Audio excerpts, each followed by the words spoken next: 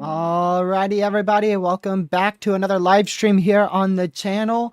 Glad to see you guys all in the chat. Let's see, we have so far today. We have Catman, Caden, Studios, Camden, Northeast Weather, Mark, as well as Jason.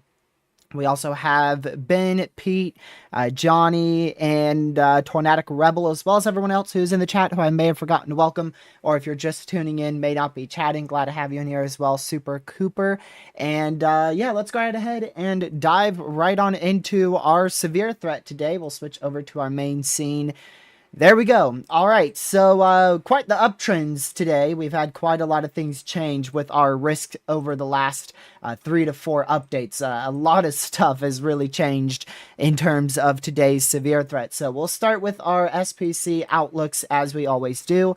So this is what we're dealing with today. We've got 2 enhanced risks for severe weather. That's right, 2 of them. We've got an enhanced risk for severe weather in Kansas, Oklahoma, into the northern panhandle of Texas, and southeastern Colorado. This is an area that I called out about 3 days ago, but another area, and for tornadoes at least, a bit more of a concerning area of severe weather has been developing out here towards Lubbock, Plainview, south of Amarillo, Texas, where we have a secondary enhanced risk level 3 out of 5 for severe weather. Tornadoes are very much on the table today. One of the highest tornado risks we've had over the last couple of weeks is on the table today with a 10 hatched risk over Lubbock, Plainview, just southeast of Clovis in New Mexico. So pretty high-end environment coupled with the potential for multiple semi-discrete supercells should allow for the potential of a few strong tornadoes. Perhaps even an intense EF3 plus tornado or 2 can't be ruled out today either. Quite a significant tornado threat on the table. Damaging winds also a big issue. 80 to 90 mile per hour winds will be possible, especially back up here into northern Oklahoma, south central Kansas. We have a 30 hatched risk for damaging winds. Another 30 hatched risk for damaging winds back out into Lubbock, back towards west of Seymour, just northwest of Abilene in Texas. So very significant damaging winds on the table as well. Large hail, also a very large issue. Huge hatched risk. Very large 15 significant and 2 large 30 significant chances for large hail. So there's a chance we could see up to 5-inch in diameter hail today in either one of or around these red hatched areas. So a very notable severe weather event is on the table today across portions of Kansas, Oklahoma, Texas, Colorado, and New Mexico. We are also dealing with the potential for a tornado outbreak across some of these areas, especially back out near the Lubbock, Texas area. So, like I said, very notable tornado threat on the table today. Here's a look at your satellite imagery. We have quite the amount of clearing back out in this portion of our risk area.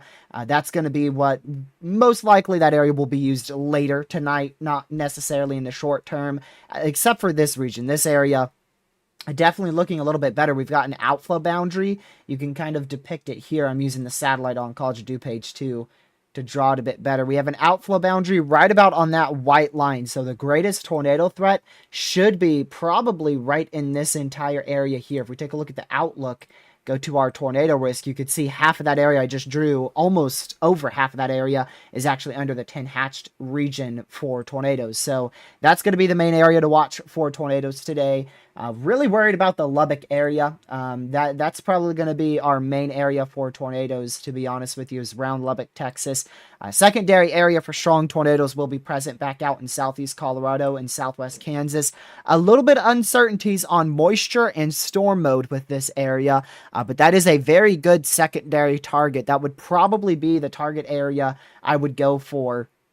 Would probably be here on Springfield, southeast Colorado, and then traveling along that Highway 160 corridor towards Johnson in southwest Kansas. That would probably be where I would target if I were chasing today.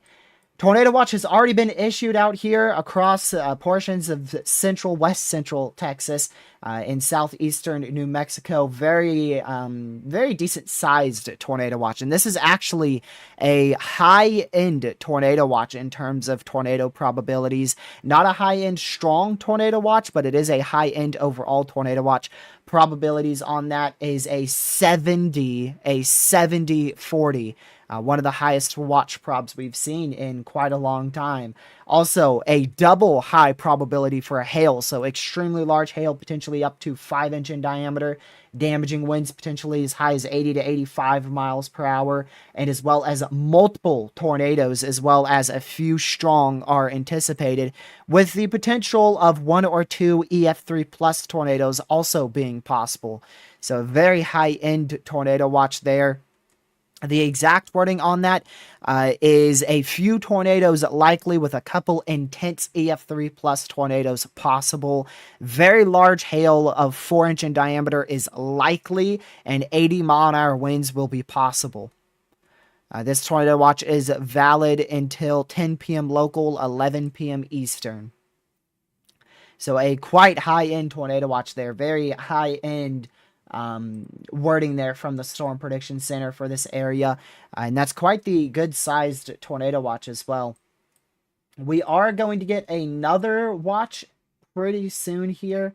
If I can turn on mesoscale discussions back out here, we have a what will likely turn into a tornado watch. Wow, what has turned into a tornado watch literally being issued right in front of us. There's going to be more than just that. It's just the fact that it's coming in literally right now. There you go.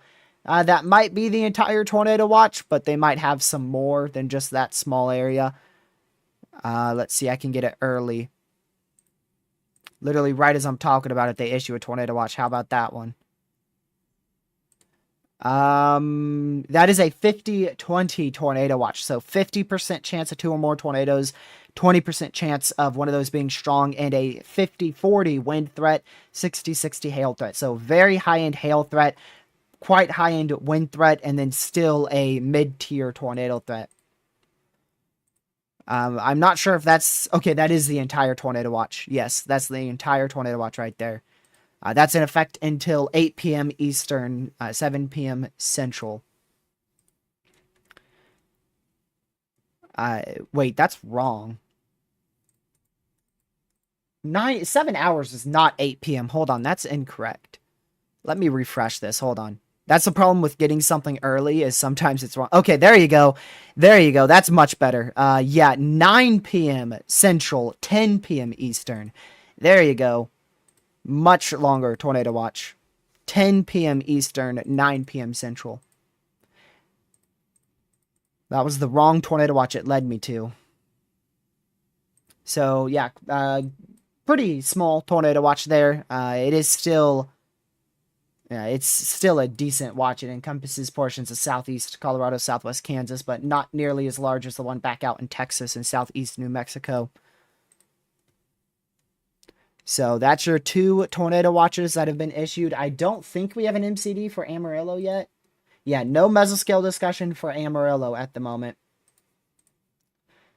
There is the chance for a severe watch back up here in Denver, in central and eastern Colorado as well. But no watch out yet for Amarillo, Texas. That probably won't be out for a little while, considering we had a morning round of convection move through that area. It's going to need to destabilize a little bit more before storms can really start exploding there. Population on that tornado watch is going to be 117,000. 117,000. And then our big tornado watch back out here in Lubbock, that's going to be 859,000 people under that. So right about 1 million people. Right about 1 million people under tornado watches right now. A little under 1 million.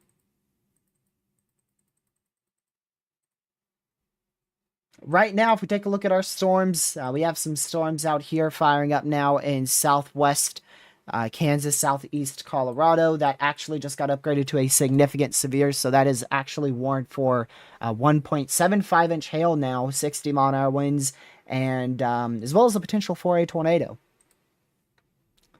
So if you are out here, Syracuse, southwest Kansas, our first tornado possible severe of our main event is already kicking off here. And there will be multiple rounds today. It is not a one and done type day. It's not like a one line and you're done day. Some people could get as many as 4 to 5 different rounds of supercells today. So don't let your guard down when one storm rolls through. You know, you still need to be weather aware for another storm to roll through. We will likely see multiple supercells fire today, and most of which should be capable of producing all hazards. That absolute highest tornado threat will be focused with probably, pretty sure they've already fired here. Yeah, probably with these updrafts here. These updrafts here, these rain showers, that's probably going to be where our tornado threat will be the highest in the next like 2 hours or so. Those storms should intensify. Very favorable environment today. The most favorable environment is with that first, technically, I'll just circle it. This cluster. There you go. That's where our most favorable environment is, just south of none other than Clovis, New Mexico. So that should be rapidly intensifying thunderstorms there. Quite the favorable environment. Didn't check lower level wind shear. Yeah, lower level wind shear, it's lacking. Definitely lacking a bit in lower level wind shear. But still a favorable environment. It's probably going to be a good... Let me see. Take a look at our future photographs real quick. Yeah, it's probably still going to be a good solid 2 hours before anything really starts to pop off. We say the environment is performing, underperforming, or overperforming. I would say it's performing like normal. It's on track right now. The main thing that's going to fuel today's strong tornado threat isn't really going to be a bunch of lower level wind shear. It's actually going to be outflow boundaries and cell interactions that fuel our strong tornado threat today. And if all it takes is one semi-discrete storm to latch onto an outflow boundary, and then we could easily start to see intense tornadoes. It is a 10 hatched risk, and if you aren't familiar with 10 hatched risks, there's a very high chance they underperform. It feels like nearly every 10 hatched risk that we see ends up underperforming. So, we'll see how today goes. A lot of chasers end up just, when there's a 10 hatched risk, they just end up packing it up and leaving. I'm not even kidding. They just give up once it goes 10 hatched. They're just like, yep, nope, pack it up. Time to leave. Time to go for a secondary target. So we'll see what the 10 hatched risk does today. It feels like every time we get a 10 hatched risk, it just ends up underperforming. How how do you think today looks at its? I think it looks pretty good. I think today's risk is going to end up performing simply because of like 2 or 3 discrete storms. I feel like there's going to be 2 or 3 discrete storms that just absolutely pop off. And then I feel like at least one of those are going to latch onto an outflow boundary and have a really good shot at producing an intense tornado closer to 5, 6 o'clock Eastern. And then I feel like the nocturnal MCS will also pop off. I'll show you guys that a little later. We're getting a new model run right now, so I'll wait for that to render in, and then I'll show you guys the nocturnal line. Also, hail should be a big issue. We should see some kicking large hail, so if you want to break a windshield, go out towards Lubbock, Texas. Right around there is your best chance for extremely large hail today. Yep, right on the northern side of this 30 hatched right here. That's going to be your best bet at seeing 4 to 5 inch hail. My target area would be a little bit tricky. I feel like southeast Colorado into southwest Kansas, that's probably where I would have ended up going, just because I wouldn't like to go to a 10 hatched risk personally. I feel like they always underperform, so I would have probably ended up going for southwest Kansas, but honestly, I think the 10 hatched actually looks better. Which, that's pretty rare.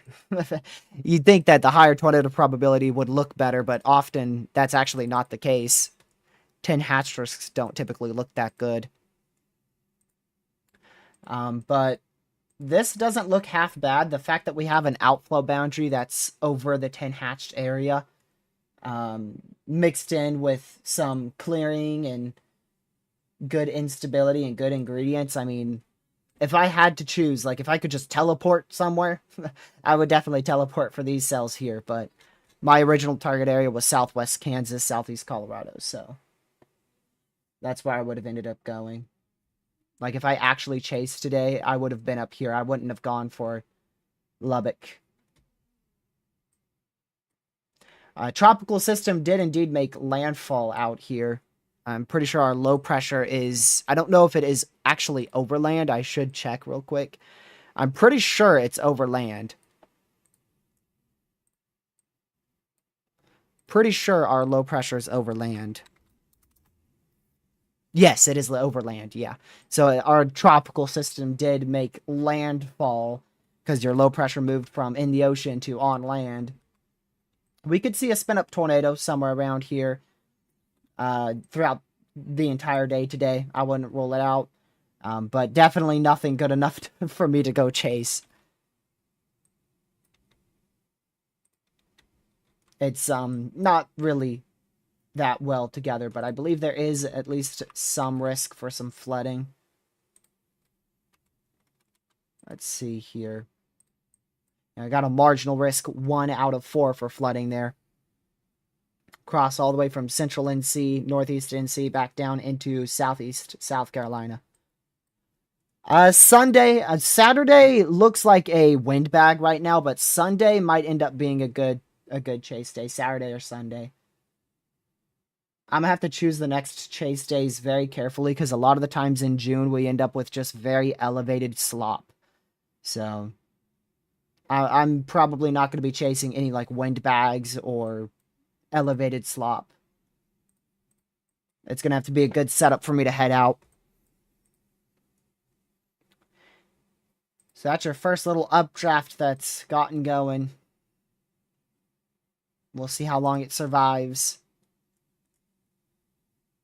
That's just to the south of Morton in west central Texas. So these storms, they should take a little while to pop off, but once they really start popping off, they will explode. They're firing off of that outflow boundary. Your outflow boundary is literally like right in here. I can't draw exactly where it goes from there. Something like that. I don't think that's exactly where it is. But these storms are literally firing off the outflow boundary. I gotta be honest, I don't know where that came from. Maybe we had an overnight MCS. I did not pay attention to yesterday's severe storms. Oh, yeah, we did. We had overnight thunderstorms, left a outflow boundary this morning. Okay, I see that. Yeah, I was not paying attention to the weather over the last 24 hours, so this risk, like some of these areas, I think went from like marginal to enhanced without me even looking at one outlook.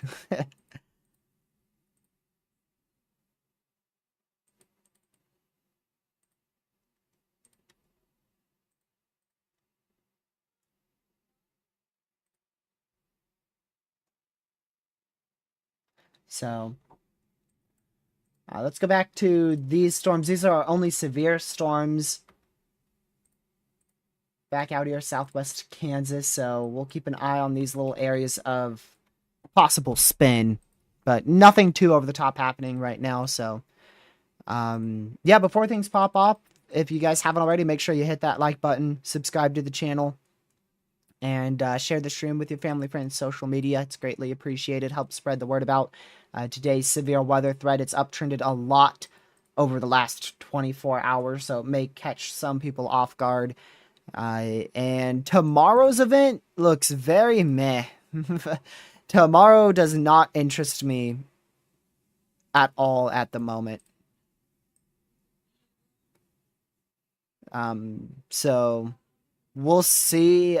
I'll likely be live at some point tomorrow, but it doesn't really interest me too much. I would, yeah, I would have to assume probably the Panhandle of Texas is going to be the area, the main area to watch tomorrow. This is tomorrow's outlook, yeah. Main area to watch is probably going to be this region. That looks to be the main region to keep an eye on for tomorrow.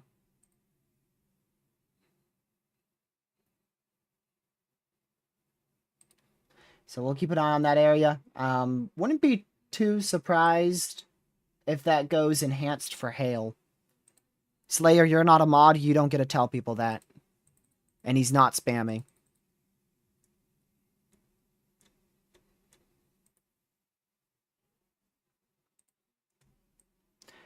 Day 3, which is going into... What's today? Thursday. So this is Saturday. So this is Saturday. Saturday's risk... Yeah, I don't know. It's too far out to tell. They just have a big slight risk because we're just going to have a lot of instability. This whole area, this entire area is just going to be covered in cape. So if any storms fire, they can easily go severe. So once we get closer, we'll be able to determine if we have like a good cold front or if we have like a really good forcing mechanism to get storms to explode. But right now, there's just going to be a bunch of 3,000, 4,000, maybe even up to 5,000 instability in some of these spots. Not a lot of wind shear, so tornado threat should be likely on the lower side. Not a lot of wind shear whatsoever. And again, this is for Saturday, so we'll just wait and see how Saturday looks. Right now, it is a big old question mark. Just if you're anywhere, even in the marginal, anywhere in the marginal dark green or in the slight yellow, just stay weather aware because we could easily see upgrades to enhanced risks or marginal upgraded to slight risk by the time we get to the day 1 outlook. Like I said, tomorrow, the more I look at tomorrow, the more I'm thinking they might end up going enhanced for hail somewhere out here in southwest Kansas, southeast Colorado, northern Texas, western Oklahoma. Wouldn't be shocked if we get an enhanced risk for hail somewhere out there. And then, of course, going on into Sunday, that day piques my interest the most in the Carolinas, into Georgia, as well as also back out into Texas. It looks like that could be another decent risk for all severe hazards. Definitely questioning exactly where. There's a lot of uncertainty on wind shear. Again, wind shear. A lot of questions on where wind shear will set up to be the best. But it looks like we should see probably supercells form. And then over the next 2 hours of whenever they form, they'll form into a big line of damaging winds. back out in the Texas and Oklahoma panhandle. So I think we'll have a chance for a couple tornadoes and big time damaging winds on Saturday. Rather, my bad, Sunday in this yellow area here in Texas and Oklahoma.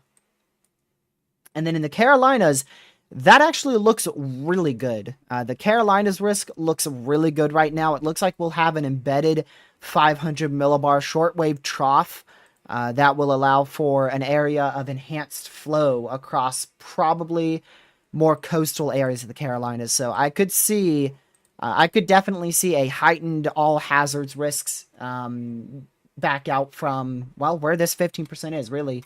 15%, I fully agree with this. Definitely out in this area. Could see a all hazards risk, including the chance for a few tornadoes for Sunday. But really a lot of questions. I mean, just if you're in any of these risks over the next 4 days, just be hyper weather aware because they can change a lot. They can change very significantly. We can go from marginals to enhanced risks out of nowhere. Matter of fact, day 3 just updated. I forgot about that. They've expanded the slight risk into all of North Carolina. So the entire state of North Carolina is now under a slight risk for severe weather. Oh, my bad. Hold on. There might be a small sliver of North Carolina that's not. Let's take a look at that. There might be like literally the smallest area. I just now saw it. Look at that. You got to look very, very closely. Look at that. Tiniest little sliver of North Carolina not under a slight risk. Very small area. So that's for day 3, Saturday. Nearly the entire state of North Carolina just got put under that slight risk. You could see a big extension there. Let's see what they say. Scattered severe storms are expected from the southern Great Plains into the southeastern U.S. on Saturday, with the primary threat being damaging winds. I see nothing. Oh. Supercell wind profiles. That's going to be for probably Texas. Yeah. That's probably going to be back towards like Oklahoma, Texas, this area for a supercell threat. So minimal tornado threat, mainly damaging winds. And like I said, there's just going to be a bunch of cape. There's just going to be a bunch of cape all over the place on Saturday. So they got a huge slight risk in place. Because if any storms do fire, they will likely start to become severe.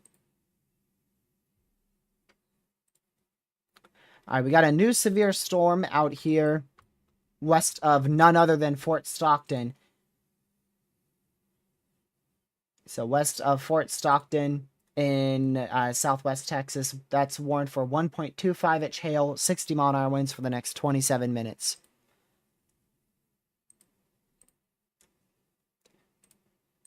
So make sure you are indoors, away from doors and windows, if you're in that severe.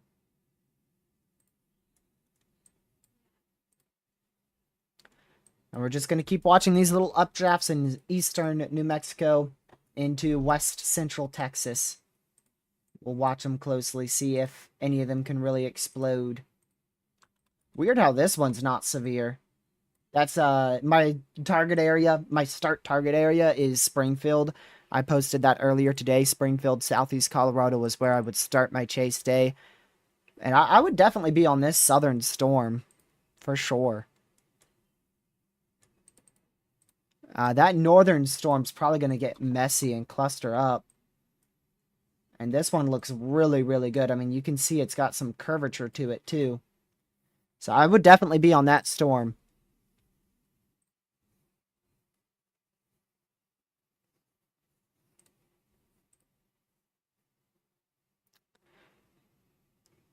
Where was this taken? Brownsville, Texas. We got a sounding from a project. So somebody released a weather balloon in Brownfield, Texas, and it is a very, very favorable environment. You're looking at 205 surface to 1 kilometer wind shear, 277 surface to 3 kilometer wind shear, 3,315 uncapped instability, 6.5 surface to 3 kilometer lapse rates, which is pretty good. You want to have 6.5 to about 7, because after you get past 7, typically if you're past 7 degrees in lapse rates, that's where you could start dealing with elevated things. Like me and Lucky chasing in North Carolina, we had 7.5 degree lapse rates on one day, and it was like a 25 temperature degree dew point spread. So 6.5 lapse rates, that's sufficient enough. It is on the lower side, but it's sufficient. It is sufficient enough. Anything lower than 6.5 is probably, that's where you start getting a bit low. But we have significant tornado threats all the time with 6.5 lapse rates, so we'll see. What that might mean is that might mean storms are a little bit slower to fire. We might not see just a crazy explosion in storms. They may not go from like little rain showers to full-blown severe storms in 10 minutes. It might take them a little bit more time. Also, a very favorable profile for large hail. So easily could see hail, destructive hail, near 3-inch in diameter today out of any storms around Brownfield, Texas. So this storm, we'll see if it can keep growing upscale. It should be able to. Also, plenty of veering. A crazy amount of veering. Towards the surface, you have dead easterly winds. Towards the lower level jet, you have southerly winds. Towards 700 millibar, you have southwesterly winds. And then in the mid-level jet, you have westerly winds. So you have a lot of turning with height. So you've got a really good profile for wind shear. And a good profile for tornadoes. And that was from an hour and 21 minutes ago. That was from 18Z.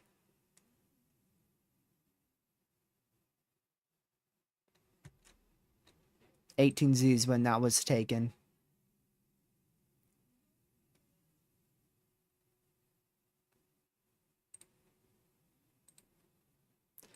So we'll see if that cell can intensify. I mean, it's been maintaining, so I don't see why it wouldn't be able to just keep on exploding. The strongest storm right now is probably this one in southwest Texas. Might even be getting a little bit of a area of rotation on that. It's so far from radar, though, it's impossible to say if that's corruption or a really good area of rotation along the I-10 corridor west of Fort Stockton, Texas.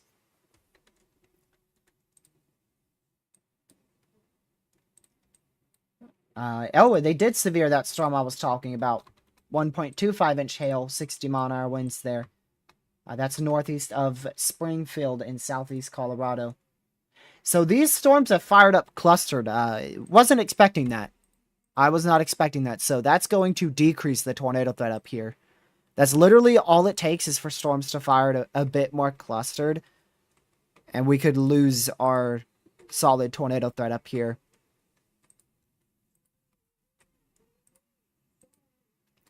So, yeah, I'm definitely much more interested in Texas's threat for severe weather. It still looks really good, despite it being a 10 sig tornado risk, which, like I said, they typically underperform. It just seems like that's how it goes whenever we get at an enhanced risk for tornadoes. It still looks pretty good.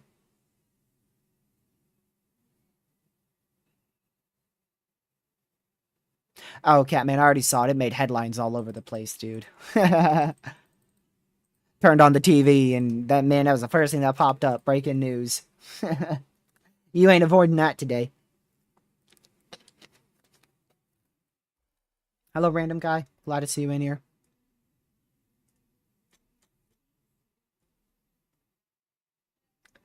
Also, these storms over western Oklahoma, they're not supposed to be there at all, so they're definitely hurting instability. That's a big problem for the MCS later tonight. That's really, really, really bad for the MCS.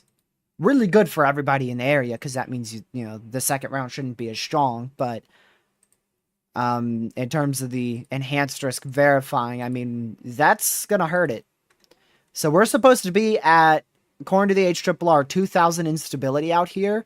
We are at a ridiculous, what is that, 500? I think we're at 500. Yeah, we're at like 500. So that's probably gonna hurt our second wave quite a lot, because this is literally not supposed to be here.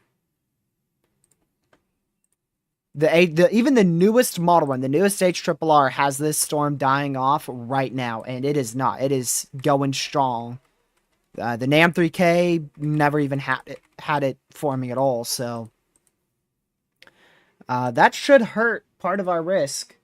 I could definitely see that hurting part of our enhanced risk for severe weather.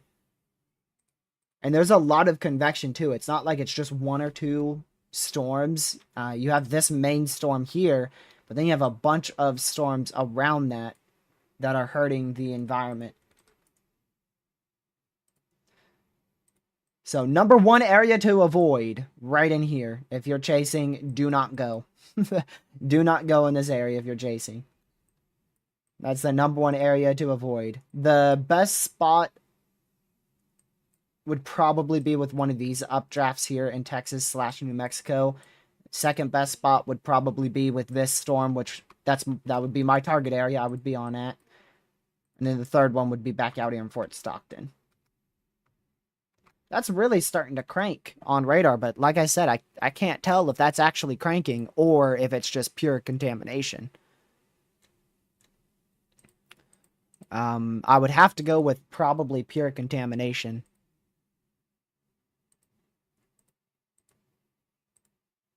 That would be the safer guess, considering we're scanning through the hail core. So if you're just now tuning in, this is our risk area today. We have 2 enhanced risks for severe weather in the orange. Those are level 3s out of 5 on the severe thunderstorm scale, or the categorical risk outlook. My bad. On the categorical risk outlook, we have 5 categories. We have marginal, slight, enhanced, moderate, and high. So these are enhanced risks 3 out of 5. There's also a 0 general thunderstorm risk. That doesn't technically count as a full categorical risk. It's just something to outline the chance for thunderstorms, but nothing likely severe. On this channel, we call that the 0.5.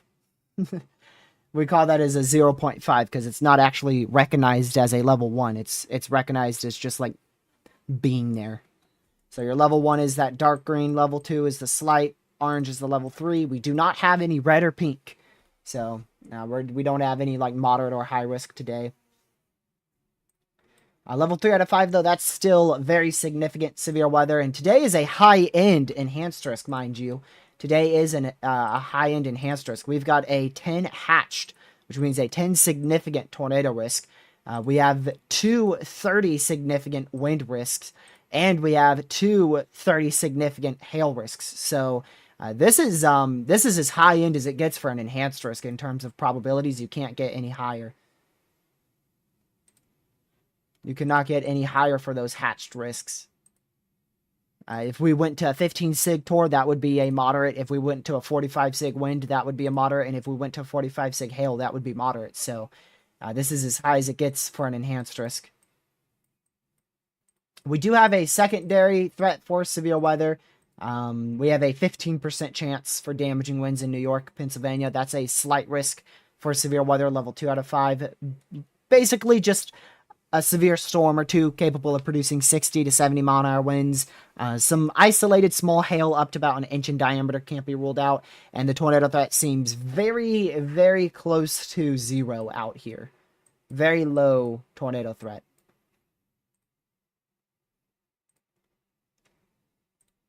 So these storms likely struggling a bit due to those lower level lapse rates not being the highest.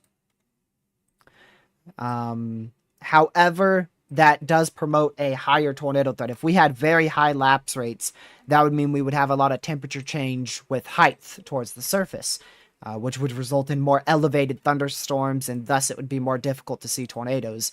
But we have a lapse rates of like 6.5, which in this case is not that bad at all. We have about like, let me actually go check. I'll go check the environment out here. I want to go tell you the temperature dew points. So your temperature is 73 and your dew points is 66, which is really favorable. That is very favorable.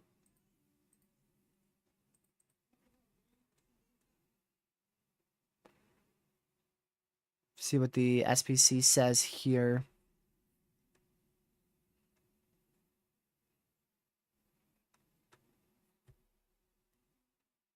I'm reading the outlook by the SPC for day 3 for Saturday. They really just say damaging winds. That's really it. Isolated large hail. They don't mention a tornado threat at all on day 3. They don't even say a tornado possible at all. They literally have it nothing in regards to tornadoes on Saturday. That will likely change as we get to day 1 and figure out more details.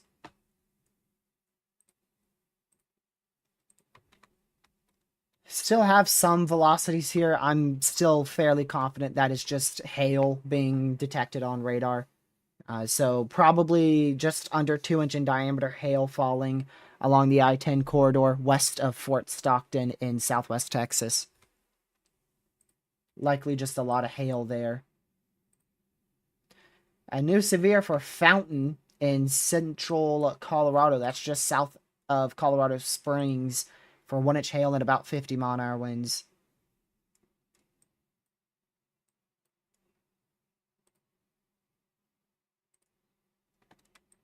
That's some big-time hail falling there, too. That's just northeast of Springfield in southeast Colorado.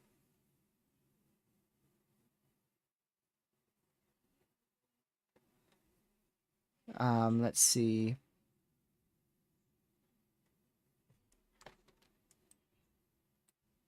Why does hail affect velocity? You have to be pretty far. You have to be pretty far for it to affect velocity. And it's just really the same way how we get hail spikes. It's really the same way how we get hail spikes. It's just the hail's size and also the fact that most hailstorms have damaging winds with them too. So it's going to be a mixture of the winds from far away and hail as well. Now, if you're close to it, if you're close to your storm, your velocities aren't going to be affected too much. But when you're that far away, I mean, that's really far away from it. So your velocities are definitely going to be a bit hail contaminated there.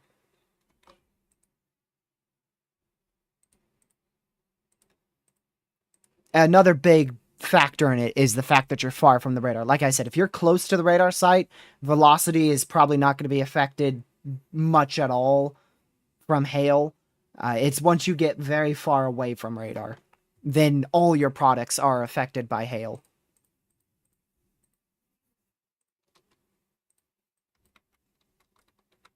Like, really, everything's affected by hail.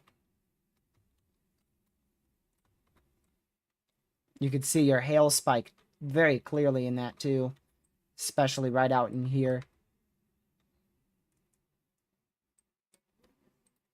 I bet it does, Sam. I bet it has an awesome structure in real life. Uh-oh, our little updraft. It's dying out. The little storm that never did anything. Bust. It's over. Pack it up. Turn around. Go home. 10 sig tour's already over. Nah, in reality, we're not expecting it to pop off till like 5, 6 o'clock.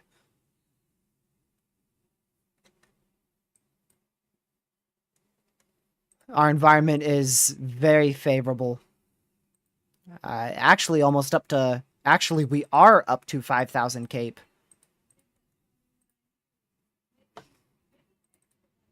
What?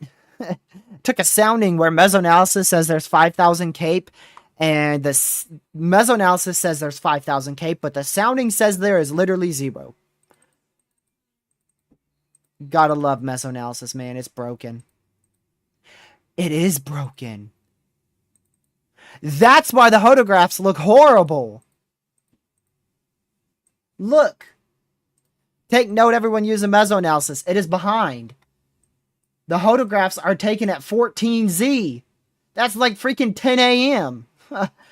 Take note of that. If you are using mesoanalysis, the photographs are like literally 5 hours behind.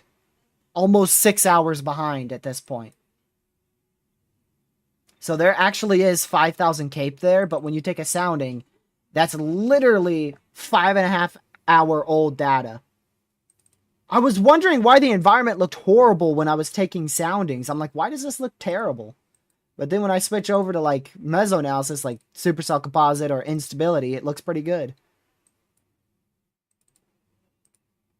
Let's see if that's the same for like, I don't know, North Carolina.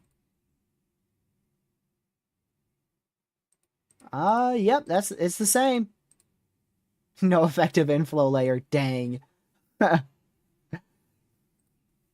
That's actually, yeah, that's from 14Z, so just take note of that. Be careful when using your mesoanalysis today. Hopefully that, it just updated. It should be 19 UTC, it's 14 UTC, so it's officially 5 hours behind. Well, that's really going to hurt for figuring out what may be an underperformance factor today, because soundings are very crucial. We could simulate them quite easily just by... We could still go to the wrap model. It's not going to be nearly as accurate, but we could still get an idea of what the environment looks like. This is southeast New Mexico, where those two updrafts are firing. This is to just give us an idea of what we may be seeing. So, very weak lower level winds. You've got a lot of veering, but they are very weak. You're down to like literally blue and light green in the lower levels, so not a lot of strong veering there. You do have veering, but not a lot of strong veering. Lower level wind shear, very low, at least in this area where I took our sounding. Really good lapse rates, good instability, good temperature dew points. Still, like I said, you have good veering. It's just weak in the lower levels. Good photograph. Definitely need to improve that lower level curvature. Something as simple as an outflow boundary or just storm moving a little bit more east into better wind shear could easily fix that. Definitely very sharp change with dew points, so that's definitely going to be favorable for some hail. You could see one of the analogs 2.75 inch hail, so definitely favorable for hail, favorable for damaging winds in probably a few spin up tornadoes, but that's just a simulated environment. That's not like a good sounding. That's from a model run, so it's going to be different. If you use like the NAM3K, HRRR, it's all going to be different. That was simulated from the 18Z wrap.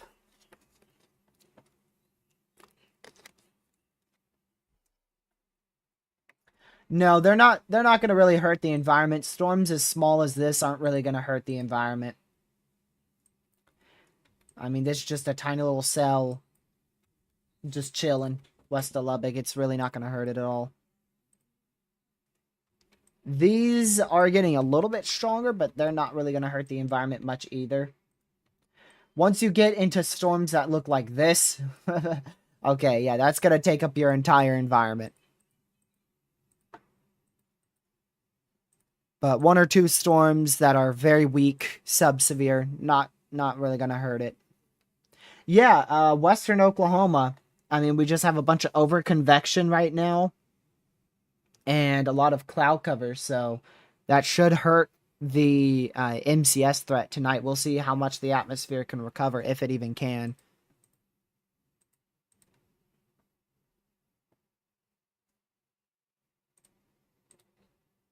Texarkana looking for today and tomorrow.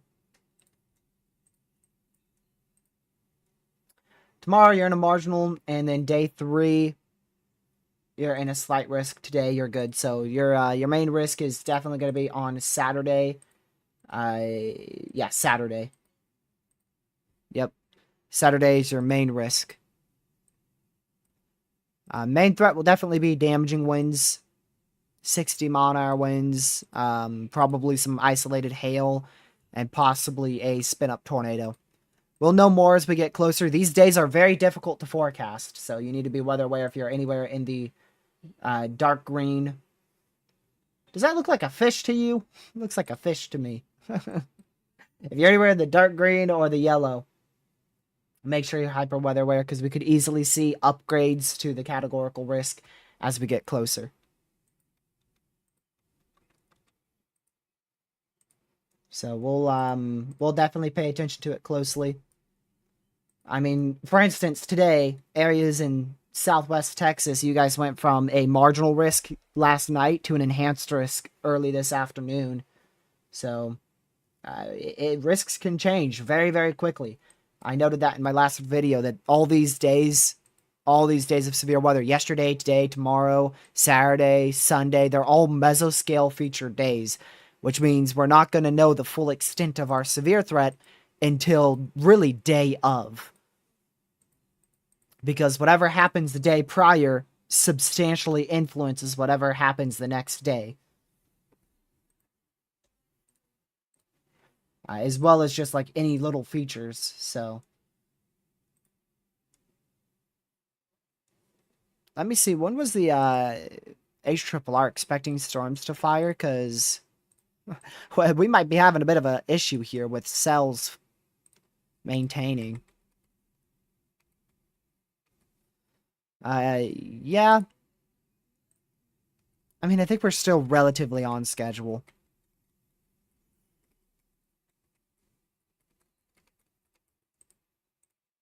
We should start to see a lot of convection, though, in an hour.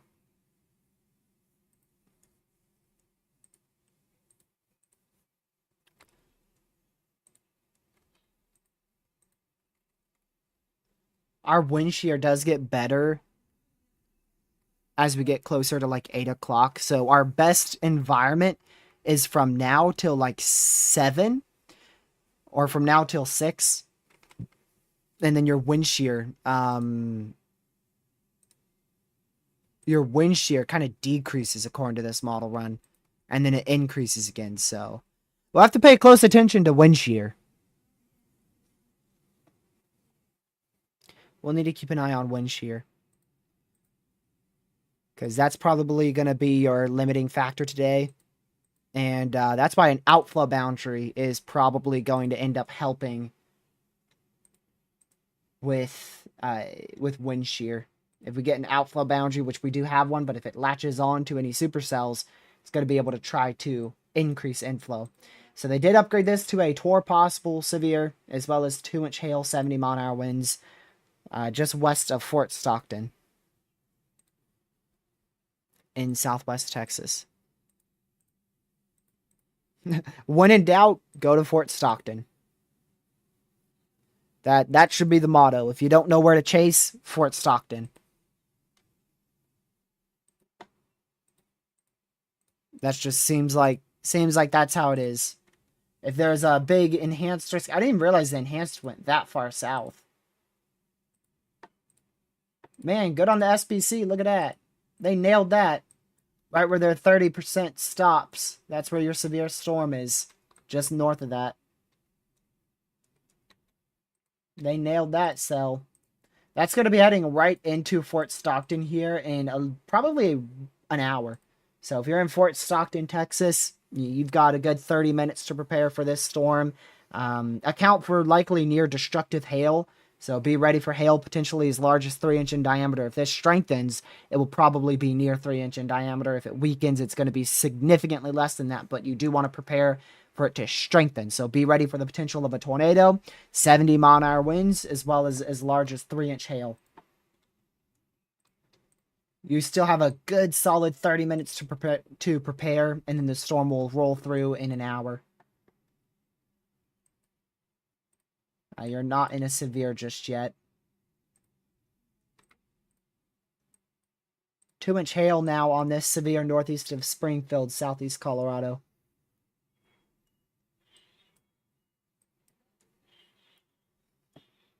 He's in West Texas.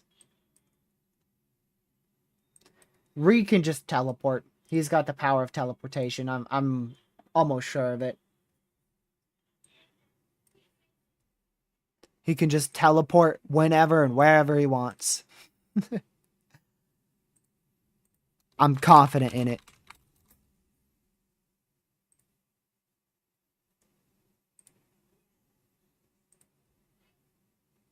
So if you are in any of these severes, just make sure you're away from doors and windows, and you'll be good. Nothing is destructive, and we have no tornado warnings, so nobody has to be seeking shelter right now.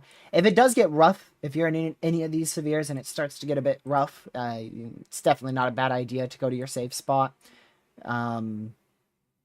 Definitely would not be against it. Whenever you feel like it's getting rough out there, it's a good idea to go to your safe spot just in case. Depends on where. If we're talking southeast Colorado, it's like 15 right now. If we're talking west central Texas, it's like 3. If we're talking southwest Texas, near Fort Stockton, it is like, Lord have mercy, let me count. 24. So it depends on where you are. Very elevated profile there in southwest Texas for that Fort Stockton storm. Very elevated cell. But still is trying to rotate.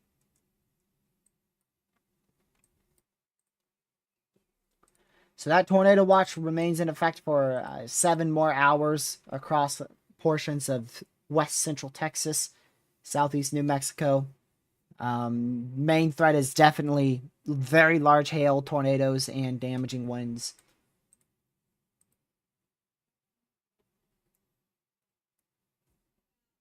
The tornadoes and wind, I mean, they're near the same probabilities. But hail is definitely the leading issue. So hail followed by a tie, really, between tornadoes and wind. It could still become tornadic, Sam. It's not impossible. It's not impossible, especially since it did a right split. It did a cell split. One went off to the northwest, or rather, dead northeast, and then the other one's moving dead east. So that cell split interaction there, just that alone could help favor tornadoes.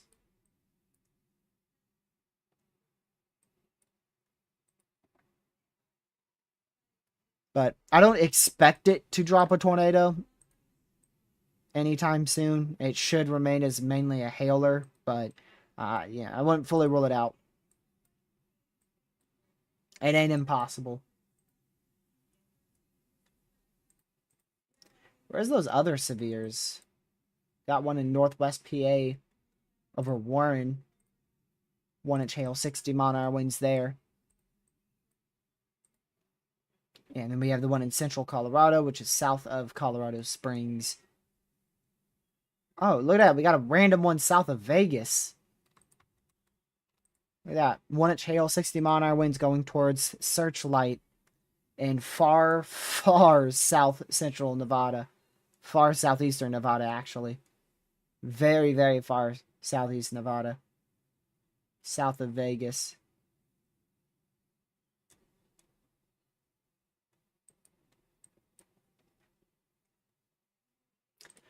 So no severes or anything really of concern in our main tornado watch area.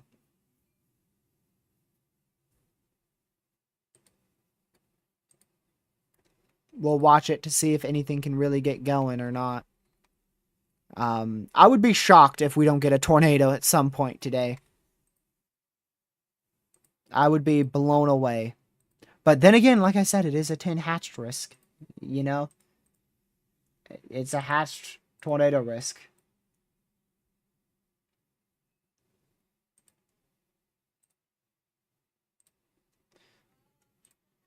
Man, that storm near my target area. Still doing pretty good. 2-inch hail, 60-mile-an-hour winds there. But these storms have fired quite clustered, significantly more clustered than what we were anticipating. So that's really good news for a lower tornado threat. It's only a matter of time before one of these on the outflow boundary just explode. Something will eventually explode along that outflow boundary. It's just a matter of when.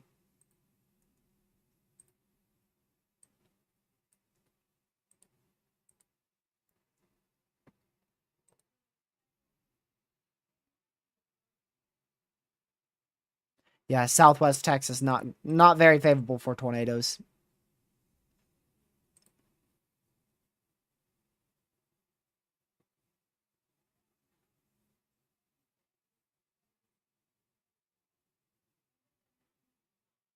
Okay. Yeah, let's go back up to northern Colorado. Nothing happening up here. Just gotta check. Never know.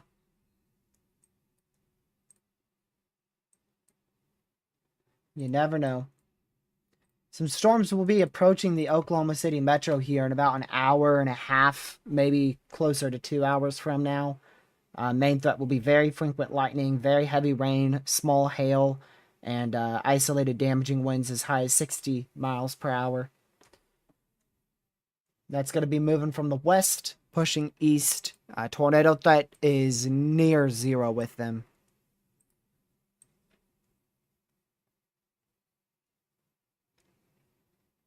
Yeah, that MCS is definitely downtrended on model runs because of the convection we've been seeing here. But even with that downtrend, we should still see a fairly intense MCS tonight.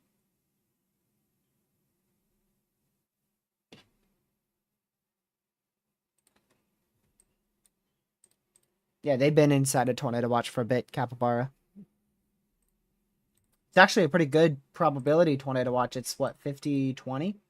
Yeah, 50-20. So that's a moderate probability for the normal tornado threat. But that hail threat still leads by a milestone, 60-60.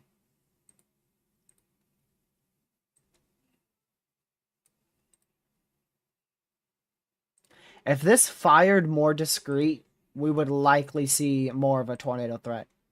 They just upgraded that severe to 2.5-inch hail, so that's now the biggest hail we've seen today.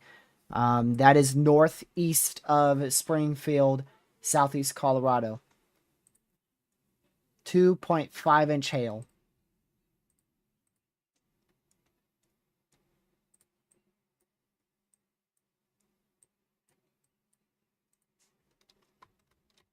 Big time hail. Take a look at the newest HRRR, which not really handling that convection too well in Oklahoma, but we could still use it. So we're expecting storms to ignite towards 4:30, 5 p.m. Eastern. We should see these really start to explode in intensity. And any storm that can be discrete like this will be able to try to produce an intense tornado threat. And you can see that continues for multiple hours. It's 8 o'clock, 9 o'clock, 10, 11, 12. I mean, even at 10 o'clock, there's additional supercells that start firing north of the first round. So, like I was saying, multiple rounds of supercells will be possible inside our tornado watch. That first round will obviously be the most tornadic, so our peak tornado threat today will definitely be from about 5 p.m. all the way till about 9, 10 p.m. Eastern. And then back up in Colorado, you can see models have turned this into more of a clustered mess. Those progress to the southeast, mainly hail damaging winds. Spin up tornado can't be ruled out, but that tornado threat is fairly low, just due to how clustered they're firing. And then you can see our MCS slowly starts to form after midnight Eastern, and that moves through much of Oklahoma, albeit significantly weaker than our morning runs. capable of producing widespread 60-mile-an-hour winds. Isolated gusts could approach as high as 80-mile-per-hour winds there, depending on how intense our MCS gets.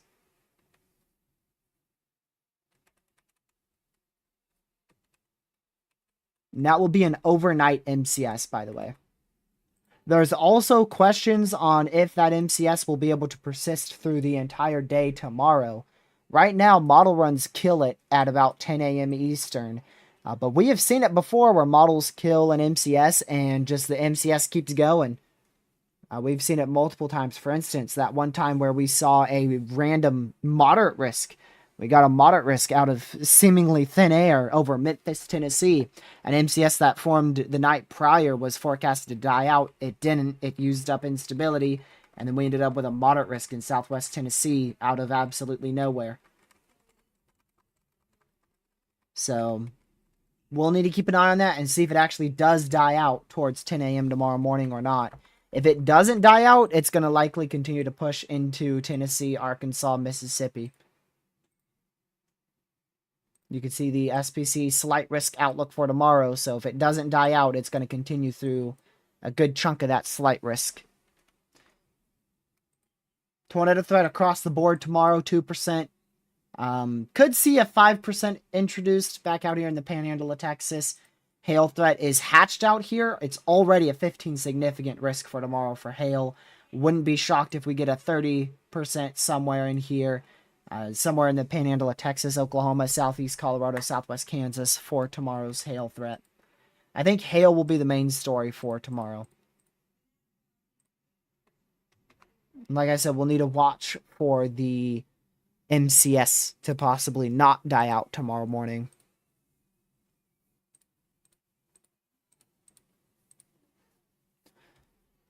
I simply could just be that storms have decided to fire off the outflow boundary a little bit early. I mean, we have a good outflow boundary in place, so with a good outflow boundary and a good amount of instability, storms just started to fire. Really not much more to it. Potential for a severe and or a tornado watch, one or the other, will be possible. Do they mention one or more watches, perhaps? Okay, no. So a severe watch or a tornado watch will be possible. And that will be in this blue MCD here.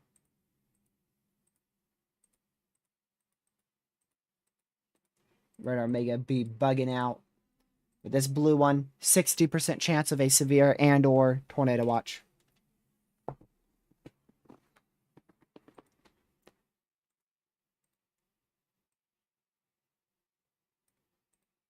That's in northeast New Mexico, western panhandle of Oklahoma, northwest panhandle of Texas.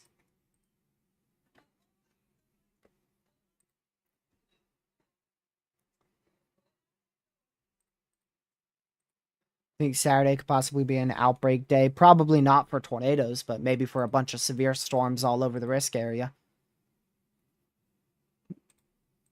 I doubt it will be much of a tornado threat. I think today is our highest tornado threat out of this whole sequence. I said that a while ago, and I ended up being correct because we have a 10 hatch today.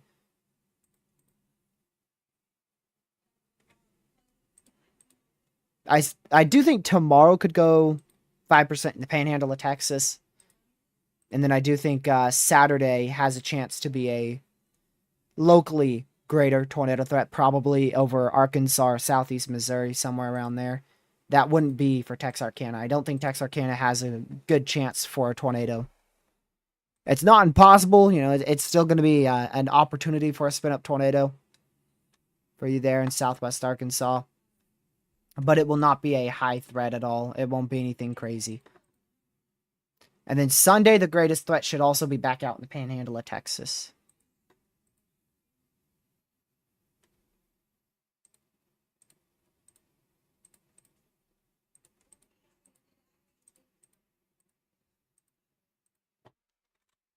Waiting for the next HRRR here. Yep, still ignites supercells around 6 o'clock today. 5:30, 6 o'clock. Now, how favorable of an environment is it? Yeah, that lower level wind shear is that they really went 10 sig Tor for this. I mean, I really feel like it's just going to be like one storm that can latch onto the outflow boundary, and if that happens, it could produce a strong tornado.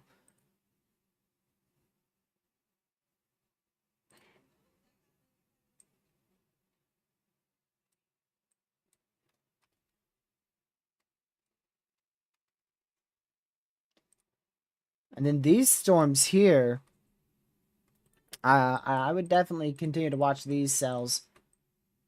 They are trending, especially these far southern ones, these out here, looking a little bit more discreet, so those could become an issue in about an hour or so. Definitely not going to rule out a tornado or two up here for sure, hence why we have a tornado watch. They maintain the 10 sig Tor, which is no surprise. I mean, obviously they're going to.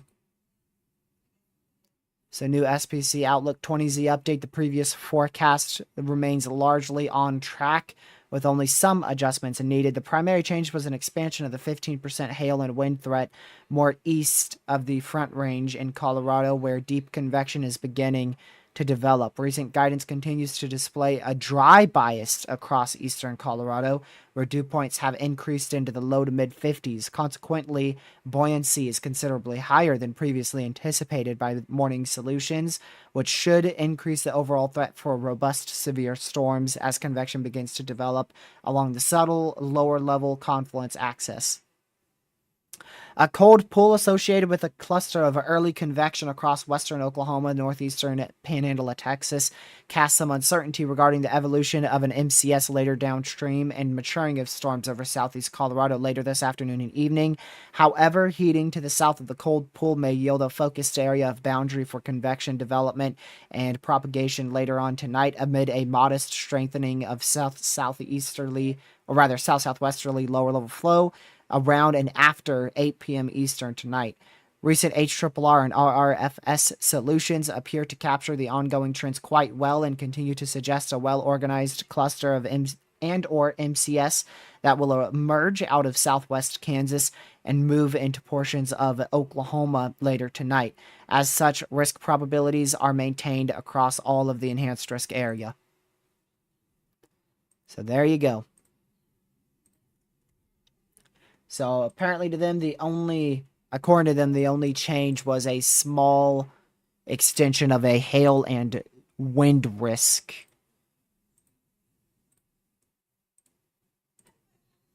See if I can find that.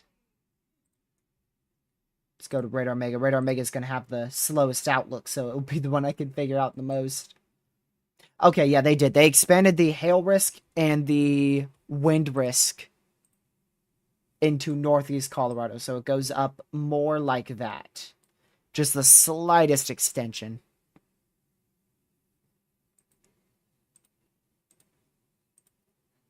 Just the slightest extension.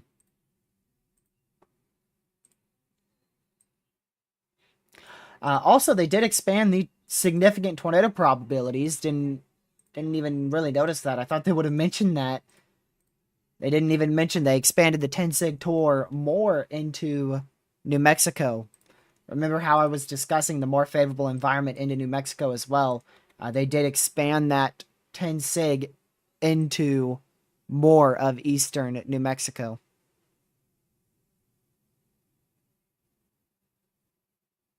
Very small change, but they did. They also expanded the hail risk more into Oklahoma. That's the new hail outlook there. You can see they expanded it more into Colorado, more into Kansas and Oklahoma. And the wind risk, yeah, they shifted the wind risk just a little bit, marginal, tiny expansion back up into Colorado. They expanded the slight risk and The marginal was very slightly expanded. Barely expanded.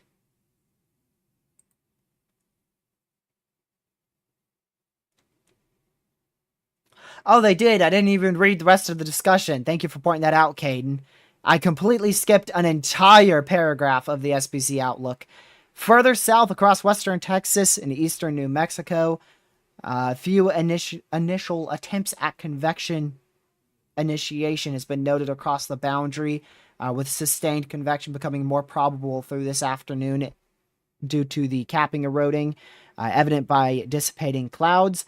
The expectation is that the tornado threat will likely begin to be maximized along this boundary in the evening hours, given the enhanced amount of lower level wind shear and potential for long storm residence times. The 10% tornado risk has been adjusted to account for this potential, which is why they expanded that slightly more west. Missed that whole entire paragraph. I closed it out too early. It's just one paragraph. It was probably one of the more important paragraphs, but at least I had Caden to point it out to me, so I came back and read it.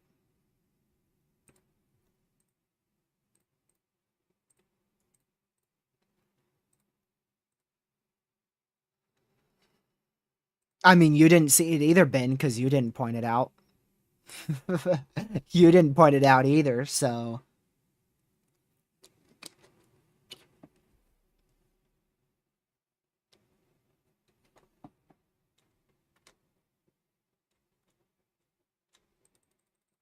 Doesn't seem like you're on your A game either.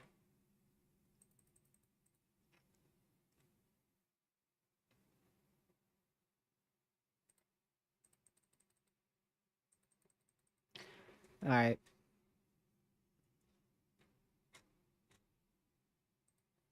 Let's go back to Colorado. Wow, that is destructive for 80 mile-an-hour winds. 80 mile-an-hour winds now in southwest Kansas for Johnson, southwest Kansas. So make sure you are preferably in your safe spot. That is a destructive severe for 80 mile-an-hour winds.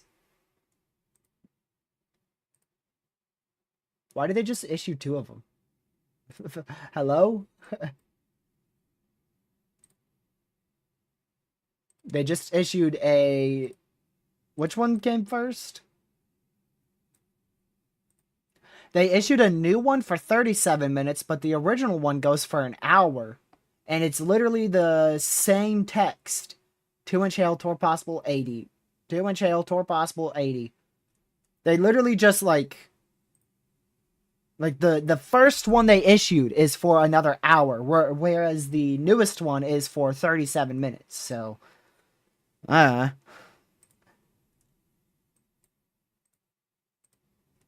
here's Radar Omega slacking. Look at this. Hasn't even updated either of the warnings.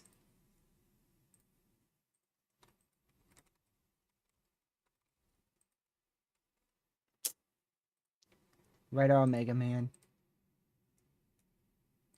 I believe one of these got disextended. Nope, never mind. See, there you go. Just to show you, they did issue 2. This is GR2 analysis, which is literally a software that the NWS themselves use. And you can see very clearly there is 2 destructive severes for the same area. Man, Radar Omega. Always slow, slacking behind.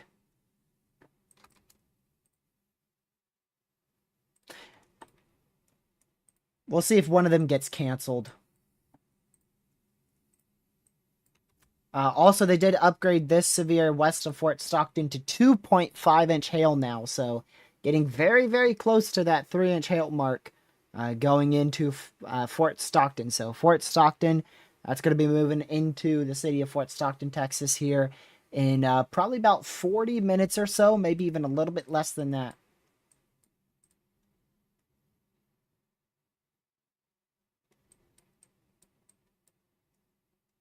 Waiting to see if they cancel one of those destructives, but they're both active right now. Yeah, they're both issued by the same NWS because it's literally over the exact same area. Look at that. We got a little baby supercell trying to form.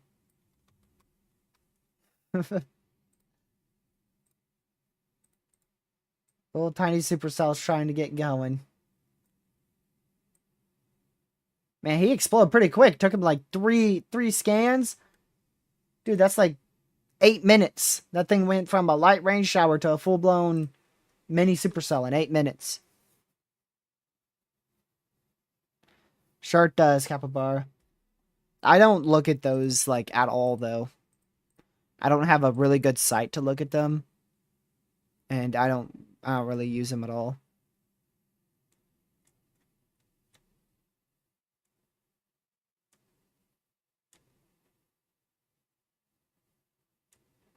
I wonder if it's like I wonder if maybe there's like two different people who are issuing warnings for the storm in southwest Kansas, and maybe they issued the same warning at the same time or something like that. I wonder if it was like just a coincidence.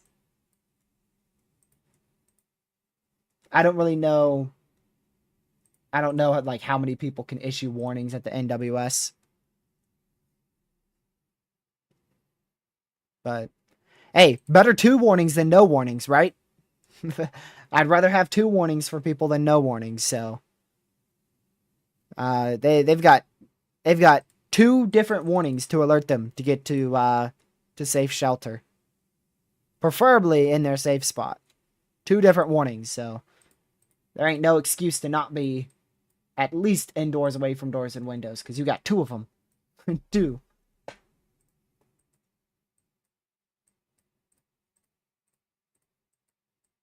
Well, it is also tour possible as well, so I highly recommend that Johnson, Mantor, Southwest Kansas get in their safe spot.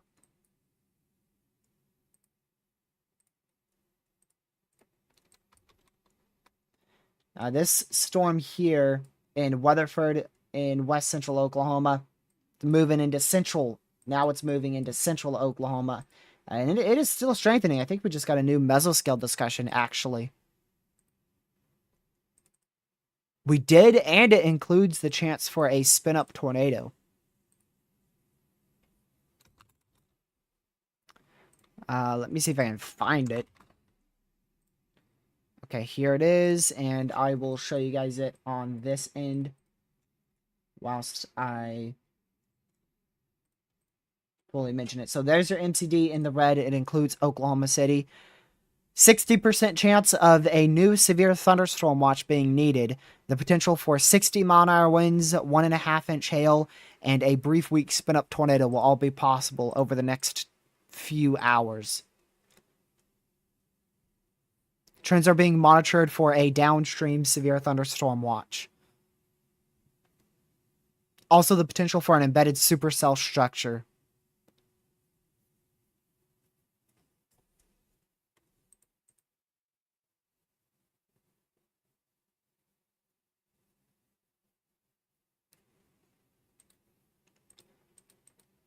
So, just a heads up there. Oklahoma City, storm's about to roll through in still probably a good hour and a half away, I would say.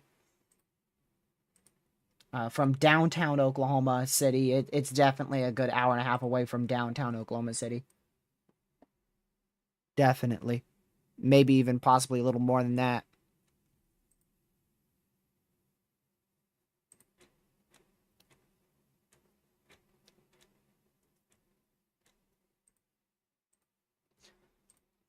Alright, let's go back down to this storm in Fort Stockton. It's definitely taken on a more supercellular characteristic. You're starting to be able to make out more of a supercell structure here. This just might actually be Tornadic now. I don't know if we have any chasers on this, but that's definitely looking a lot more supercellular to me. And again, that is going to be going into Fort Stockton here.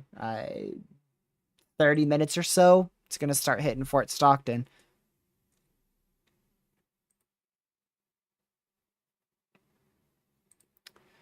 The environment not very capable of producing a tornado out here. Very elevated profile, meaning that hail is by far the biggest issue, but you've got plenty of instability. 5,000 instability. Just lower level wind shear is like 50 or less. So you've got your temperatures are too high. They're up to 91. So you're at like a 24-ish temperature dew point degree spread. And then you don't have a lot of lower level wind shear. So tornado threat is definitely going to be difficult with this storm, but definitely not impossible. Something we want to watch closely.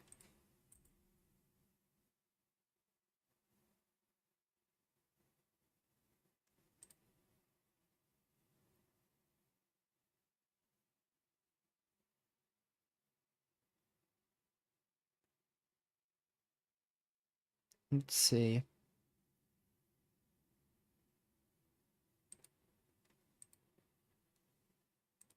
Yeah, it is tour possible. I'm pretty sure it's been tour possible for a while. Yeah, it's a very, very tall storm. You can see it on satellite above my face cam. Like everything just nothing looks too explosive. The one over Oklahoma does look quite a bit explosive. But then you just look at the one in Southwest Texas over Fort Stockton. It's just completely an explosion. Complete explosion of a storm. How tall is that? You said 60,000 feet. Let's see. Echo tops. Jeez. Yeah, that is a little bit of a tall storm right there. That's a bit of a tall storm right there. Just a little bit.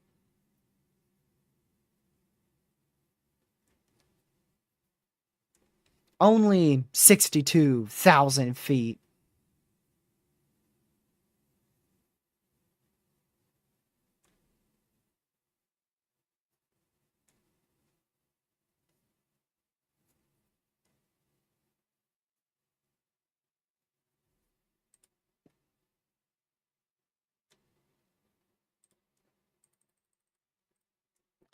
Just a bit of a tall storm right there. Yeah, look at this guy. This guy's starting to really explode too. Man, I would love to be on that. Not the like craziest radar presentation, but man, in real life, that thing is going to look awesome. So this is likely going to be one of our main storms to watch today. Starting up here near Floyd, south of Melrose in eastern New Mexico. And this should track very, very far eastward over the next few hours. We'll see when it starts moving dead east. Right now, it's kind of stationary. But it should start to slowly take that full east turn and then begin to really intensify further.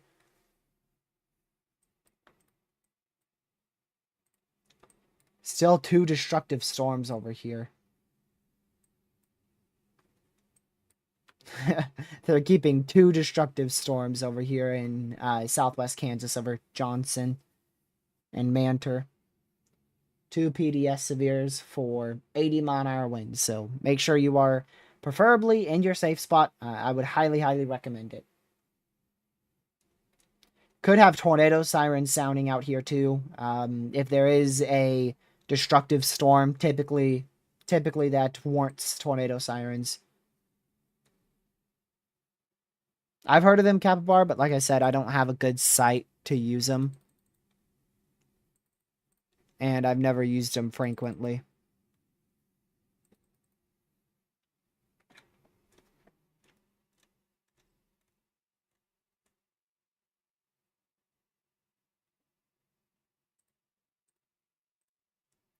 See what the new HRRR has.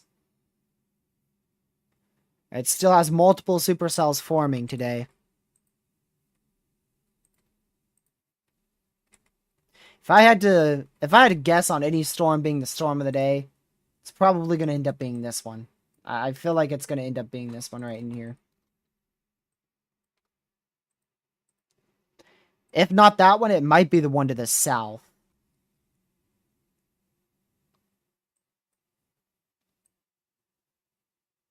One of these two should end up being the storm of the day.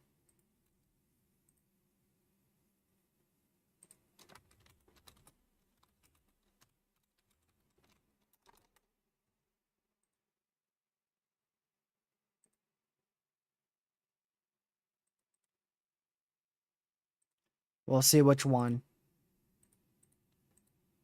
They're both in a very favorable environment, so it's just really whichever one can sustain longer or whichever one interacts with the other and survives.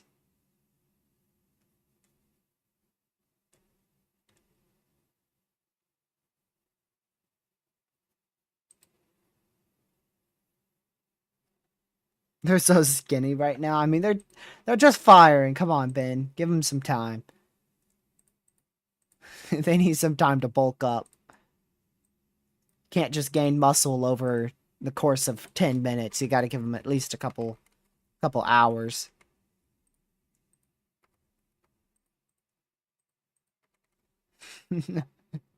Yeah, stop body shaming, Ben. They just need a little bit of motivation. You should be encouraging them, not tearing them down. I feel like it's going to end up being this one here near Portsdale, because that one's already turning more east. This one's moving more northeast. This one's already starting to turn more east. So that's another reason why I feel like it's going to end up being that northern one. You can do it. There you go. Give it some more encouragement there, Ben. Thoughts on the storm in Oklahoma? Very, very messy. Bunch of lightning, some small hail. Definitely gusty winds, upwards of 60 miles per hour. I wouldn't rule out a tornado eventually with it, but definitely doesn't look like much of a tornado threat right now.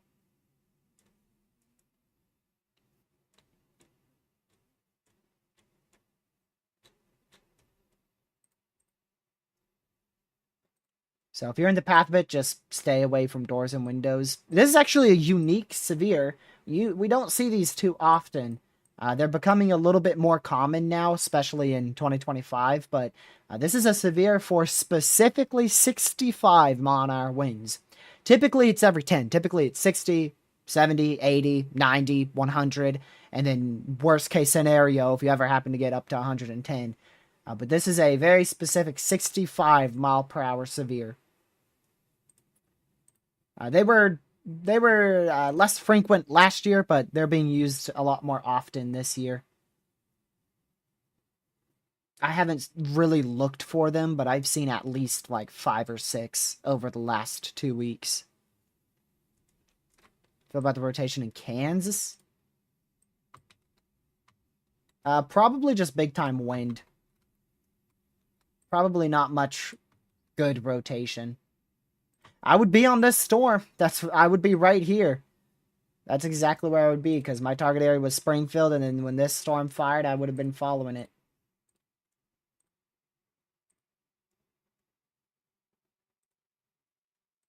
If it is rotating, it is definitely a very rain-wrapped area of rotation. So if this does try to drop anything, you ain't going to be able to see it. You're just going to see shrouds of rain.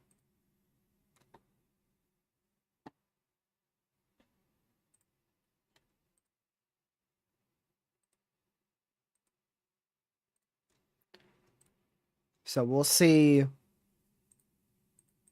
We will see if this ends up increasing in tornado potential at all or not. Wait, what? Hold on. I gotta go find that real quick. Where was that?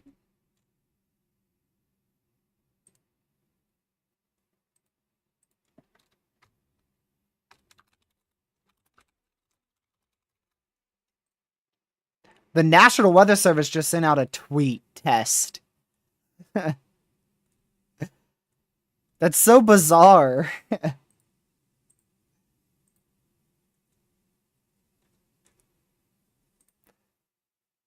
They just tweeted test with a SPC graphic of yesterday's storms. Yeah, that's June 4th. Wrong day. That was yesterday's outlook, y'all. Wrong day. I just saw it on my feed. I was like, wait a second. I gotta scroll back. What was that?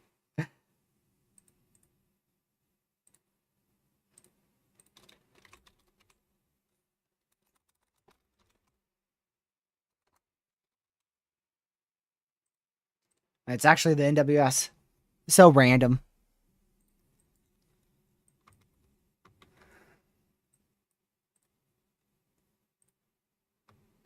Oh, now there's 3 of them. Great. Now if you're chasing out here, you got a big decision. Man, I would just stay in Clovis. Or, no, Portsdale. Now you got 3 updrafts all trying to fight for the environment. We actually are getting quite a lot more severes in New York. We just got a significant severe. Wow. Now that is impressive for New York standards. I bet that hail threat is a bit higher too. So it's warned for 1.25-inch hail, 70-mile-an-hour winds. Wouldn't be shocked if that hail threat's a little higher. And this is for Barrington in southwest New York. Going into central New York. Also, a random tour possible severe and nothing crazier than Ohio over here. Definitely was not expecting that. I mean, this is literally in the marginal risk. No crazier state for tornadoes in Ohio, man. This state can just flop out some crazy tornadoes on the most unexpected days ever. So if you are in Wooster, Ohio, make sure you're away from doors and windows and stay close to your safe spot. This storm is capable of potentially producing a tornado in the future. It is not an imminent tornado, so you don't have to go to your safe spot. I would recommend going to your safe spot just in case, but you do not have to. It is not tornado warned. But I would recommend going to your safe spot just in case this ends up trying to drop a tornado. I mean, it wasn't really an Ohio joke. I've seen crazy tornadoes in Ohio. And most of them are on very low-end risk days, like 2% tornado risks, marginal risks. Maybe a slight risk here and there. I can't remember any crazy, like, I can't remember a moderate risk playing out in Ohio, like a 15 sig tor. Those always seem to underperform in much of Ohio. The only recent big risk I remember performing in Ohio is that near derecho we had earlier this year. I remember that risk definitely verified.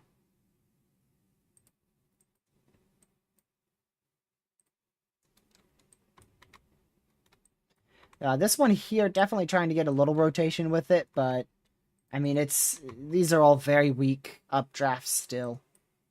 But they're getting there. Alright, that is a PDS destructive severe, barely west of Fort Stockton. This also slowed down a lot.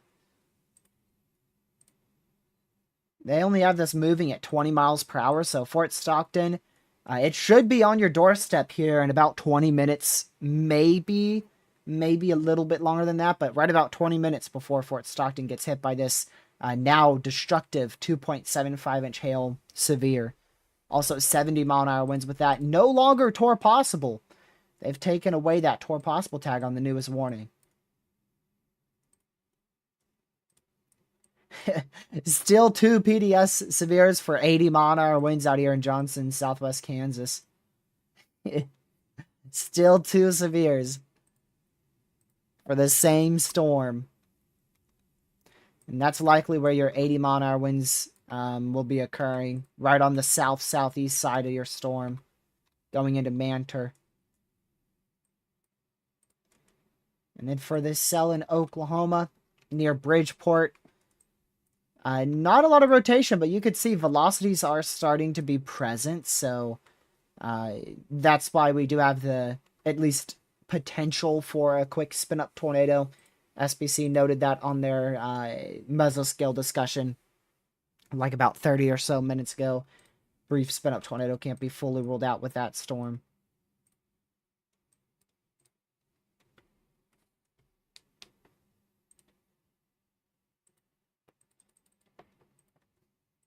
Well, if these storms don't really explode in 30 minutes, I wonder if we might have a little bit of an issue.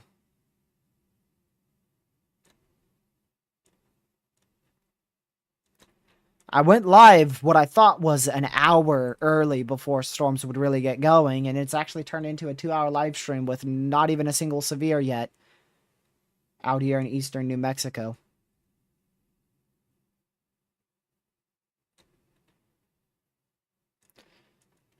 That should change with time. Like I said, just give it some time. I feel like the fact that these haven't fired and really exploded probably is going to mean they're going to be in a better environment, but that may result in fewer storms.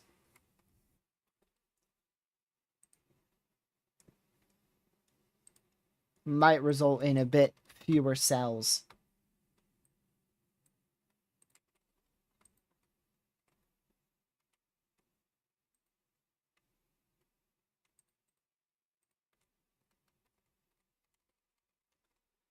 See, this is why I don't chase the planes. I don't know if I'll ever be able to go out there, but if I do, it's going to be a very tricky day to figure out which one to go for because all the models looked absolutely explosive for about 4 o'clock Eastern, aka 30 minutes ago. And there's just a few lightning storms that have fired right now. I mean, my original target area is still, that storm still has 80 mile/hour wind severe on it, so.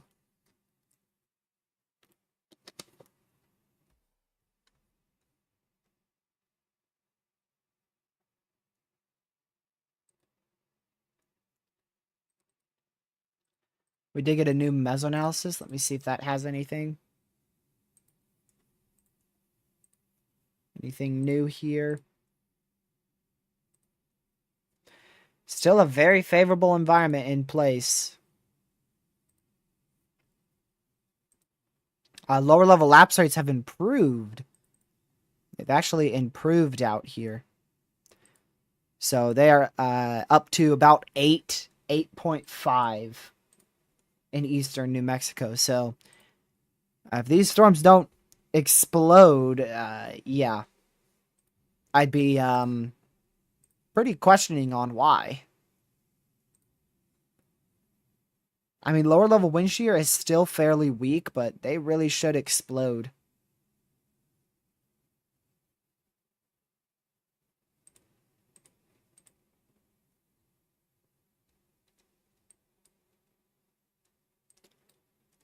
Let's see here.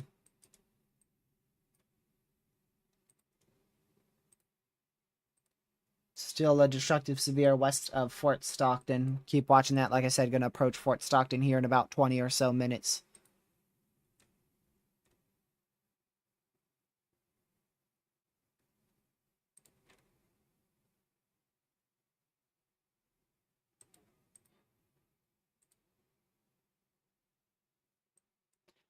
This storm has moved into a more favorable environment for all hazards. So, yeah, it's moved into a better sheared environment, better instability, better dew points. So it really, if it's going to become tornadic at all near Johnson or east of Johnson, southwest Kansas, it should be over the next hour, between now and 5:30 Eastern. If it doesn't, then it's likely just going to be a big wind bag. If not, already is just a big wind bag.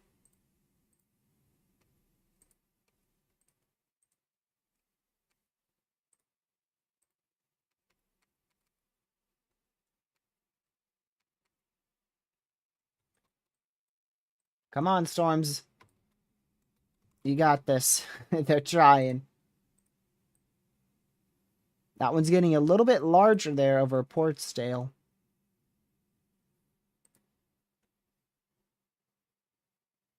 Special MCD for Kansas Storm. Let's go check that.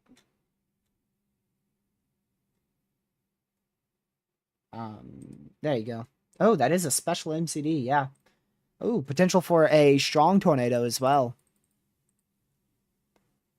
Large hail threat continues with a potentially increasing tornado threat. 3-inch hail, 70-mile-an-hour winds, and a tornado or two, possibly a strong one, will all be possible. Well, looky there. That's exactly what I was just talking about with an increase in tornado potential. And that will continue to increase till about 6 o'clock Eastern, so it has a good hour, hour and a half. So it should be able to try something.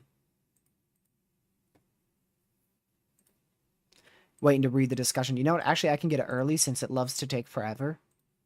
This, MCDs, Kansas. There you go. Risk of very large hail continues with an east-moving supercell in southwest Kansas. The tornado risk may be increasing as well ahead of a weekly cyclone. It's not weekly, it's weekly cyclone. And a surface boundary over southeast Colorado. A supercell has evolved across southwest Kansas with a long and mostly straight hodograph of around 50 0 to 6 kilometer knot shear per the VWP. A moderate surface-based instability should continue to favor the potential for large to very large hail, severe wind gusts with this storm. Ahead of this storm, visible satellite imagery shows a cloud structures indicating a boundary of stable air. However, the associated shelter boundary layer should be accompanied by an enhanced amount of lower-level wind shear, which should allow for an established mesocyclone. The tornado threat may increase.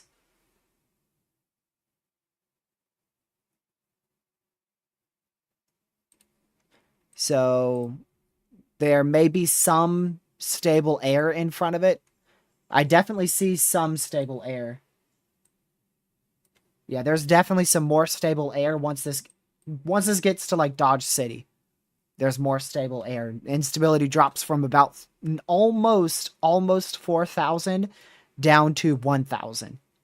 So that drops off a lot. But between now and then, we could have a little bit more wind shear,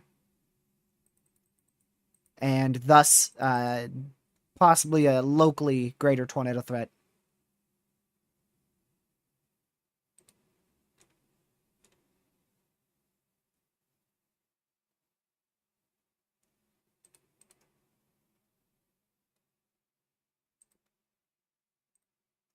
Okay.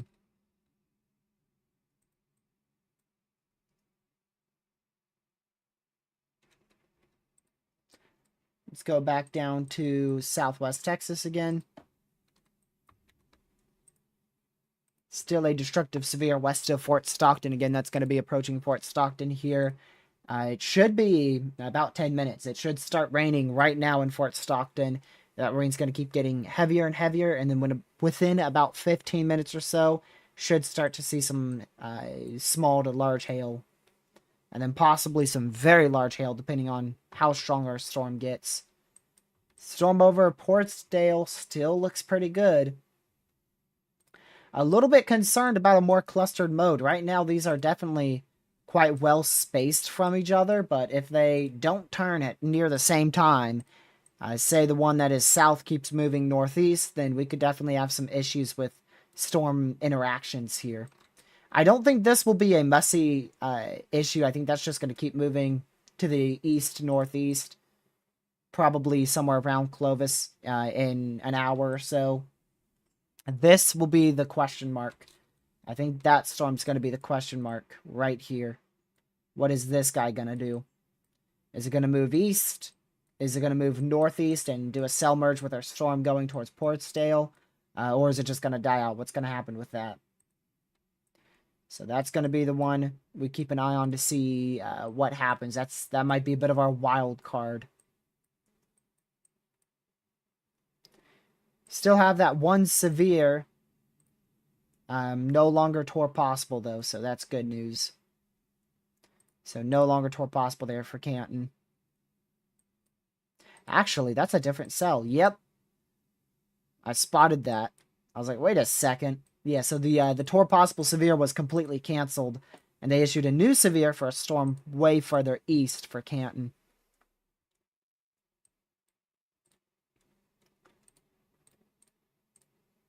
Still some damaging winds and isolated large hail happening out here in southwest New York.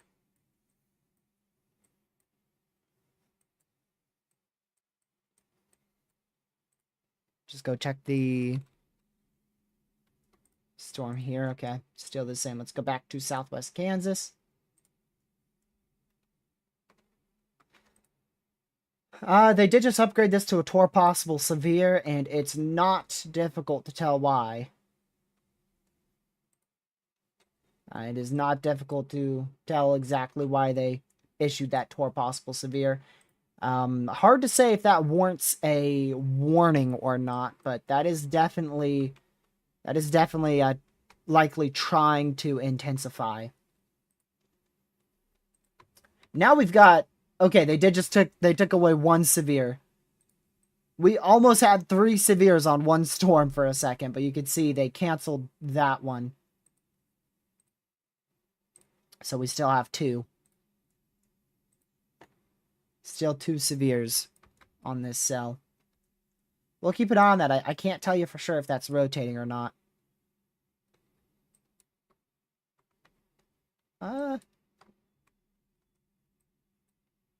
Keep an eye on that. Whatever the heck that is, keep an eye on it. Portsdale, East Central New Mexico.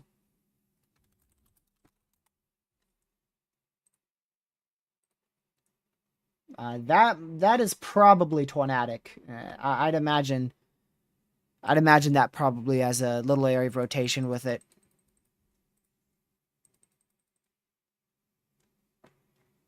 I don't know if there's any chasers on this.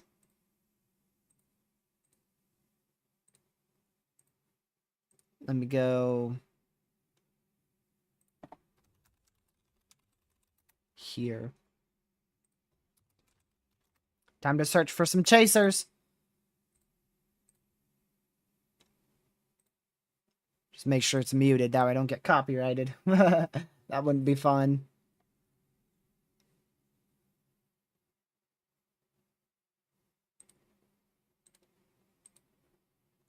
Alright, let's see. Oh yeah, it's got a wall cloud. Yep. Yep, this thing's got a big wall cloud on it.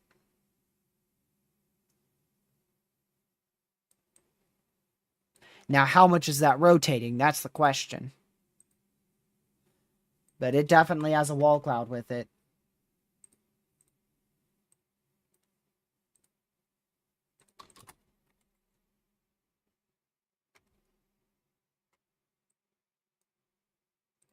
So this is starting to rotate and going towards Portsdale in east central New Mexico. So we'll continue to watch that storm very closely. Likely one of our first tornadic storms of the day.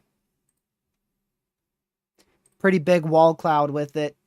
I don't see any strong rotation, but it's likely rotating to some extent.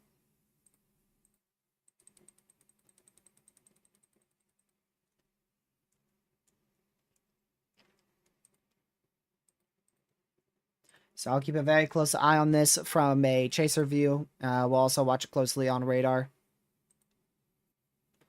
Looks a little bit more Scud-ish, but definitely a wall cloud.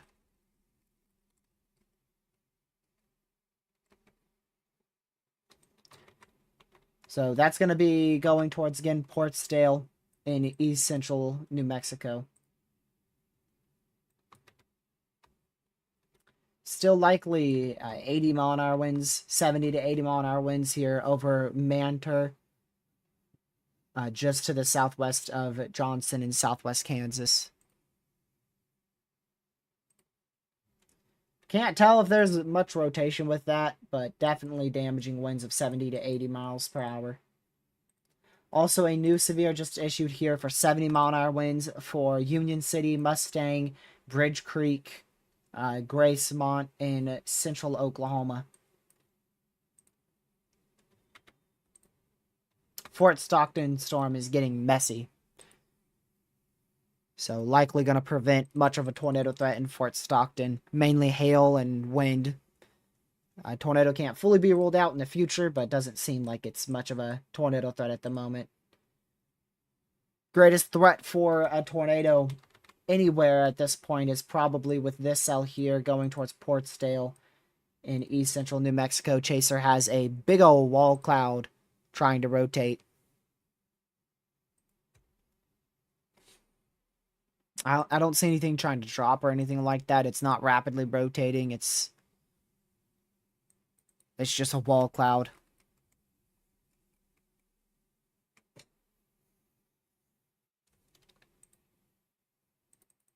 Doesn't look like much rotation to me.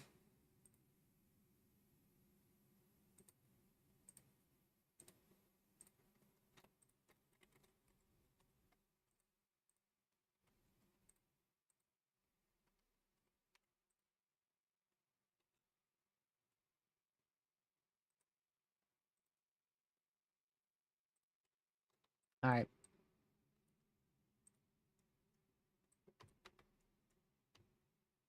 Still gonna watch this. I mean, this definitely is trying to rotate. It's just hard to say how much because of how contaminated those velocities are, but 70-mile-an-hour winds, near 2-inch in diameter hail, and tornado is definitely possible with this. Just difficult to say if that's like rapidly rotating, how much it's rotating, what's happening there exactly. It's just way too difficult to tell. You can see our radar is looking directly into part of our hail core as well, so there's definitely some velocity contamination with that.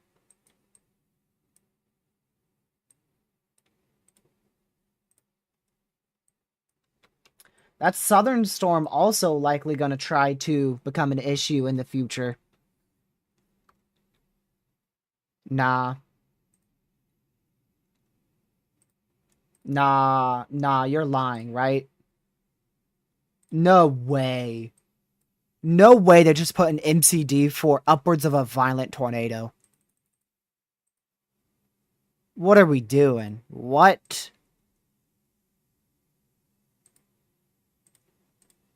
I thought you were lying, Rebel. No, you are not. An intense to violent tornado possible. What?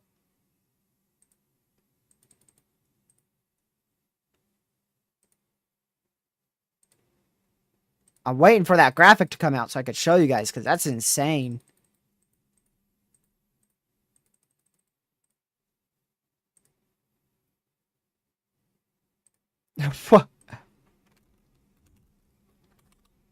That's just crazy. Supercell and hail threat is increasing through the next 2.5 hours till 23 UTC. 4-inch hail and an intense to violent tornado will be possible. As well as 60-mile-an-hour winds. What an MCD. So we have the possibility for an intense to violent tornado across eastern New Mexico. Wow. That is a special red hatched MCD. It is a red hatched MCD. I'll show you guys that once I get the full graphic out on it. And there you go. That is a red hatched MCD. You can see the peak intensity is an intense to violent tornado as well as upwards of about 4-inch hail. And then about 60 to 70-mile-an-hour winds. Wow.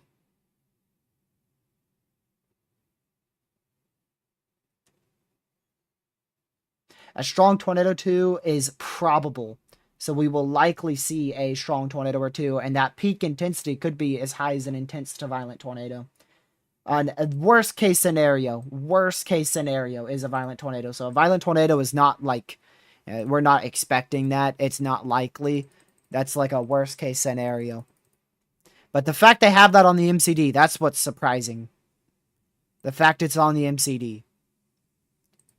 Most of the time for a 10 hatched, you're going to get 150 as a peak tornado threat. A lot of the time it's like near 150. I'll show you. See if I can show you real quick. Yeah, see, this is what we normally see for a 10 hatched. Peak tornado probability, or rather, peak tornado intensity, 120 to 150. That's what we see in a 10 sig most of the time. And this is for the MCD when they first issued that tornado watch, saying a tornado watch will be issued shortly. But that newest MCD is peak intensity of 140 to 170.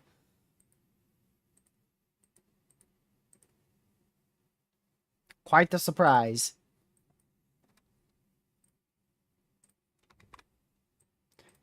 I mean, but like I said, all it takes is one of these storms to latch onto the boundary, and then that's what we could see, an intense tornado.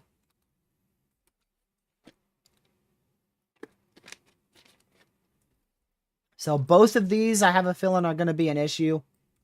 If they can stay away from each other like they are now, we'll likely see a strong tornado out of both of these over the next 2 hours. Still, the one in southwest Kansas looks to be rotating to some extent. You can see a good donut hole here, so there's definitely some rotation with this. And some large hail as well as 70 mile an hour winds, so that's for Johnson, southwest Kansas. Man, I should have flew out this morning. My target area actually got a pretty good storm. Ain't no way I could have made that, though. Man, I wouldn't fly out for that.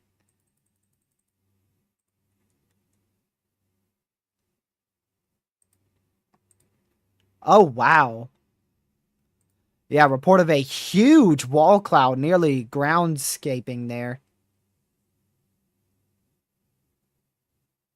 Huge wall cloud.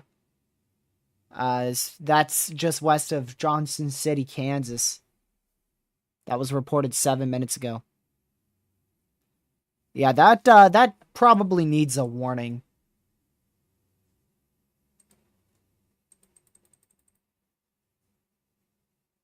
That probably needs a warning.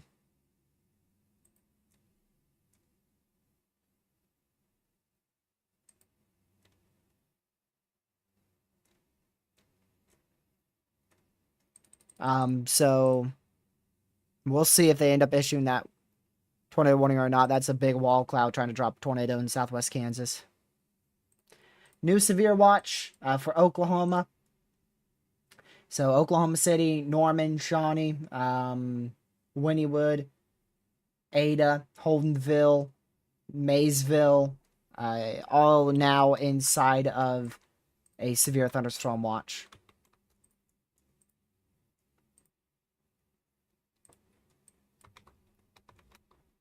So this is the beginning of what will likely be at least 1 or 2 strong tornadoes to drop down out of these storms around Portsdale in east central New Mexico. And this is going to move towards Morton, Littlefield, Muleshoe in west central Texas over the next hour or so.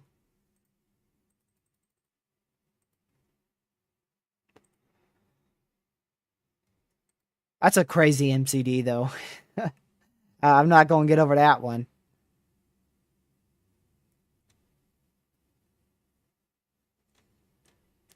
"170 mile per hour peak tornado intensity." So, again, an intense to possibly even as high as a violent tornado will be possible out of these cells as they move into west central Texas over the next hour to 2 hours.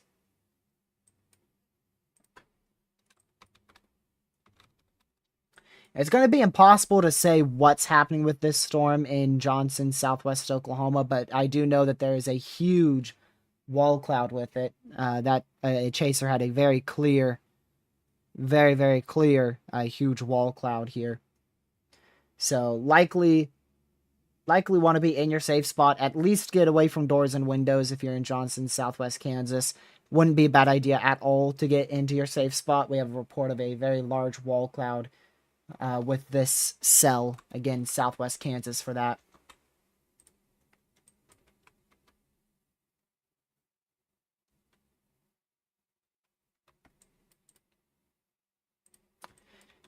Very classic supercell structure with especially the northern storm, but also starting up on the southern storm.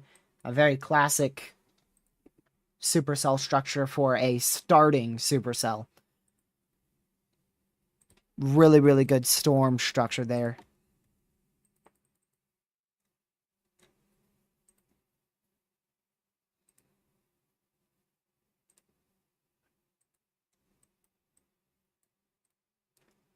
Fort Stockton storms moving through right now. You're going to start seeing some hail, potentially a bit greater than 2-inch in diameter over the next about 20 minutes. That storm's going to be impacting Fort Stockton, Southwest Texas. Observed 3-inch hail, as well as radar indicated 80-mile-an-hour winds for this storm in Johnson, Southwest Kansas. So for the third time, that is a PDS severe. And this time it is for both hail and wind. That's the second PDS severe for hail we've gotten. The first PDS severe for 3-inch hail. So that's officially the largest hail we've seen today. For now. See if we can get that report on here. Yep, there is that confirmation. Emergency management reported a 3-inch hail occurring at 4:51 p.m. That's 5 minutes ago.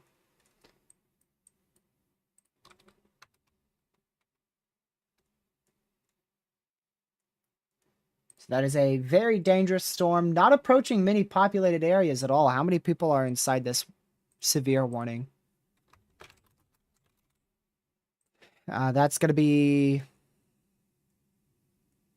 1,813, and I have a feeling most of those people are on the northern side, especially in Johnson, but probably also a few in Big Bow in Southwest Kansas.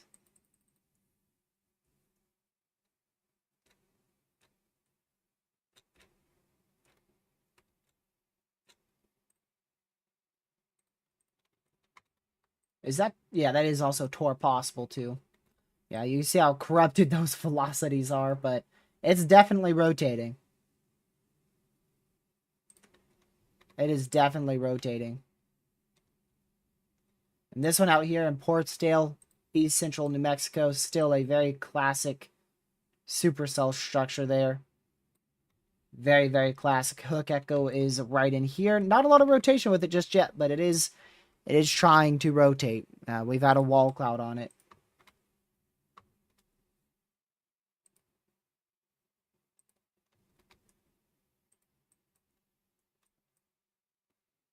Southern Storm just went severe for 1.5-inch hail, 60-mile-an-hour wind. So both of those main storms are now severe warned in East Central New Mexico, going into West Central Texas.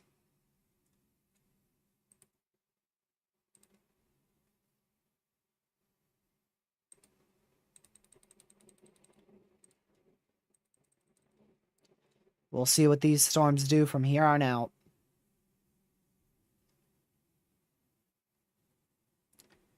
See if any cell merge or whatnot happens at all.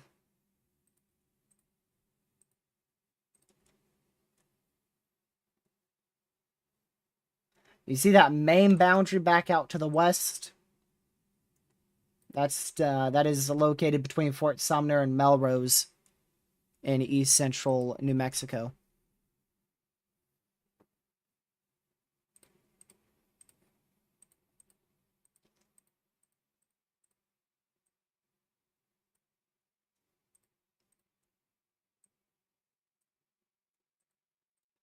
By the way, that MCD is valid until 6:45 Eastern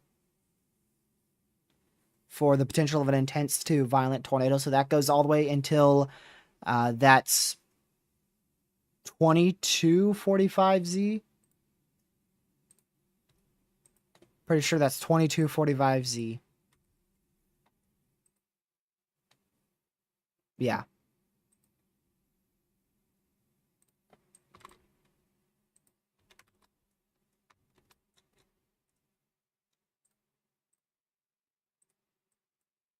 Go back to the storm in Kansas.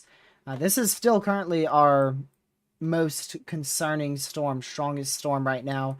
It is the strongest storm of the day as well, with 80-mile-an-hour winds and observed 3-inch hail ongoing around the Johnson area in southwest Kansas. There has also been a report of a very large rotating wall cloud with this cell. So it's definitely rotating. It is likely nearly capable of producing a tornado. It could be warned at any second. I'm a little surprised it hasn't already been. Well, there you go. It is it is now tornado warned. Well, looky there. It's just I just speak it into existence. I'm horrible. I just speak it into existence. Little surprised it isn't tornado warned. I literally just speak it right into existence, man. I wish I had the audio turned on. I didn't have the audio turned on because I'm watching a chaser. So you would have heard the beep right as I said, I'm surprised it's not tornado warned. That's right where it beeped. 99 people in that tornado warning. Definitely a really good idea to issue that warning with the report of a rapidly rotating wall cloud. Fort Stockton, you are in a severe for 2.5-inch hail and 70-mile-an-hour winds now. So make sure you're indoors, away from doors and windows. Not a bad idea to get to your safe spot. First tornado warning of the event and of the day has been issued south of Johnson in southwest Kansas. So the storm that I would be targeting is the first tornado warning of the day. Look at that. Also, now we have a report of a tornado on this storm. A tornado did just touch down about 4 to 5 minutes ago on this cell. So we indeed had an unwarned tornado for a brief moment out here south of Johnson in southwest Kansas. Chaser confirmed a tornado on the ground.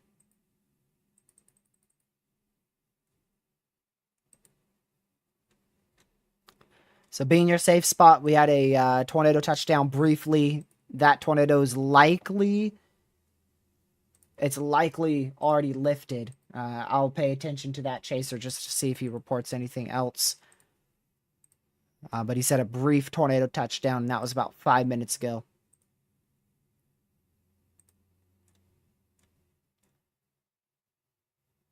So we'll need to see if this drops another tornado or not. Yeah, it's a very small tornado. It's a very small rope tornado. Likely didn't last much longer than about 10 seconds.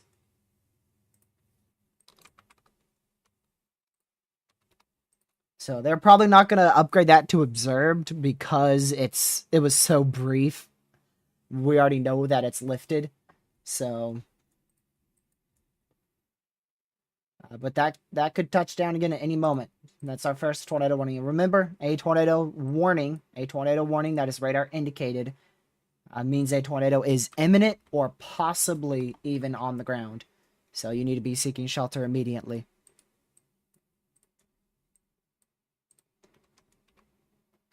Not much rotation with our cells here. This might be a impending cell merge.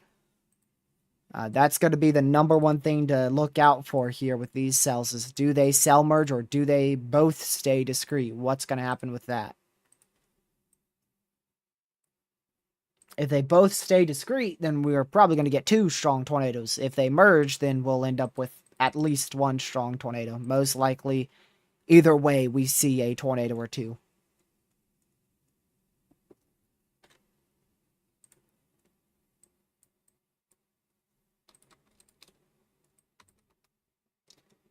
So those velocities extremely intense, likely to some extent corrupted, but very intense velocity signature right there.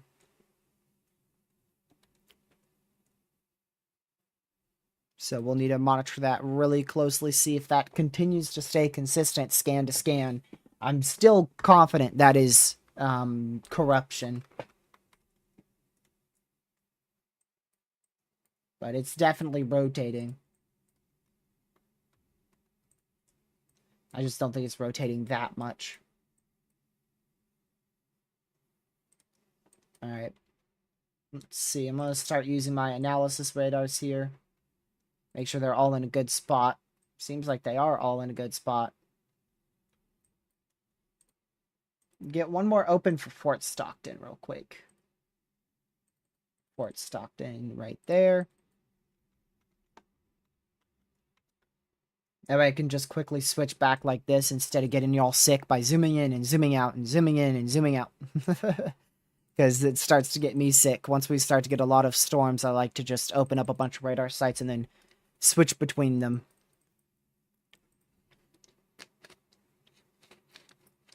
What causes corruption? It's the radar beam scanning through, specifically, in this case, definitely hail. So it scans through hail, and it scans that hail multiple times. And it's also in part too because we're far from the radar site, so we're looking higher up. So we're looking higher up in the atmosphere where the hailstones are likely a little bit larger, and thus we get a lot more corruption, and it's just the radar beam is scanning the hail multiple times. So the closer the area of rotation is to the radar, like say, also the clearer the beam, that's what I'm trying to say. The clearer the beam, the less corruption you're going to have. So if we have a radar site, for instance, with this, if we have a radar site that is scanning right through the hail core, that radar beam has to scan through hail, hail, hail, hail, hail, tornado, area of rotation, and then more hail. So it's very corrupted. By the time it gets to that area of rotation, it's already scanned through a bunch of hailstones, and then it's finally hit that region of rotation. And that's also why velocities are corrupted, because velocity also has to scan through all those hailstones, and then it gets to the area of rotation, and it's able to bring that beam back. Because remember, when a radar hits an object, it scans back. It's the Doppler effect. So when your radar beam hits an object like hailstone, it sends it back to the radar, and the radar detects how large that was, and that's what we get our DBZ value from. So the faster that gets back, I believe it's the faster that beam gets back to the radar, the higher DBZ you're going to have. So thus, and it also measures the size of the object too. So thus, like for DBZ here, DBZ of 65, that means it's measuring a large object, probably in the sense of extremely heavy rain or hail.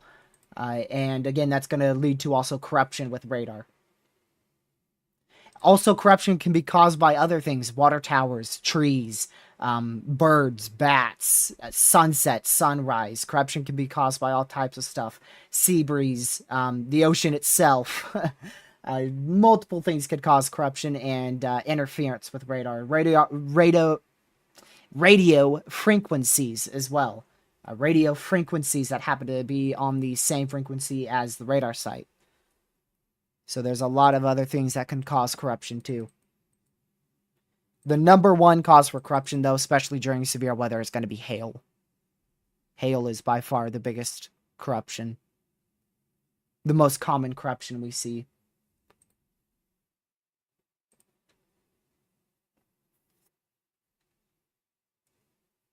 Let me see here.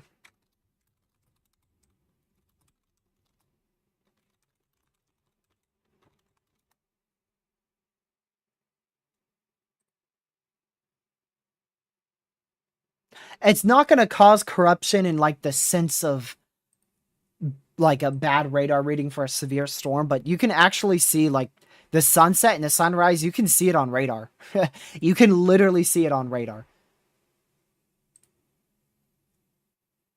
I've seen it multiple times before.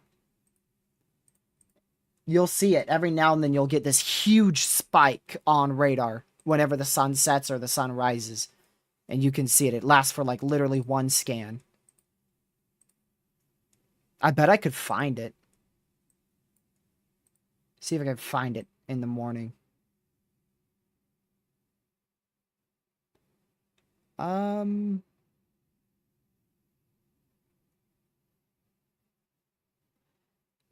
It's difficult to say exactly which one of these might be the sun rising.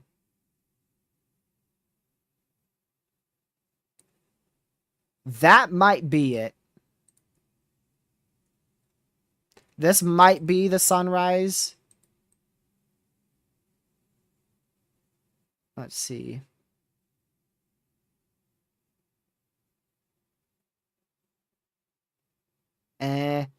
It's so hard to tell. Normally, it's like a crazy high spike in DBZ value. I don't feel like that's it. I'd be pretty surprised if that's not on the ground. That would shock me if that's not producing a tornado, honestly. Even if it is corruption, it's probably still producing a tornado. See if that chaser gives us an update at all.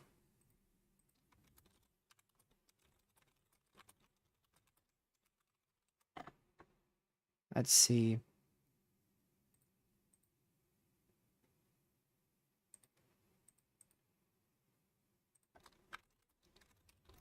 Try to get the exact time the sun rises over at this spot. Okay.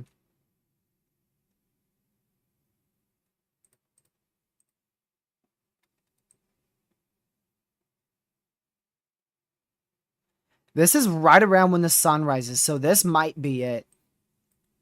This is from College of Do page. This little spike right here. It's not, for some reason, it's not that easy to spot on College of Do page, but on my other radar, I saw it very easily. You can see how that disappears and appears in one scan. This is at like 6, that's like 6:02 a.m., which is right around when the sun rises.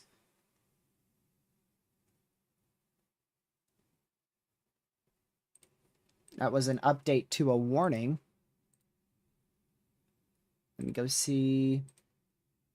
Still radar indicated, so they haven't received any report of another tornado touching down at all. Go see if that chaser has anything. But it looks like that. It looks like a wild hail spike. That's what it looks like. But it's at the near the exact timing of the sunrise. And it typically only lasts a scan or two. Normally one scan.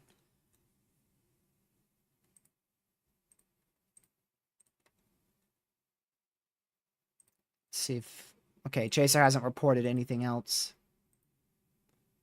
So this storm produced a brief tornado 15 minutes ago. It is definitely capable of producing another brief tornado. Also keep in mind, if it does, it is likely heavily rain-wrapped, which could lead to us not receiving any reports.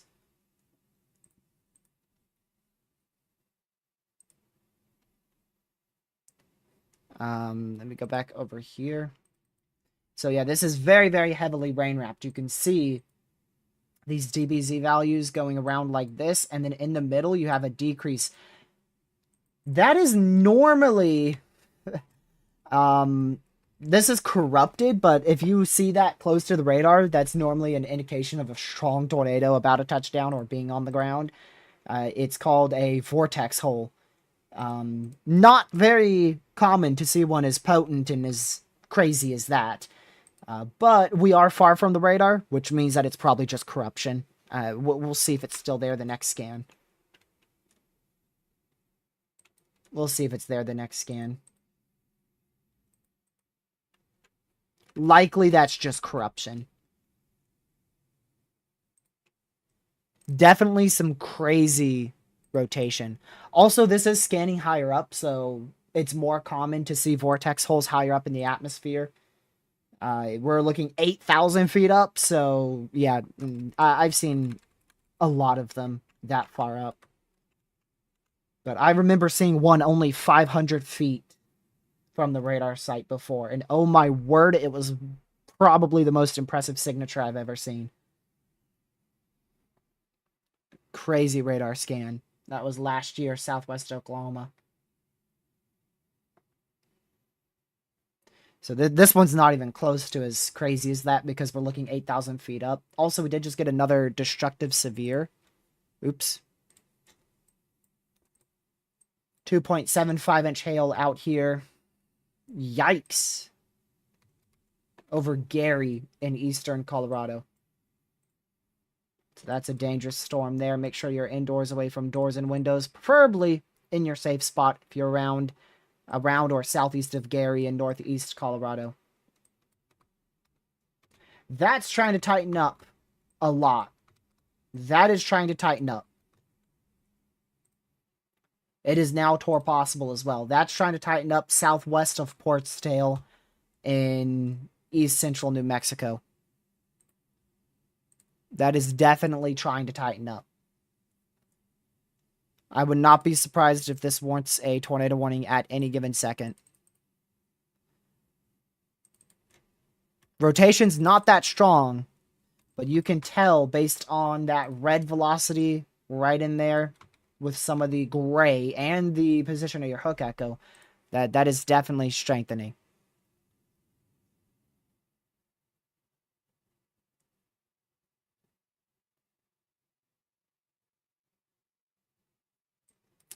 The southern one, no very present hook echo just yet, but it is attempting to increase in strength. Wall cloud reported on this storm. Wow. Okay, we just got a wall cloud reported on this storm south of Dora in east central New Mexico. So both of these storms have wall clouds. And then we had a tornado about 17 minutes ago at this point, south of Johnson, and that is still currently tornado warned, trying its best to produce another tornado.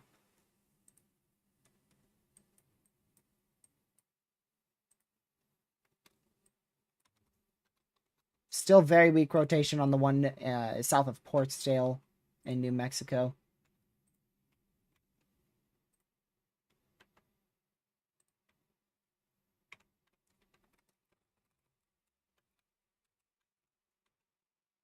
If that did drop a tornado, we're really not gonna know until the NWS surveys the area.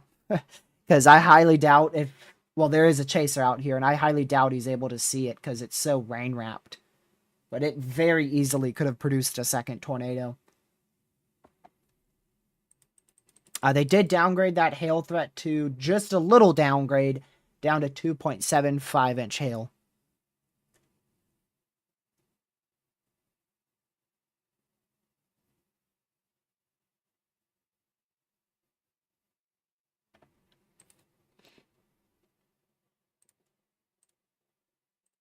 So we'll keep watching that closely.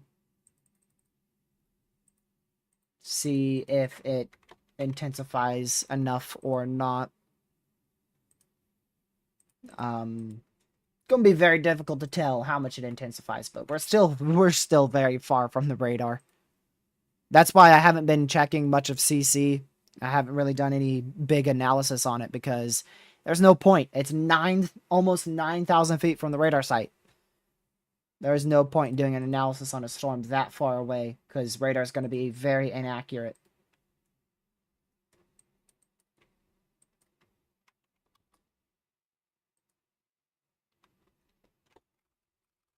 Oh, yeah, this is about to cell merge. This is moving southeast for some odd reason.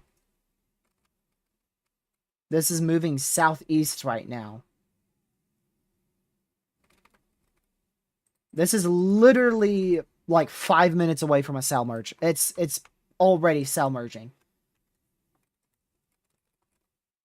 So that means your southern one is probably going to become your dominant one because your northern one is likely going to cell merge and just fall apart as it cell merges.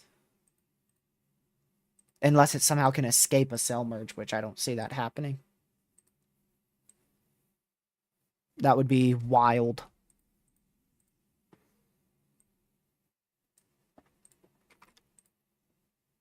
Yeah, 6 o'clock, 6 to 7 o'clock is definitely the absolute peak tornado threat. That's the highest chance for a intense to violent tornado. 6 p.m. to 7 p.m. Eastern. We're 40 minutes away from that.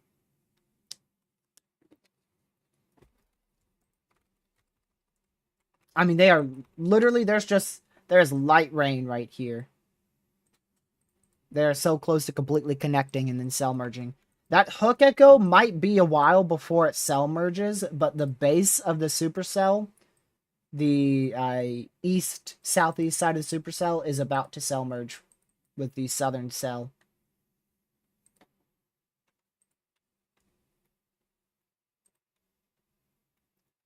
Two-inch hail reported just southwest of Fort Stockton in southwest Texas. Still tornado warning active just barely to the south of Big Bow, southeast of Johnson, and southwest Kansas. Storm is also warned for 80 mile-an-hour winds and 2.75-inch hail. So if you're in that severe thunderstorm warning, the orange severe thunderstorm warning, that is a PDS severe. So you need to be seeking shelter in that severe, as well as obviously in the tornado warning. If you're in the tornado warning, you're in both the PDS severe and the, obviously, tornado warning. Arkansas see anything? Yeah, eventually. Best chance for that is probably on Saturday. Tonight, you're going to get a storm that rolls through. It's hard to say how strong, but there will be some rain that at least impacts much of the western and especially northwest side of the state very late tonight into tomorrow morning. And then you could get some severe weather tomorrow, but there's a lot of uncertainty on how storms will evolve. It depends on how storms evolve. We won't know the full extent of a severe threat until really day of.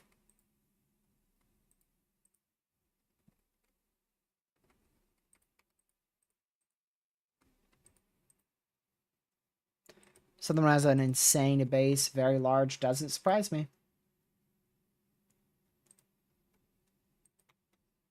That's likely a big old hook echo trying to form, you know? That is actually likely a big old hook trying to form right here.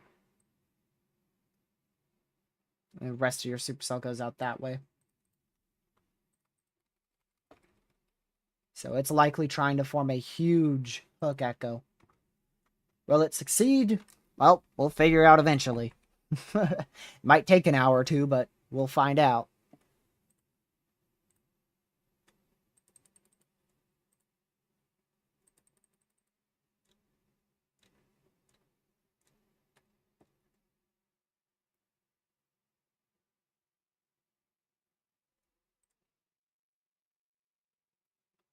Let's see here.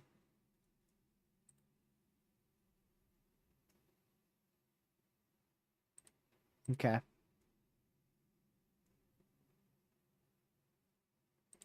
Yeah, so we're just going to continue to watch both of these storms closely. Yeah, they're not attached to the outflow boundary right now. I don't know if they're going to be attached to the outflow boundary. They could create their own outflow boundary. Especially if they have big-time hail.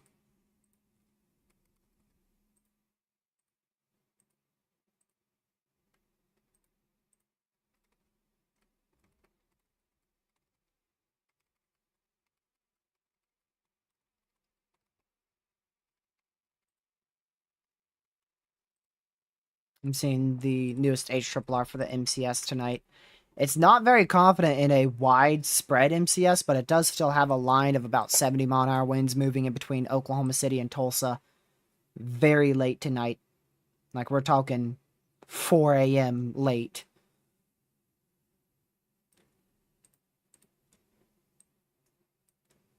However that MCS evolves tonight will be the deciding factor for tomorrow's severe threat.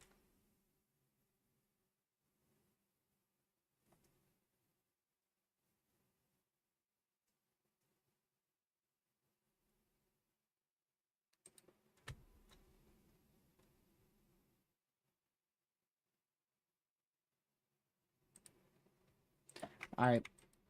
Yeah, that southern storm is really starting to ramp up.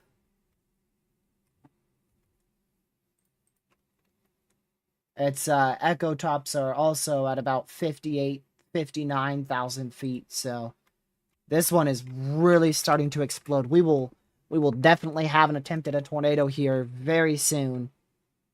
just to the southeast of Dora in southeastern New Mexico.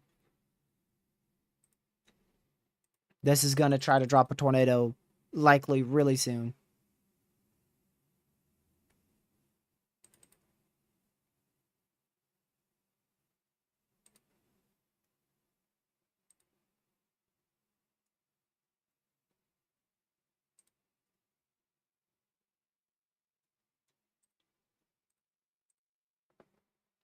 Let me see. I'm going to go get a chaser on this.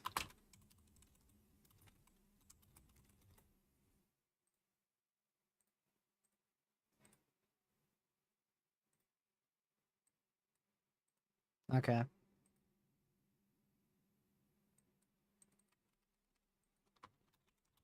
Which one is the weed whacker on?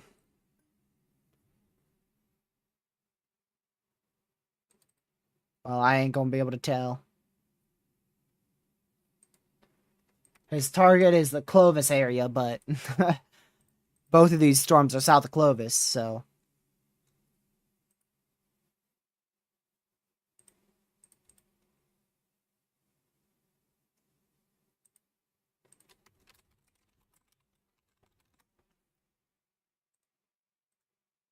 Okay.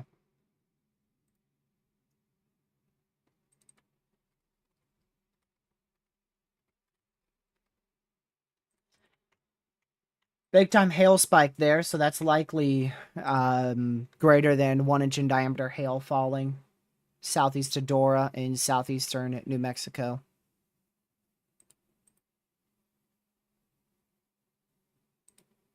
I believe that was a tornado warning. Yep. Extension observed. Wow. A little surprised by that because I wasn't really watching it that closely over the last few scans, but then again, 50-50 on that one. Kind of surprised me. Weather spotters and storm chasers have confirmed a tornado. Yep. Surprised me because I wasn't watching it. I was not watching it. I looked away. So that's an observed tornado, which means a tornado is on the ground. No population for me to call out here. No really populated towns. It's northeast of Richfield, southeast of Johnson, southwest Kansas.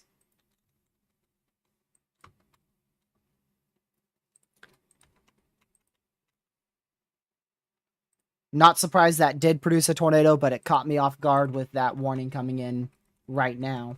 And there you go. There's your observed tornado warning in the blue. So that's an observed tornado. That means the tornado has been confirmed and is on the ground. It's been confirmed by trained weather spotters. What in the Colorado tornado warning? Also, this observed warning is for 155 people.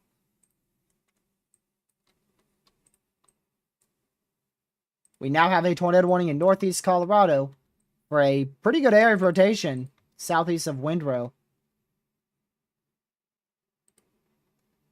Pretty good area of rotation right there. So just to the east of Woodrow in northeast Colorado. Tornado trying to drop there.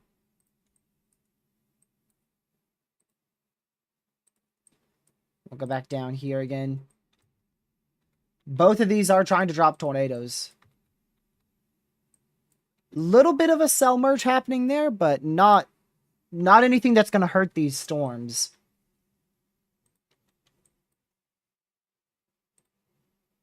Go back over to here again. Yeah, both of these are trying to drop. Surprised we still don't have a single tornado warning on either one of these. There's been multiple wall clouds reported with this, and even at least one funnel.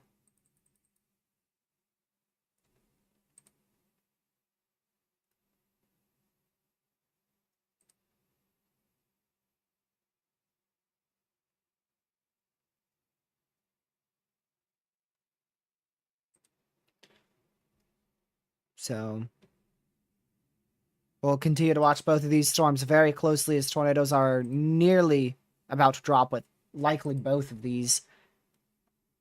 And we do have a tornado on the ground in southwest Kansas here.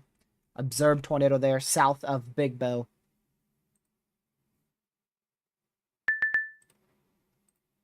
Let's see. That was an update to our northern warning. Hello. Okay, that was this warning expiring. Got it.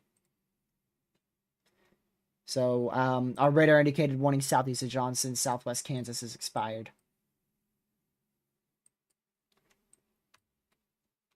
How neither one of these are tornado warned is beyond me, because holy crap, if this was anywhere close to my National Weather Service, it would be warned before you could even blink. What in the New York tornado warning?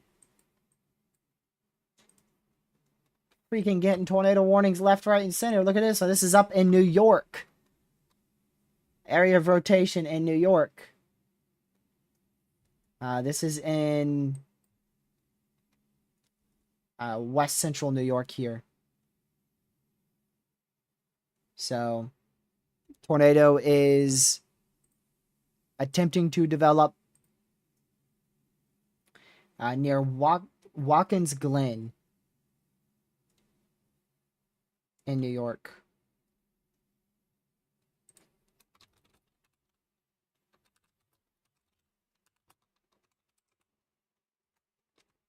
Holy crap, that is the Watkins Glen. I was like, wait a second, that is literally a NASCAR track. So actually, that is literally the track. That is, I'll just double check to confirm exactly where that is. Yeah, the track is literally in a tornado warning. I said it and I immediately went, is that the Watkins Glen? And yes, it is. So the Watkins Glen track in New York is currently under a tornado warning. If we do get a tornado, I think it will stay north of the track. But man, we had Pocono in Pennsylvania was under a tornado warning earlier this year. And now we have Watkins Glen here. There's been quite a few NASCAR tracks under tornado warnings this year. I think there was 2 more, but I can't remember exactly which one.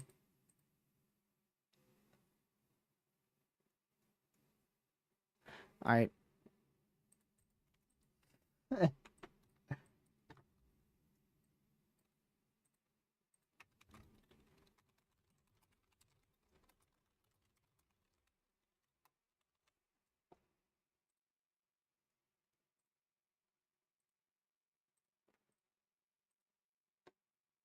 Yeah, Talladega. Yep, Talladega had a tornado. That wasn't just a tornado warning. That was a observed tornado warning. Was that one PDS? I forgot if that one went PDS or not.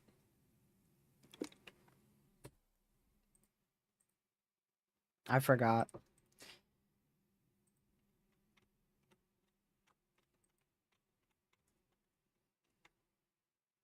I'm gonna go check with that chaser real quick.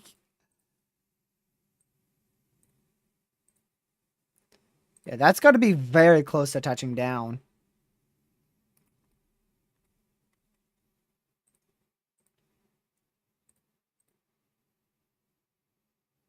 Yeah, this thing is about to drop at any given second. This thing is rapidly rotating. That is insane motion. Gracious.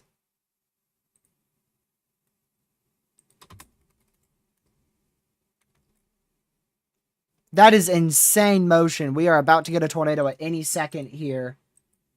Southeast of Dora. In eastern New Mexico.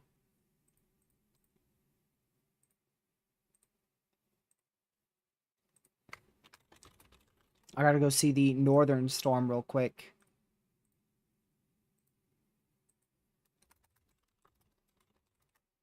I don't know why we still ain't tornado warned here.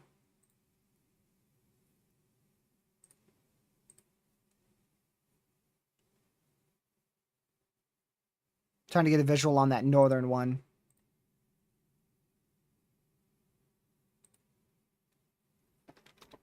Okay, there we go.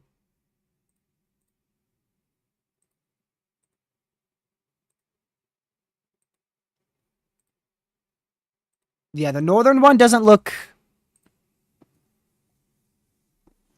Well...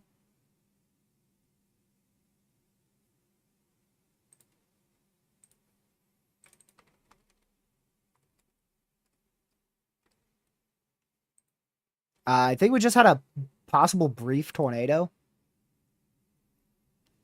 I don't know if that was... I don't know if Reed and that other tracer are on the same storm or not.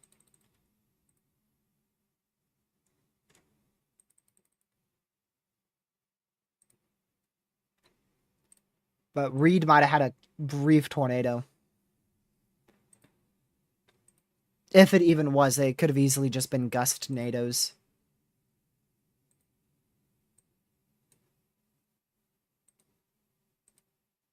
Alright, yeah, the southern one is on the ground. I can confirm that. So we do have a tornado on the ground now, unwarned. Going towards Causey in east central New Mexico.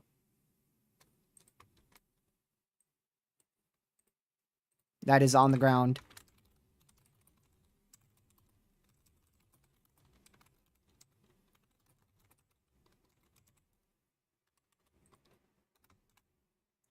How do you spell that? Okay.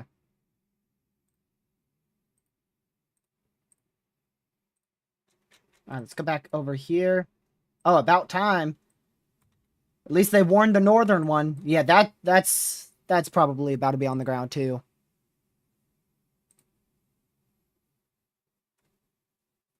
That's probably about to be on the ground too. But that southern one is on the ground.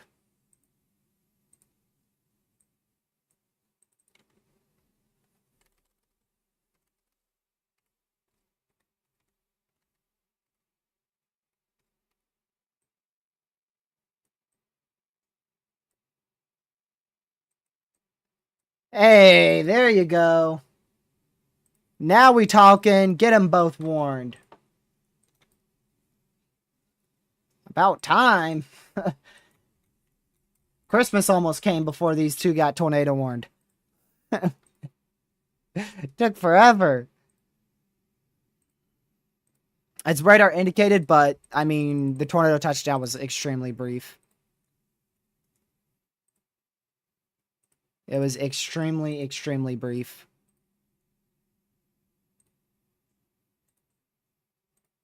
Unless that's still it on the ground. Finally.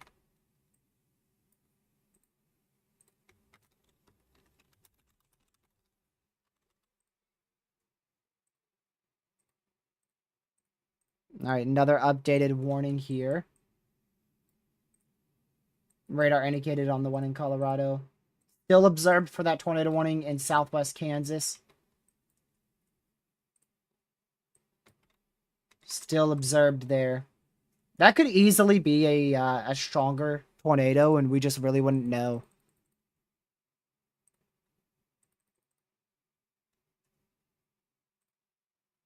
It wouldn't shock me if there's a strong tornado on the ground there in southwest Kansas. Chaser says there is still a tornado on the ground on this southern one. So there is still a tornado on the ground. It has not lifted. At least according to this chaser. I can only see some dust. I can't make out a tornado, personally. Man, what a supercell. Look at that beast. Wow. Thing really exploded. So, tornado is on the ground on the southern one, and a tornado is likely to develop at any moment on the northern one. Newest scan, so this one has a tornado on the ground right here.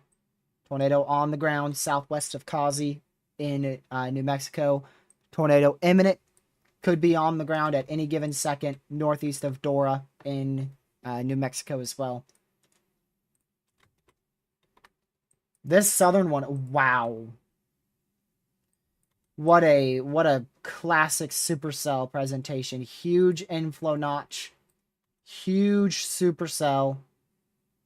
And it does have a split like this. That's another storm right here. That's another cell that's impeding on the supercell's main base. And you have your main hail core right in here. That is just very, very classic. Very, very classic. Go to our analysis radar here. Braking velocities on GR2. Just super, super classic supercell right there. Very classic. Like I said, you do have a split updraft as well, so it is an eagle split supercell. Just like that. Just beautiful, absolute classic supercell right there.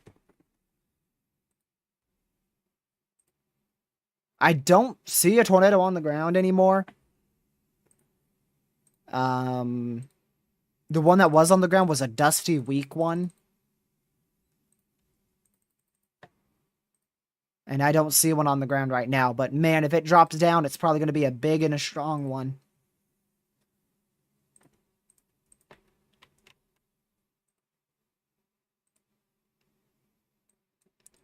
Let's see. Yeah, I'll quickly go to the storm in Oklahoma.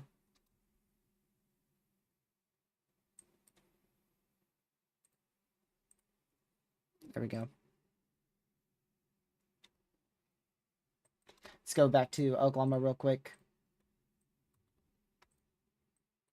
Yeah, that's weakened a lot. It's fallen apart. It is really fallen apart.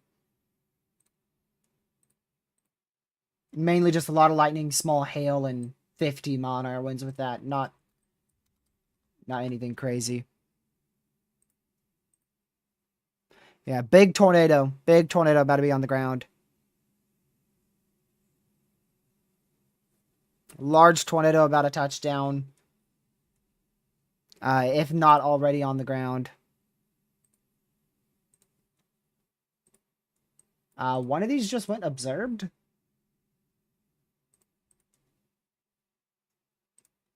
I'm pretty sure one of these just went observed. Well, maybe not. Maybe that was the northern one. That one way up there in Kansas, possibly just an extension or something. I swear I saw one of these go observed. Yeah. It ain't observed on my end just yet. But there is indeed a tornado on the ground. Yep. Tornado is on the ground. Fully consolidated large tornado on the ground. And it's gone. And it's gone. It went from a large tornado to nothing in like literally a half second. And it is observed. So it was a southern one. I was so confused. I got the notification, but I didn't see where it was. So yeah, observed tornado south of Kazi, but it's literally already gone.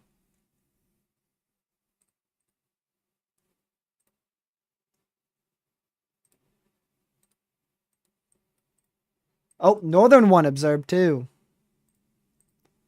So both of them observed. I don't know a chaser for the northern one.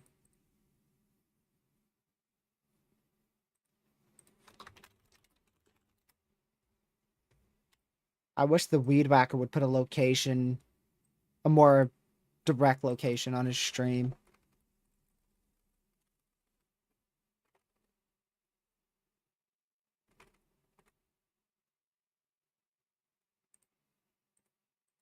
Let's see. But that northern one has a tornado on the ground too. The southern one still looks more impressive. At least at the moment.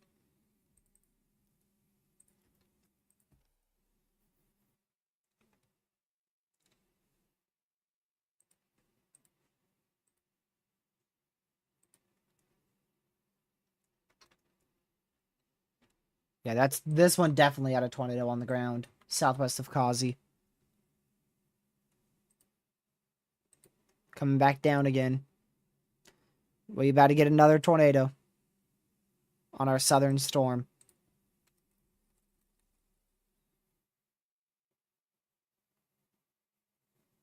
Let me check this real quick, y'all. Okay.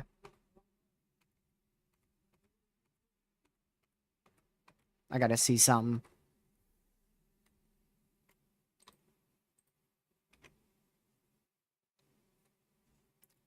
What about Kansas? It's still observed, but I ain't gonna be able to tell what's happening there. It's still an observed warning, though.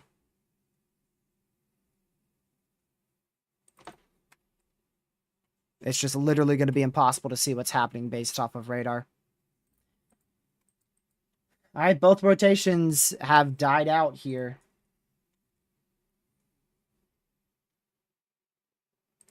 So they will likely try to recycle pretty soon. Wow. 90 mile per hour EDS severe.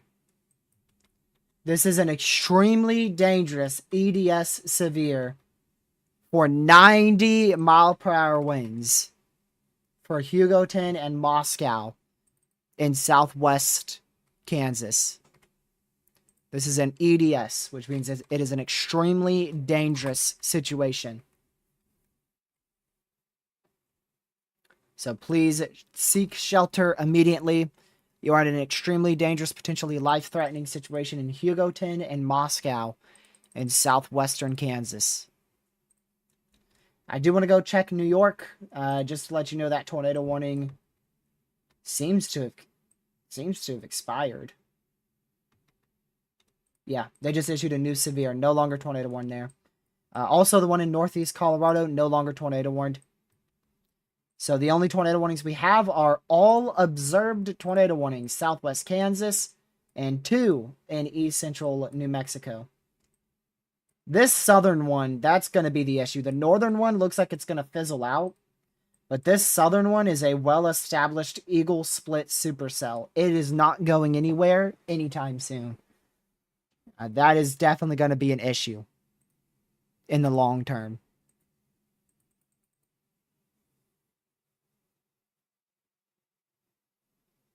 So this is going to be heading eventually towards Morton in west central Texas.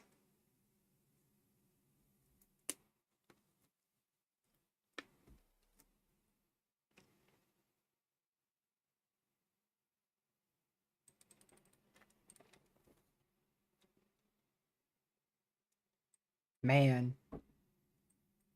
This one dropped a crazy tornado. You guys should see other views. There's some insane views of this tornado.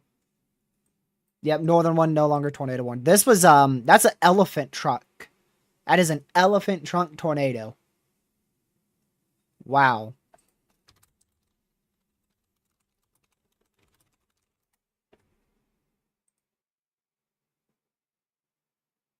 That is awesome. It's also, I forgot what you call it. It's small at the top and then very wide in the middle and then an elephant truck at the bottom. It's like a shape-shifting tornado. It's exactly what it is. Shape-shifting tornado.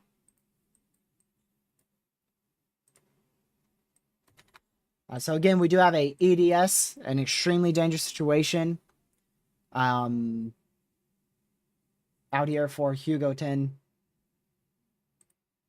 in southwest Kansas.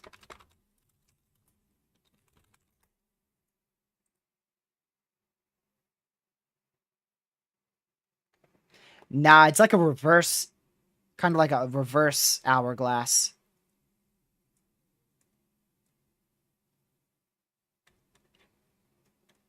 Because it's small at the top, big in the middle, and then small at the bottom. It's literally a reverse hourglass. All right, back down to radar indicated for that. And back down to radar indicated. So back down to radar indicated we are.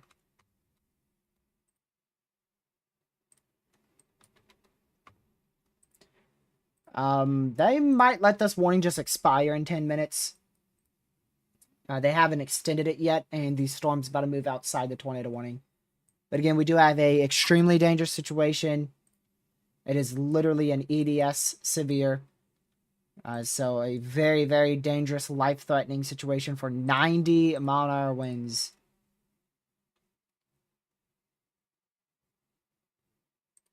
Radar indicated 90-mile-an-hour winds.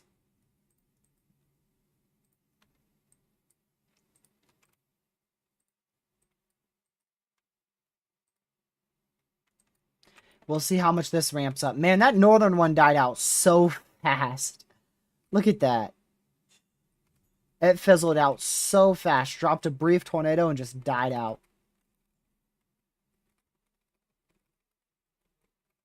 Some cell mergers hitting our southern storm from the south. So it's likely going to try here in about 10 minutes or so. The northern one might just be fizzling out due to the southern one. The northern one may not have enough inflow.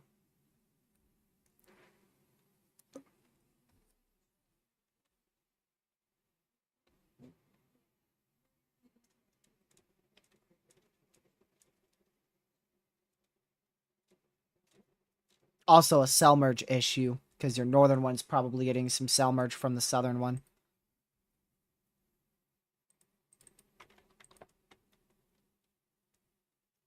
Bunch of considerable severes out here in southeast New Mexico and southwest Texas.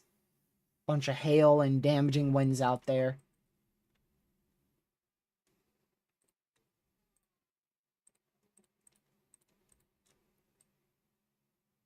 I don't know if we're going to see much in the panhandle of Texas today. The northern panhandle, I should say, like near Amarillo. If we do, it's probably going to come from like this cell here as it moves to the east.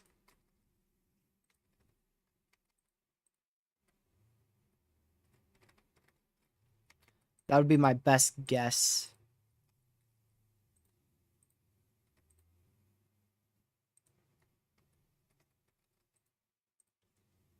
Okay. Let's go back down to our tornado warning here. Very broad, weak rotation. Still pretty broad. Definitely capable of producing a quick tornado.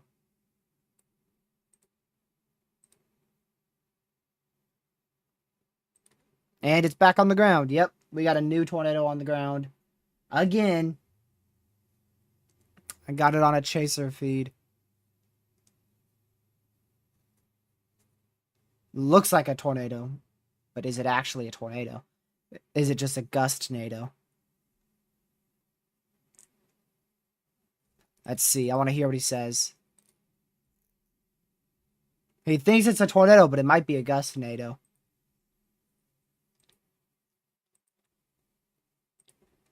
If it is a tornado, it's a very weak one.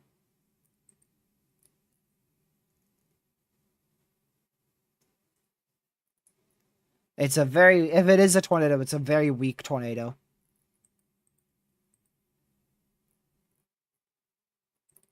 And there's no condensation funnel, and there's not much funnel action above it either.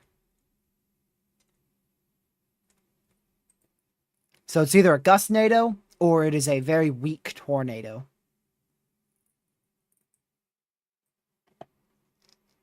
One or the other. 50-50 on that being a tornado.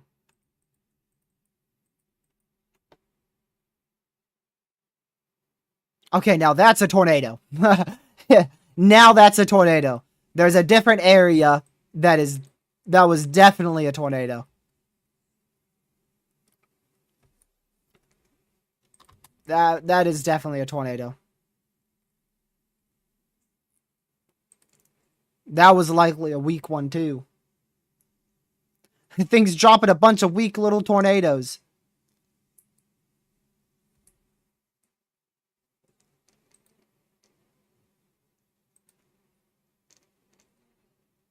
See if it's still on the ground or not. Oh, well, it still looks like it's on the ground.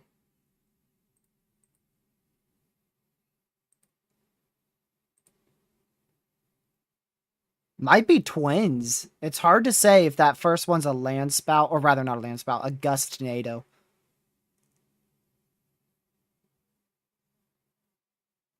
Hard to say if that first one is a gust tornado.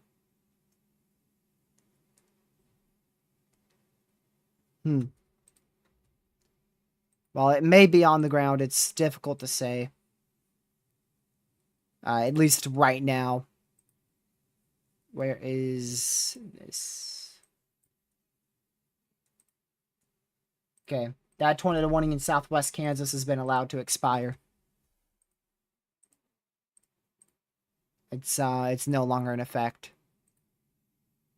I don't see one on the ground right now, but they may just not be pointing the camera at it.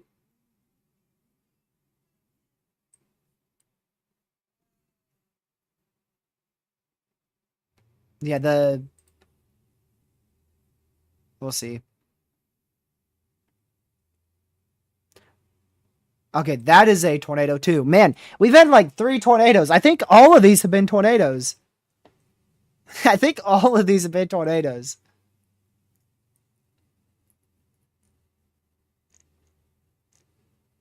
Is that another one on the ground? Nah, that was probably too brief.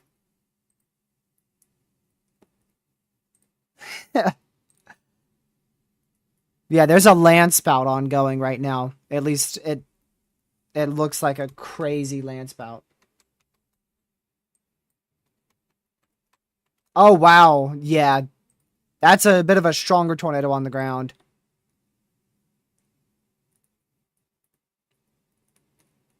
Yeah, and then there's a funnel. So there's a land spout and then a slightly stronger tornado on the ground.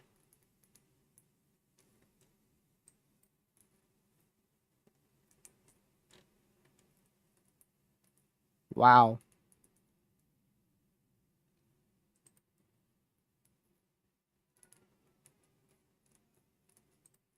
We've had like 3 or maybe 4 warnings here. Or 3 or 4 tornadoes, my bad. 3 or 4 tornadoes out of this one warning is what I meant to say. 1 warning, 3 to 4 tornadoes.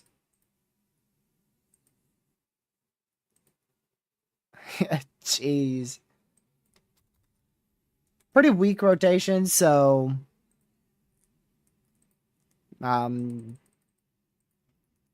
if it is still producing a tornado, it'll likely be on the weaker side at this point. It looked to be a brief, strong tornado, and then we had that land spout, and then we had the potential gust tornado that was likely a land spout as well. And then, of course, we had our first tornado. So, literally 3 to 4 tornadoes.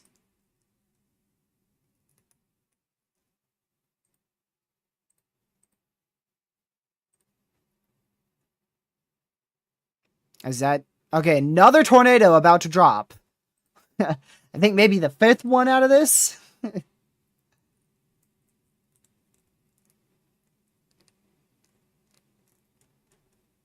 Is that on the ground?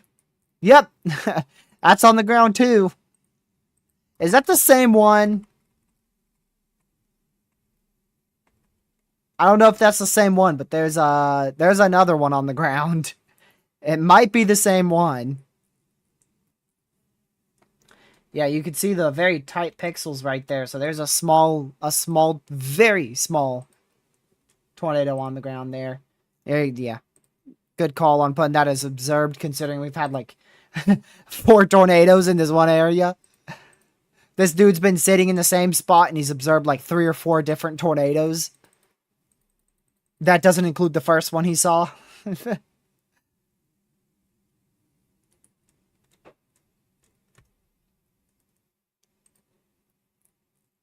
See if it goes again. This is crazy. It's one storm's produced so many tornadoes. Another extension for that observed warning.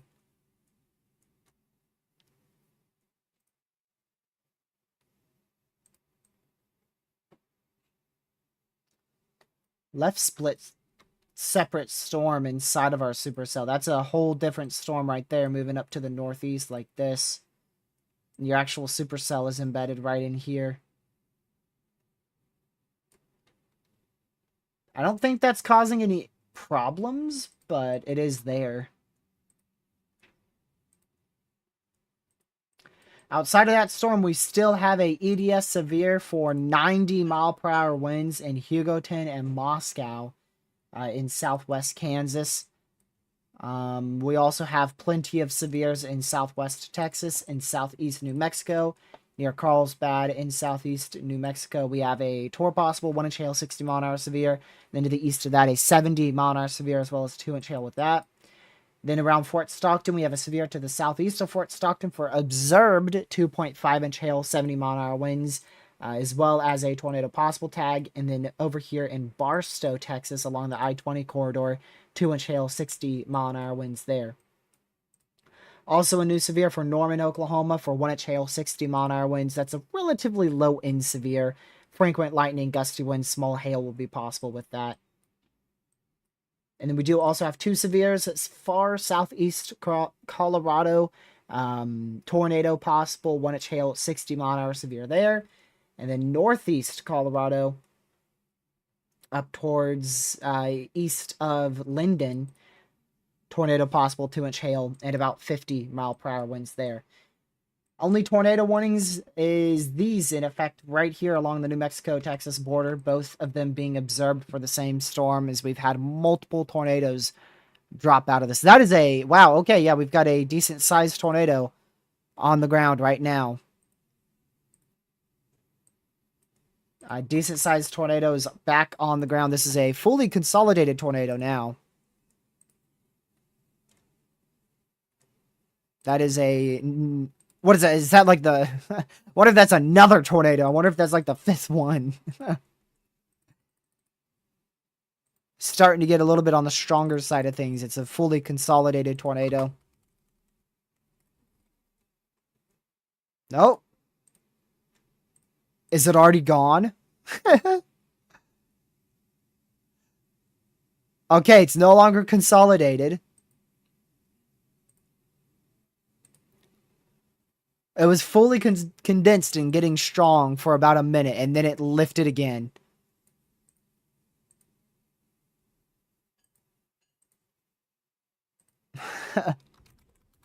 I don't think this storm knows what it's doing.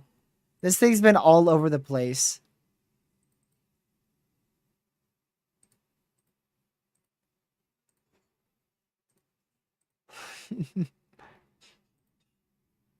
Jeez.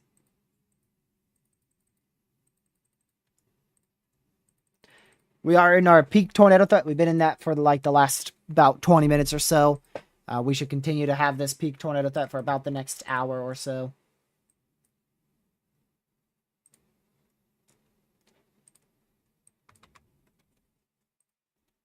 So that's your area rotation moving off to the east.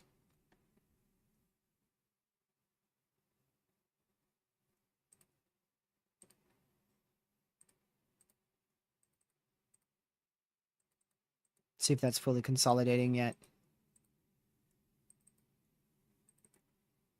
Nah.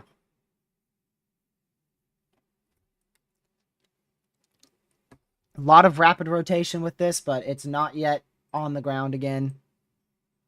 Could be on the ground at any moment.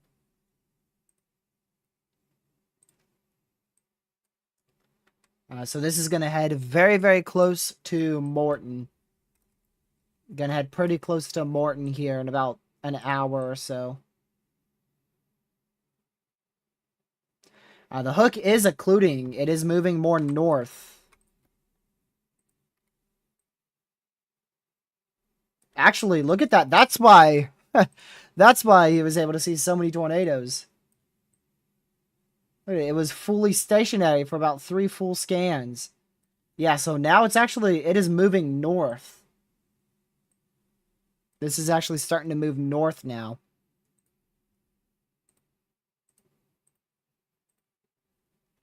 So that should allow for it to lift really quick. It shouldn't be on the ground for too long. But it is indeed back on the ground.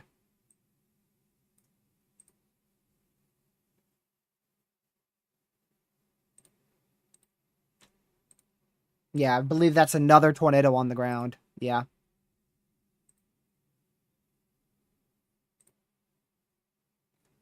So there is another tornado on the ground here. Just southeast of Causey. I swear we've been near Causey for like the last hour and a half. Feels like we've been around this area forever. But thankfully storms are leaving Causey now.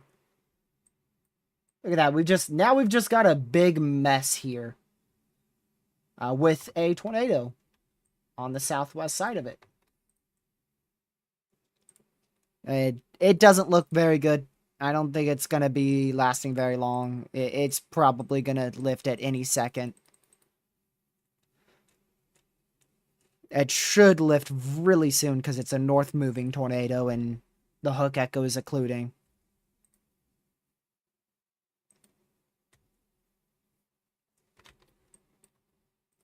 Man, what in the world happened around here?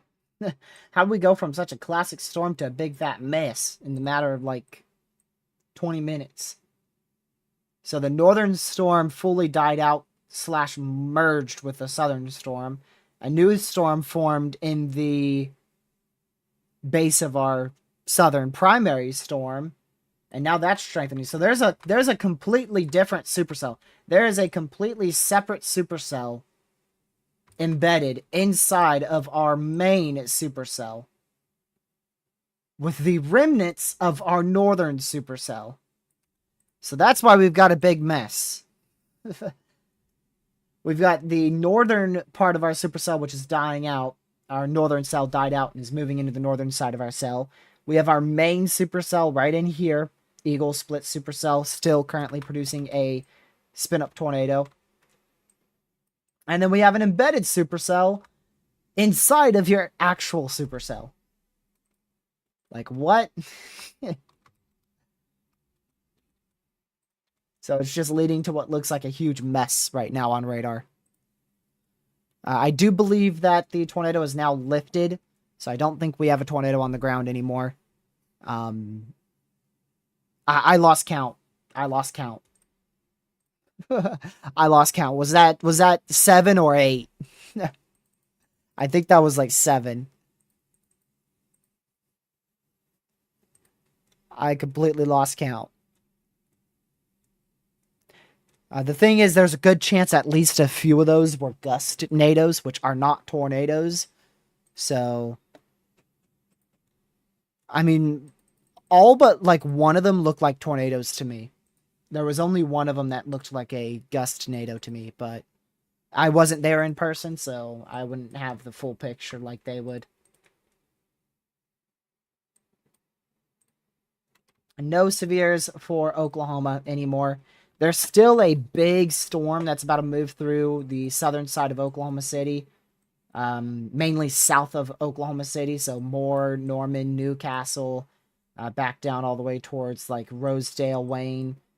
A lot of lightning, very heavy rain, small hail, and some gusty winds. Could get some gusty winds close to 30 to 40 miles per hour out of that. Alright, they did drop the EDS severe. That's now all the way down to a considerable severe for 70 mile per hour winds and 2-inch hail. So is there any destructive severes active right now?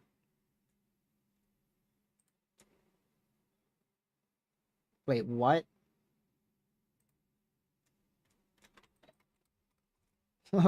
Wait, hold on a second.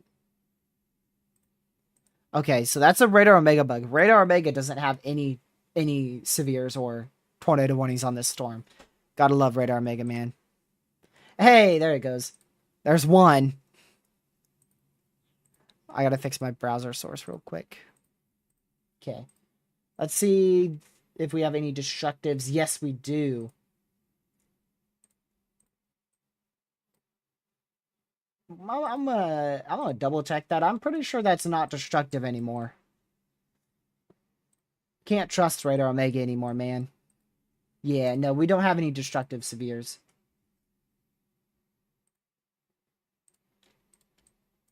I don't think there's any destructive severes active.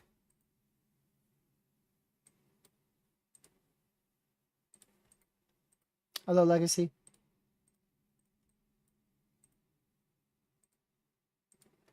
We almost have a PDS severe southeast of Fort Stockton. It's very close to being a very, very close to being a destructive severe, but it's not. Still a little area of rotation, so we could still get a tornado southeast of Kazi over the next 15 minutes or so.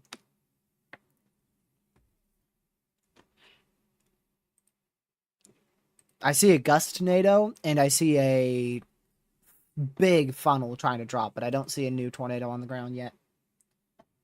I see another pretty big tornado attempting to drop. And it just broke apart.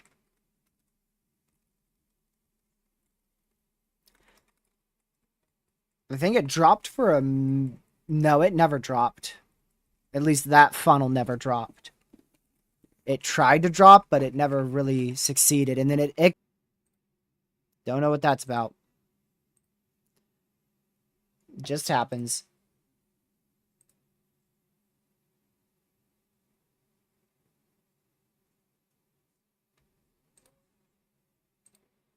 Did you guys lose me for a second? YouTube said that I disconnected, so that's why I went quiet. I was trying to see if I actually disconnected or not.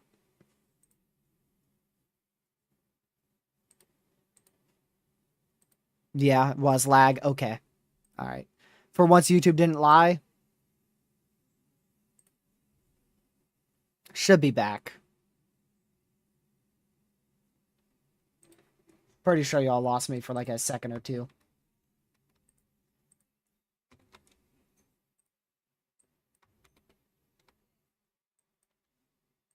Now, can this thing recycle? That's the question.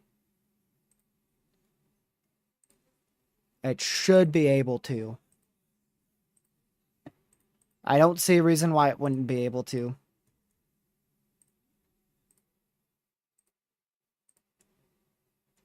It's in a really, really good environment. Wind shear is still quite poor, though. But it's still in a good environment.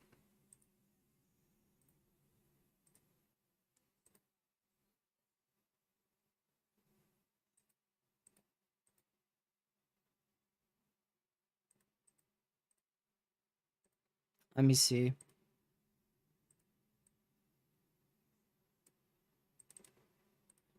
Is that another tornado?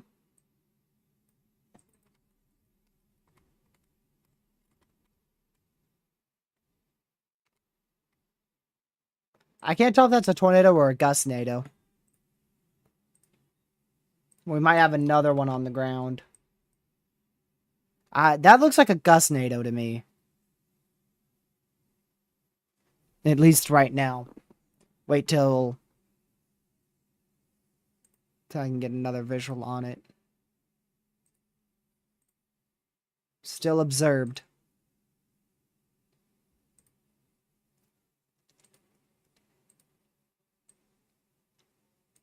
I don't see any good rotation or a funnel with it.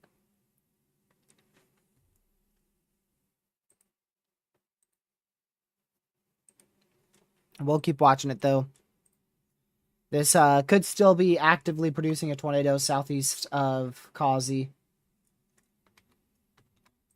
We will likely get a new hook right in here. That's likely the start of a new area of rotation. Where is that moving to?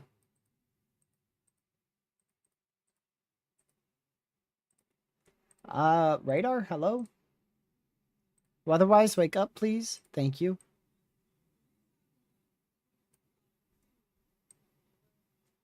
Yeah, it is trying to reorganize. You can see a new inflow starting up right in here. Yeah, this is going to try to reorganize right in here. But it is currently, it's barely moving.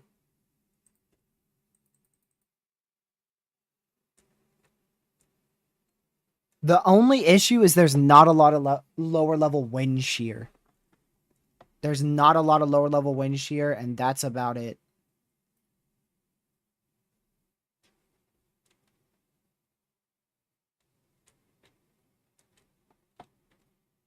If we just had a bit more lower level wind shear, we would be seeing a lot more strong tornadoes as opposed to the gustinado type weak tornadoes we've been seeing.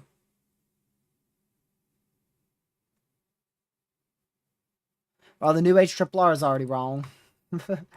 It thinks that there's 3 supercells in here. It thinks there's 3 supercells with this storm. But instead it's just one big blob. For the moment. Where'd the mergers come from? Well, one storm formed in front. The other merger is from the previous storm that produced a tornado south of Portsdale. And then the newest merger is from another storm that is fired near Morton.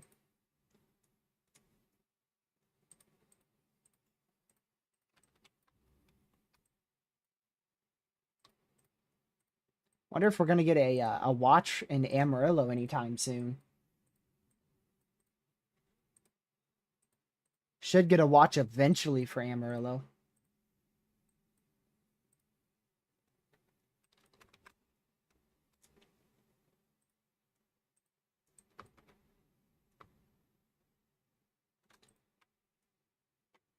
Yeah. Alright, I don't think we're going to see another tornado out of our previous hook. If we're going to see a tornado out of this, it's going to be from a new area of rotation attempting to develop northwest of Morton.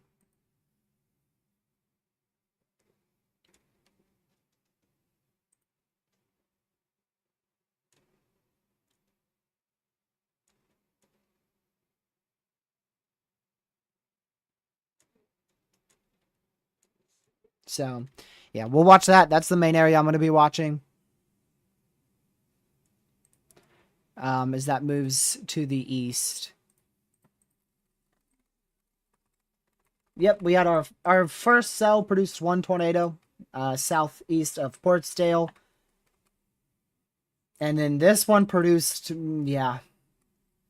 I don't know. I lost count. I would go with anywhere between 5 to 8 tornadoes. Because I don't know how many were gust tornadoes.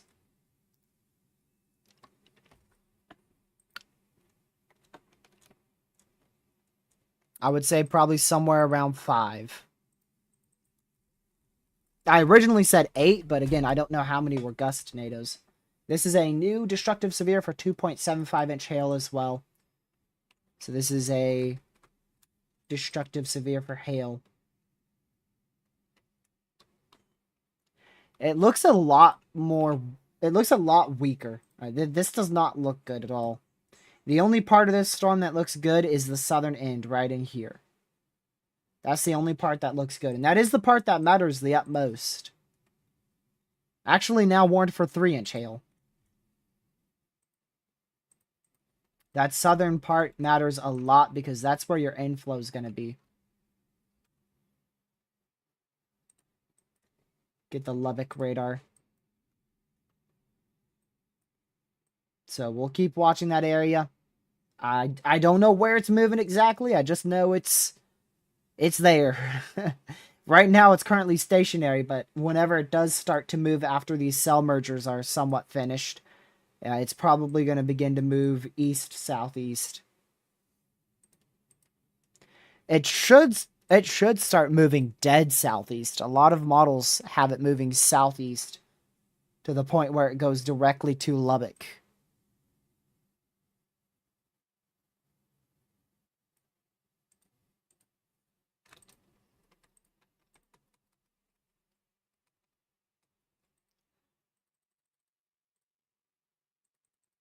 So we'll monitor it, see how much it can get to rotate.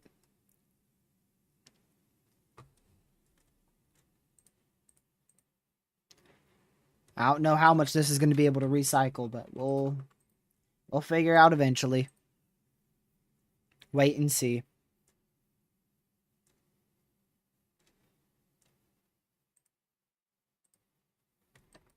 But outside of that storm, there's not a lot of very notable severes. There's still a few significant severes. There's still quite a few significant severes, but none of them are very notable in terms of like tornadic or PDS severes or anything like that. But that one looks very hail contaminated. That one looks insane. I can't imagine how that looks.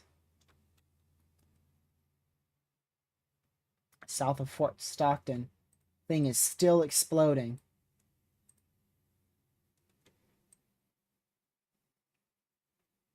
This storm formed almost at 2 o'clock.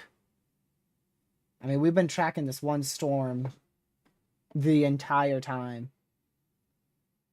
The entire time we've been live, this one cell has been very, very explosive. I don't even know what color table I use. I just use a color table. I have no idea. Good question.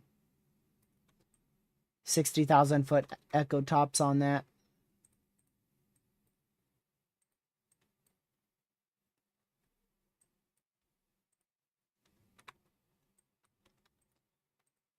This is still observed west of Morton, but there's not a lot of rotation to correlate with that right now. Likely no longer on the ground.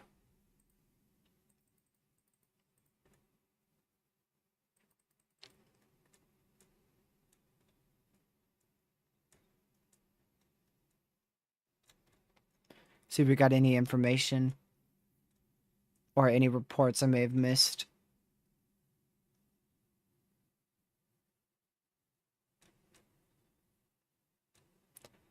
Just a bunch of tornado reports from the same storm.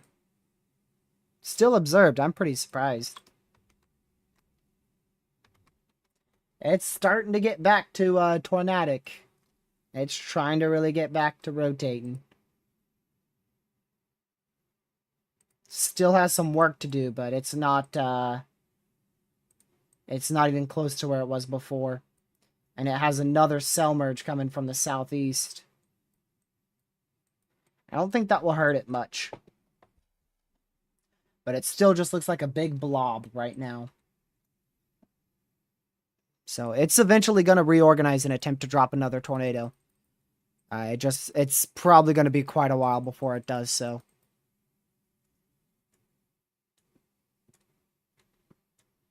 Unless it's like a brief spin up or something.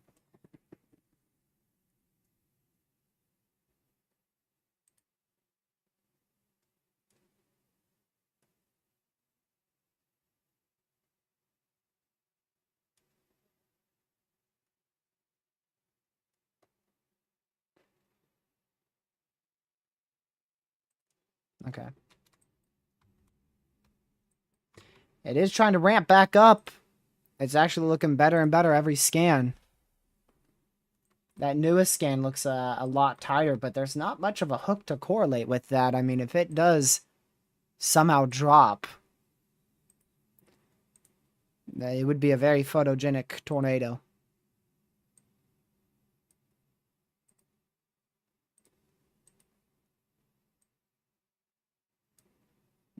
I don't see any tornado on the ground. I have 2 chasers. They don't have anything.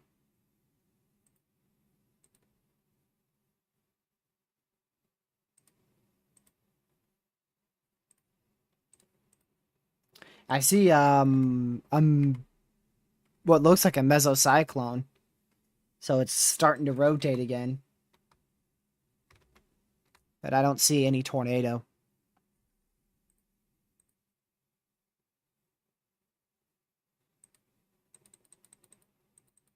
We'll see what next scan has to show. Connor has it? No. Yeah, we no longer work with Connor. He got signed, so unfortunately that took him away from everyone who was using him. So we no longer work with him. Let's see, do we have the Lubbock radar open? Nah. I gotta find a radar site to get that open too. I really don't want to open another one. Oh, there you go. I do have it. Never mind. I have so many open. I already have 5 open. Look at all those 1, 2, 3, 4, 5, 6 tornado reports. And I bet there's even more than that. I bet we've had even more than that. I'm working on getting us more chasers. Don't worry. I'm working on it. I already tried 1, but they already got signed 2, so sadly the future is chasers becoming exclusive. And thus it's going to be a lot harder for us to get chasers.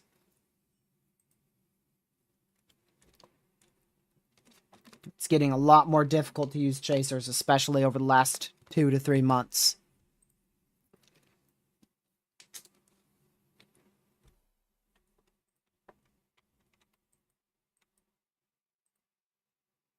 There's a huge mesocyclone on this, but it's not very tight. It's going to try soon, actually. Looking at this loop, you can see it's starting to already, it's starting to pull out like this.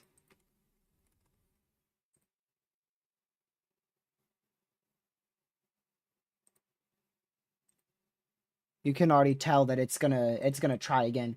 Now that cell merge might be pretty brutal for it. If that cell merge doesn't hurry up, then it's gonna end up impacting the hook. So we could have a perfectly timed cell merge to where the hook ends up smashing with our cell merge, and then that decreases tornado potential for a couple minutes. But it never lasts. It feels like after every cell merge, especially with an environment as good as today, it's inevitably going to recycle.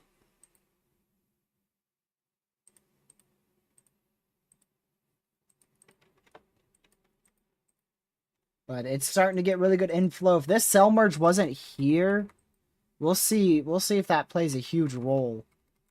Right now, the cell merge looks like it's going to clear the hook. It doesn't look like it's going to hit the hook, but we'll have to see. So your new hook's a little bit difficult to see, but it's generally like right in there. And then you still have a split right in there. It's a lot smaller. Your full supercell is still very large, but actually your main one is right in here. This is actually your main supercell. Right there. This is your other supercell back up in this area. I don't think it has much of a hook to it. It does have some velocity, though.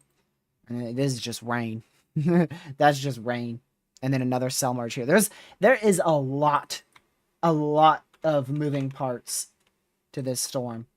You see a little velocity with that other embedded supercell near Need More. Yep, there's your hook. It's starting to become a lot more pronounced. A lot more pronounced hook echo. This might be on the ground. Let me go check chasers.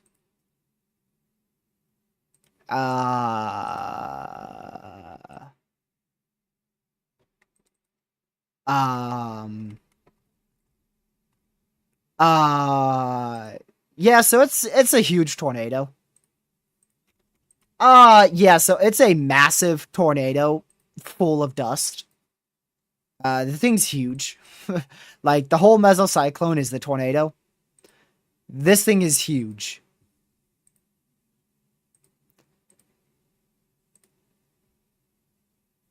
Oh my goodness. What the heck? Yeah, this is a massive tornado about to be on. It is on the ground. It's a multi-vortex tornado right now. The mesocyclone is dropping multiple vortices. It is a multi-vortex tornado, and it is huge. I think I see where the main funnel is, possibly, but the rotation on it is now insane.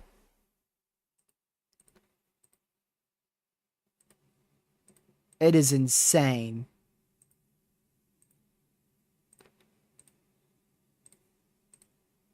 Observed. Yeah, this is probably going to go PDS for Morton. Most likely this will be a PDS tornado warning here in a bit. It is a very large, dusty multi-vortex tornado.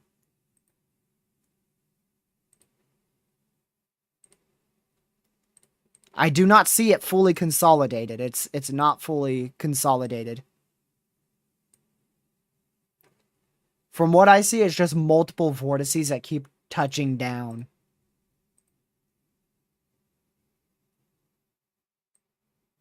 Yeah, it's multiple vortices. It's not like a fully consolidated like stovepipe just yet. Gracious day. That is insane rotation. Wow. And look at that hook starting up too.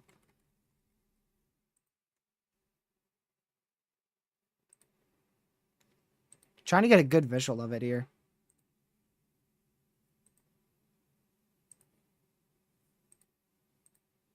Cell reception is horrible.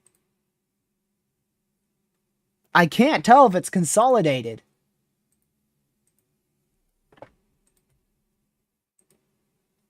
Yeah. Pretty sure it's just it's a fat wedge. Pretty sure this thing's just a fat wedge. So we likely have a giant wedge tornado on the ground here. Very classic supercell too. Very, very classic supercell. That cell merge though, it might be perfectly timed to destroy it.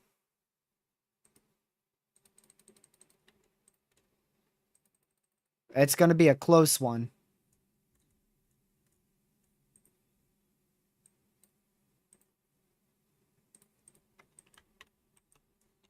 Wow. Yeah, it is a huge tornado.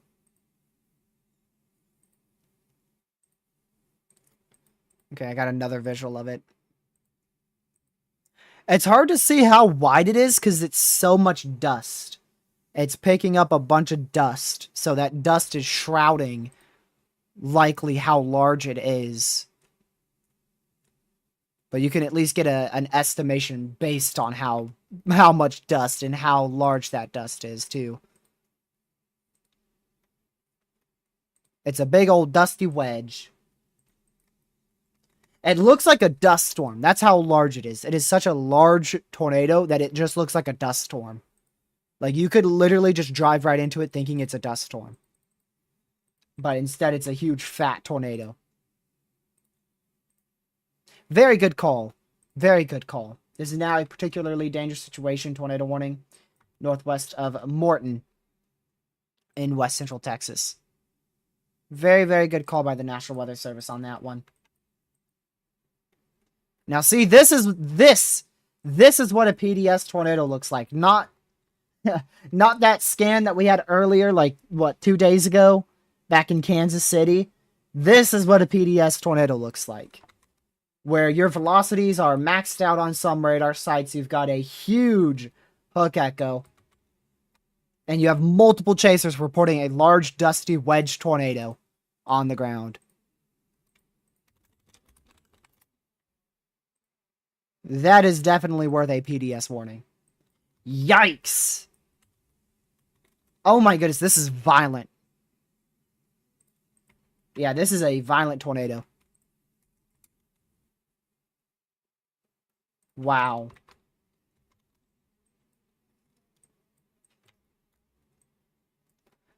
Violent tornado ongoing. Jeez.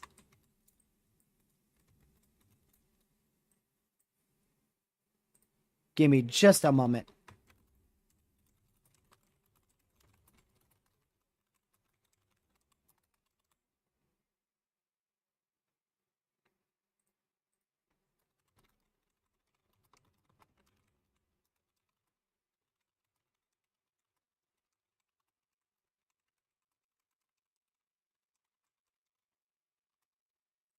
Alright, I need to get this really quick. Oh, Radar Megan, your stupid warnings. Good for you. You suck. Back to this.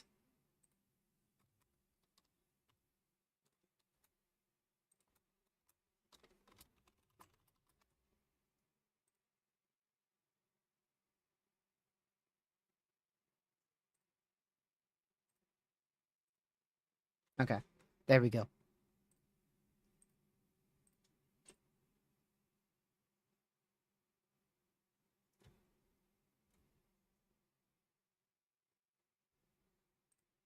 All right, so still a huge tornado on the ground.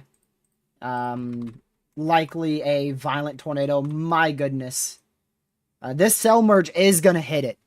This cell merge is indeed going to hit it. So that's likely going to inhibit it from being a long-tracked tornado. Wow.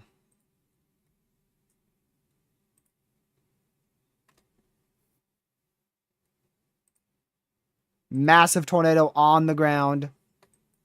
Absolutely insane.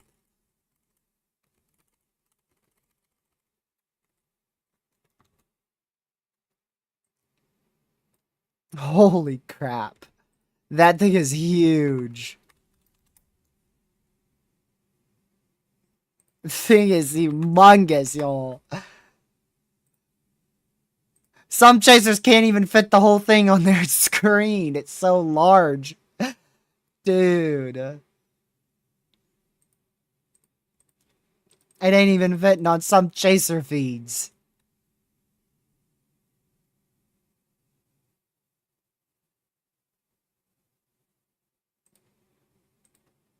It's huge. Oh my goodness.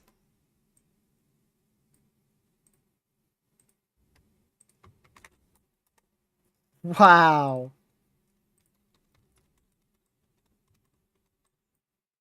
We'll see how this cell merge interacts with it, but my goodness, this is as classic as it gets when it comes to tornado presentation on radar. This is stupid classic. Very, very classic supercell. Really classic supercell. Actually, a bit larger than that. Yeah, this is your entire main supercell. You still have those cell mergers ongoing on the northern side. So that's where your main supercell is. And we'll probably get a new tornado warning here. We may end up with a new tornado warning near, what is this? Amherst? Amherst? Little embedded area of rotation starting up there.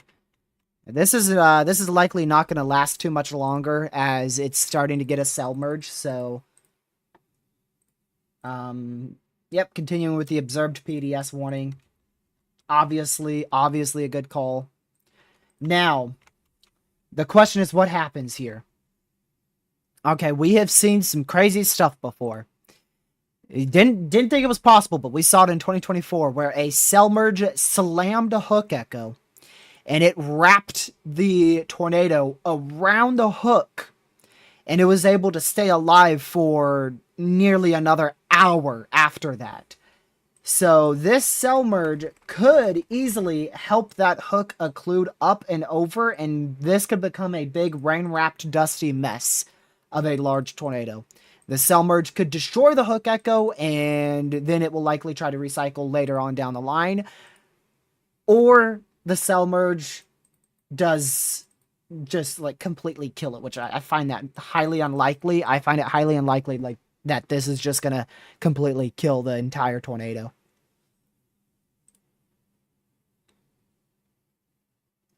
I doubt that it's just gonna be, the end of its lifespan. The two most likely cases here is either it wraps the tornado around and this becomes an even larger tornado, or the cell merge destroys the tornado and then it recycles in 20-ish minutes. Either way, this is still a ridiculously large tornado. A huge, huge tornado. New PDS warning is for over 1,700 people.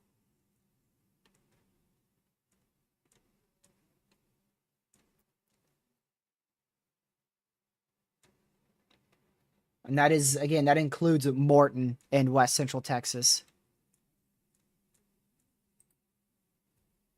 Very large tornado on the ground. Also, this is, let me see if I can get this up for you. Let's see if I can find it. All right, you know, we will switch over here.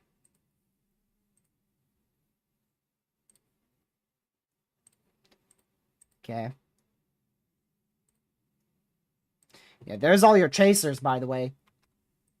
There's all your chasers.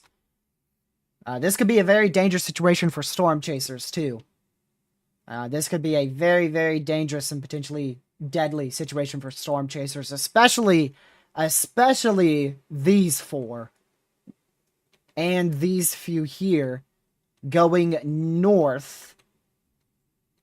I hope they ain't going north, but they probably are going north right into this tornado. You do not want to get past right here. This is danger close. This is danger close. If you go north of that, it is likely not going to end well. So these chasers, hopefully they have turned around by now.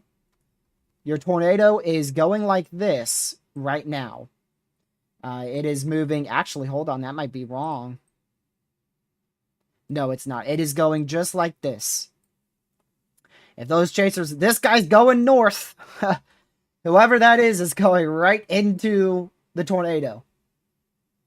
Another thing you have to take into account is this cell merge is going to cause deviant motion. So it could literally go like this. It could literally go like this. It could go like this. It could go like this. It could go really anywhere. It could go anywhere once this cell merge hits it. It's likely not going to be a straightforward tornado once it gets hit by this cell merge. It is likely going to have very deviant motion. Man, braking velocity left, right, and center over here. This is also warned for 4-inch hail. Also, tornado warned for 4-inch hail and severe warned for 4-inch hail.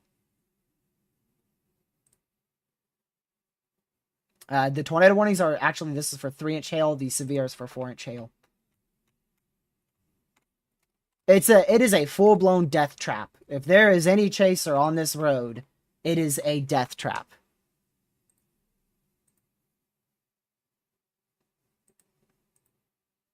It is a full-blown death trap if there's any chasers on this road. It is maxed out on nearly every product here. Pretty much as high as you can really get. Whoever this person is and this person is, I pray they are going south and not north. Because those two people are, if they are going north, this guy is literally inside the tornado. This dude is literally about to be inside the tornado if he's still going north. And there's 2 of them here. Man. Yeah, don't do that. Don't do that. That is the bear cage, and that is how you get killed. Chasing 101. What not to do, head north into a hook echo. Especially that close. When it is this large and this deadly of a tornado, what I would do is I would stay south the entire time, and I might go more north, like near where this dude is. That is probably where I would go, because likely this thing is going to try to occlude and become very deviant. And so if you're anywhere around that, I'm not even kidding. I mean, if you are literally anywhere in here, you are at risk of being hit by the tornado. Even though the tornado is right here, anywhere in that larger white circle, you're at risk of being hit by the tornado. Because this cell merge could slam it and book it to the northeast. It could slam it and move it dead north. It could barely even hit it, and it could move more southeast. It could move east. It could do anything. It could be very, very, very deviant. Which is why you do not want to be anywhere within, like, this whole radius here. You want to stick on this road right there. That's where you want to be, going southeast to get well in front of it. But these are the type of tornadoes that end up killing chasers.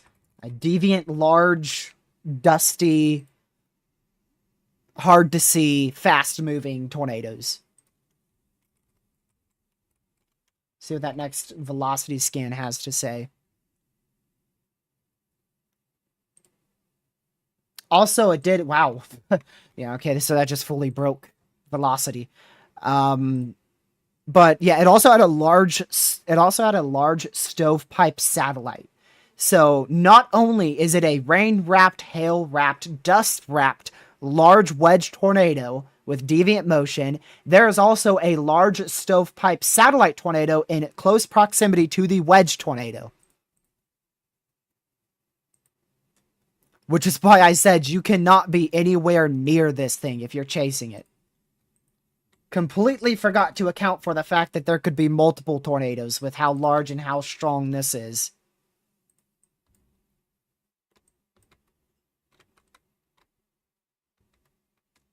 I don't know if this is updated spotters or not. But hopefully these guys are going south.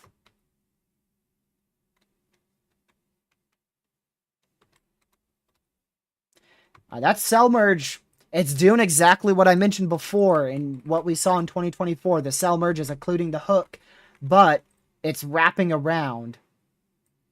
It's wrapped around right now.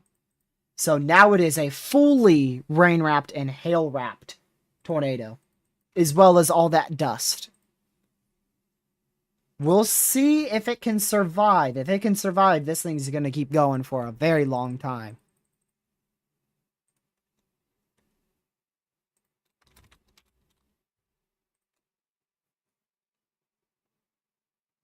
Jeez.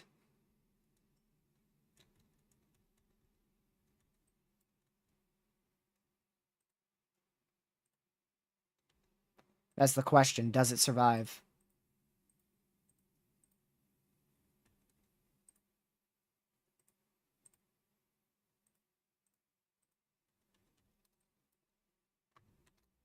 Oops. My bad, my bad. Trying to get a screenshot of this high definition radar.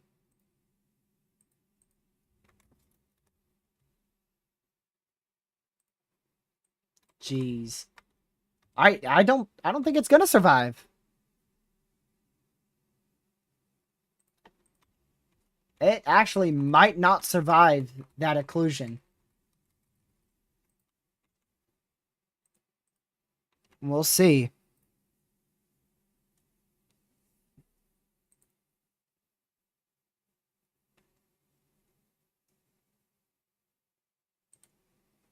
It's not looking too promising for the tornado here.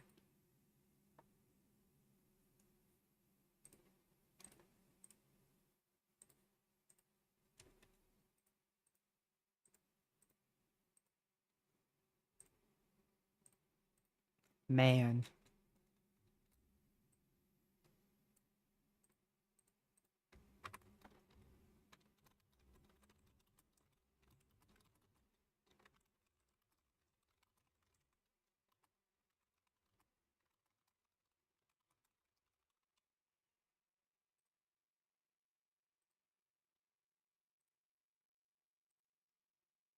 All right, there's a new something.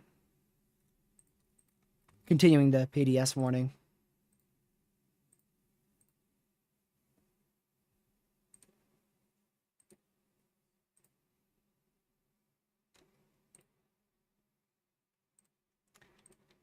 Yep, still an observed PDS warning. I really hope all the chasers were able to avoid this.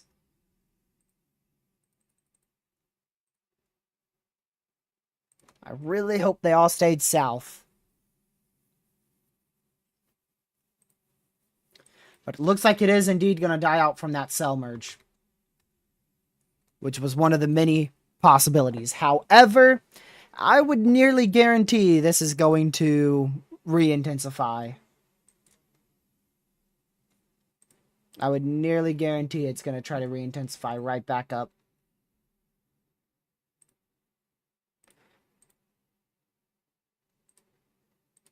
Jeez.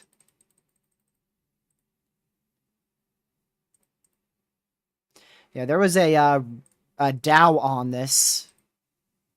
And, yeah. I bet you could imagine the data on it. I bet you could imagine how crazy it is.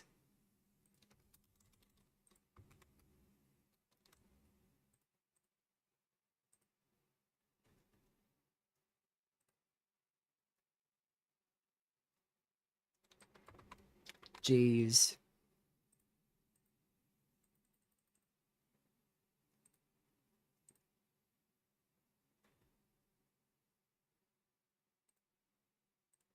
Well, hopefully it stays that way. I really hope we stay away from any population, because this thing's gonna try to recycle. It is going to try to recycle.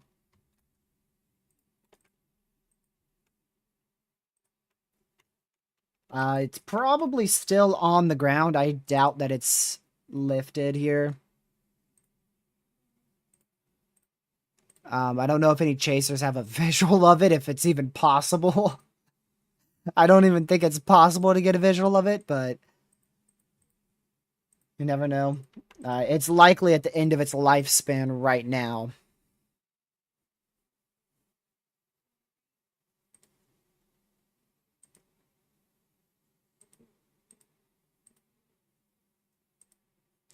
The question is, does it drop another tornado here shortly?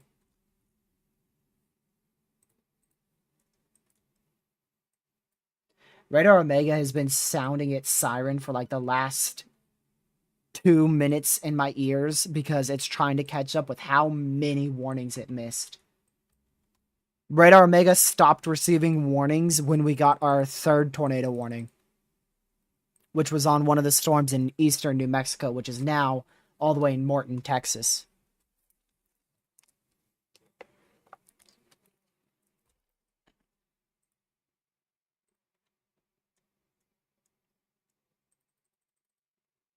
Gracious day.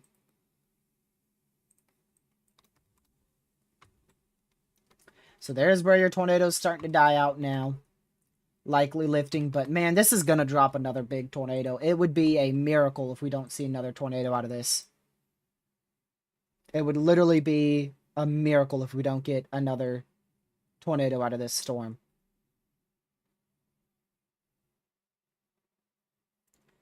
So when this does drop another tornado, because I have very high faith it's going to, it's likely going to be probably to the northwest of Levelland. It just depends on how fast this is able to recycle. Which will likely, it will likely be in 15 minutes or so. Likely will recycle that fast.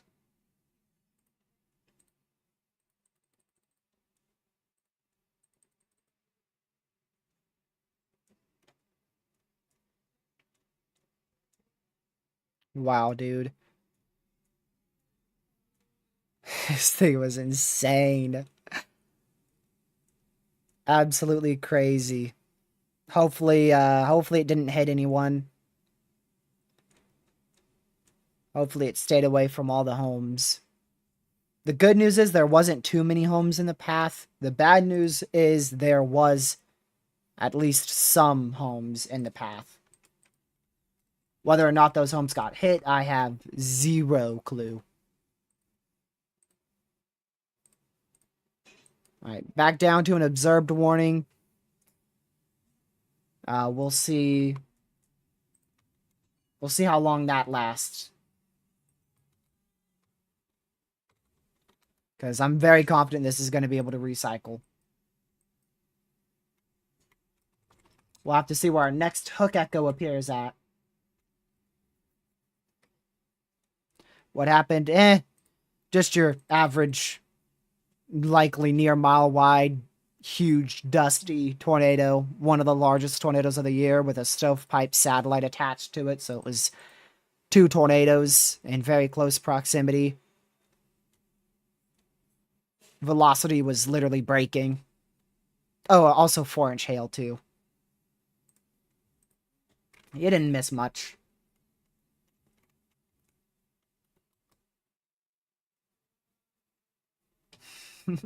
I wonder how large it was though.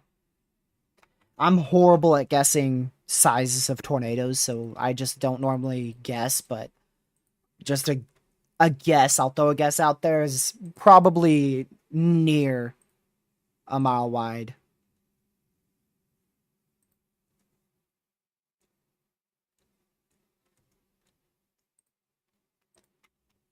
I think that's a pretty safe guess.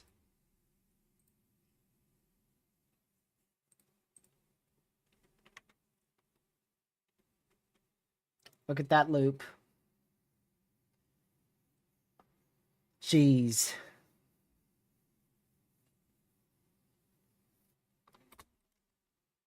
Well, that was an insane tornado. We'll see what the next one has to bring.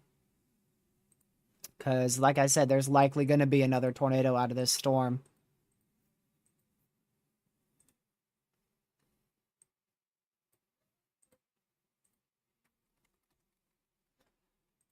Let me go check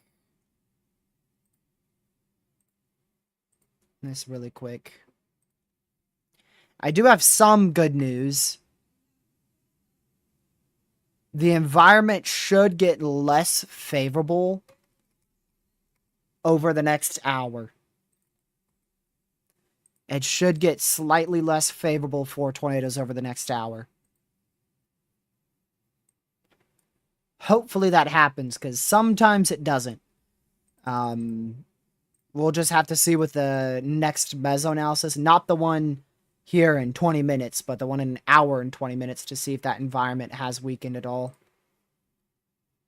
But the environment should get a little bit less favorable for tornadoes. I'm about to close Radar Omega because it's been screaming at me for like the last 10 minutes straight.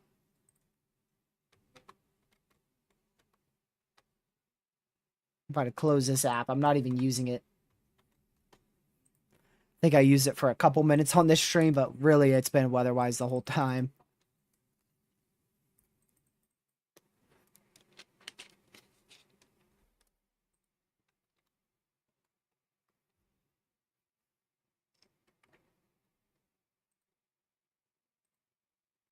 Also, we'll have to keep an eye on these storms in east central New Mexico to see if they can re-intensify at all. I don't think they will be able to, but we'll need to keep an eye on it just in case.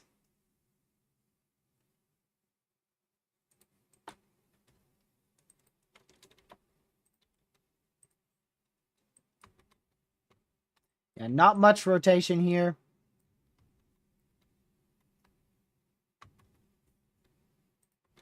So we'll see. We'll see how it goes. I'm literally about to ban the word outflow dominant. I am like one stream away from making that a banned word to where if you say it in the YouTube chat, it is automatically deleted. I'm closing right a minute. Shut up. That thing's sounding too many sirens. I had to close that. I should unmute it so you guys could hear it. Getting annoyed at that app. Let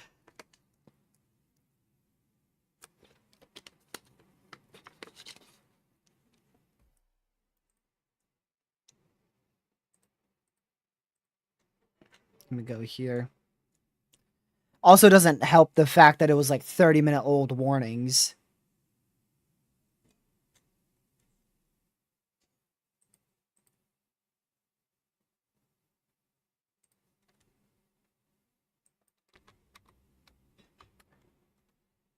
I don't think that's rotation just yet.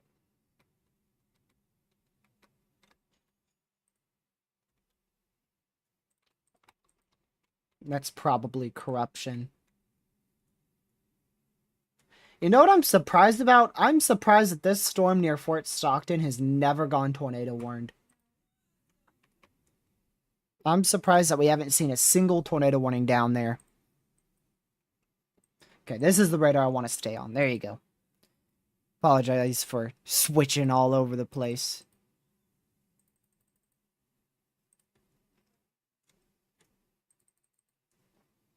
But we'll likely see a new area of rotation really start ramping up here shortly.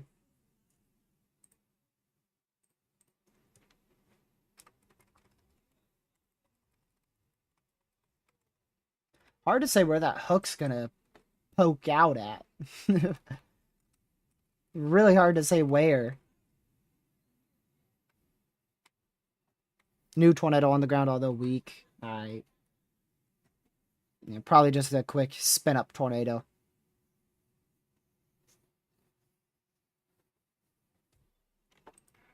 I wouldn't be surprised if it's right here. Wouldn't be surprised if that's where we have a spin up tornado happening. That velocity scan is going to take another 30 seconds. Let's go see if weather-wise. Yeah. Yeah, that's probably the weak tornado you guys are seeing right there.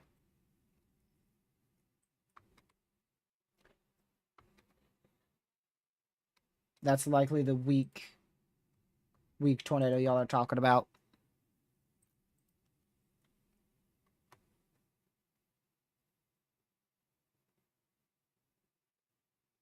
Man. What an insane storm. What an insane storm. I told you guys that I would think...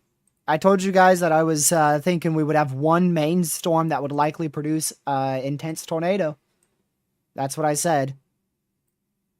So we would likely have multiple discrete supercells with a couple tornadoes, but one would likely become dominant and produce an intense tornado. I'm pretty sure that was near my exact words.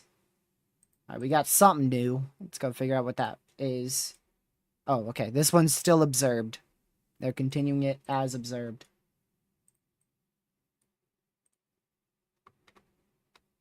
You want to know one place that hasn't performed nearly as expected? You thought I was going to say Colorado, weren't you? No.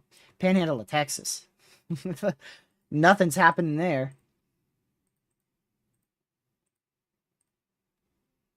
Like, literally, we haven't had anything in this area yet. But I suppose that's kind of what they were expecting. Because you could see the enhanced up here and the enhanced down here, so... I mean, it's still a slight risk, so we'll see if we get anything there. But nothing's happened in the northern panhandle of Texas yet. The tornado watch is obviously performed here. I think it has performed in Kansas and Colorado, too. I'm a little 50-50. No, because we got 2 tornado reports. Yes, it did perform in Kansas and Colorado. Because we did have 2 tornadoes. I remember 2 tornadoes we had.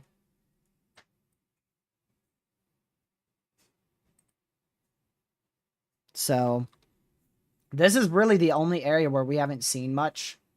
And I don't know if that's going to change tonight. We'll see if we can get 1 or 2 storms, maybe out of these storms here, that can become dominant and do something near Amarillo, but we might not see much at all in the northern Texas panhandle.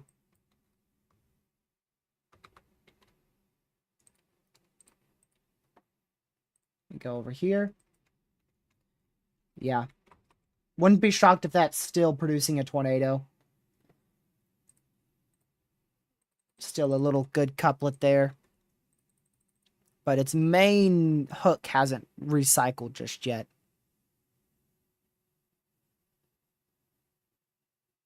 It has not fully recycled just yet, so we'll see if it's able to.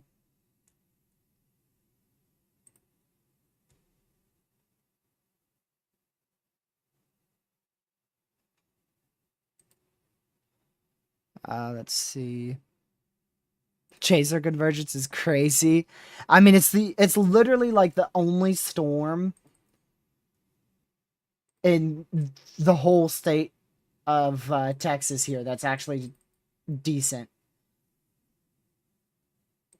I guess there is still another one. There's one that's a little bit close to competitive with it. There's a pretty good storm here north of Sanderson, but it's not tornado warned, so it's literally the only tornadic storm anywhere in the U.S. right now, so... Yeah, I would expect every chaser to be on it.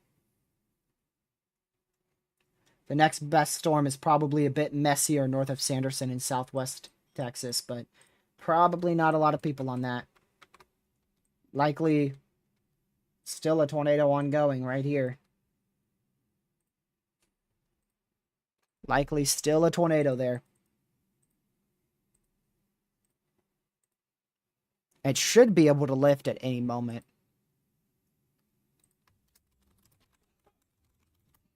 Go see if a chaser has it real quick.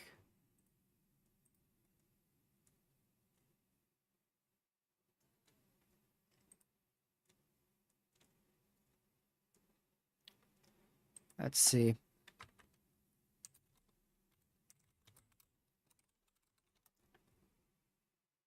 There's so many chasers live, I can't even find the one I'm looking for. Okay, there we go.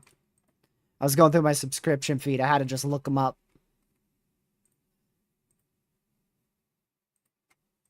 Okay. So those two are running away from the storm. Which is exactly what I would be doing. They're trying to get out in front of it more. And that one's got no cell reception. Still could easily be a tornado on the ground there. A little bit more of a hook starting to form up here. A little bit more of a hook forming up, but it's not in the best position. This is just to the northwest of Levelland in western Texas.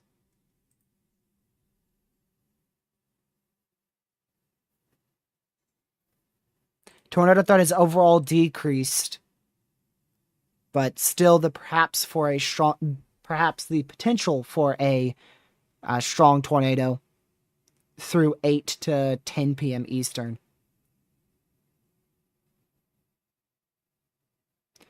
So the peak intensity of a tornado threat is decreased, but we're still looking at the potential for a tornado. A tornado threat here.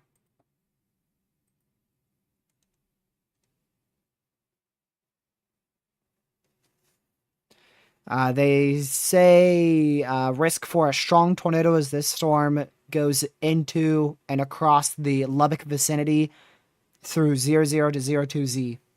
So from 8 p.m. to 10 p.m. Eastern. So basically this is going to be able to produce a strong tornado for the next 3 hours. That's really what we're dealing with here. We're going to have to be watching this thing for 3 straight hours.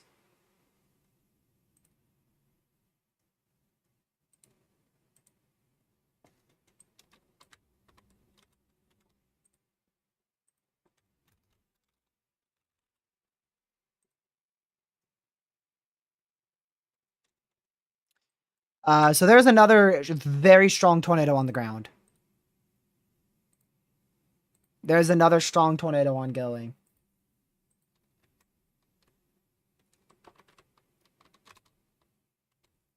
Wow. Yeah, another strong tornado ongoing here with this storm. I'm going to tweet what I'm seeing right now, and then you guys can go view that. I'm shocked that's not PDS. I just got to get it real quick.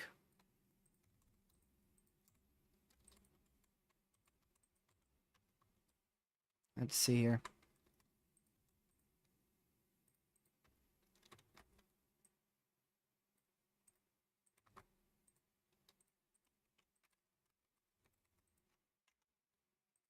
There we go.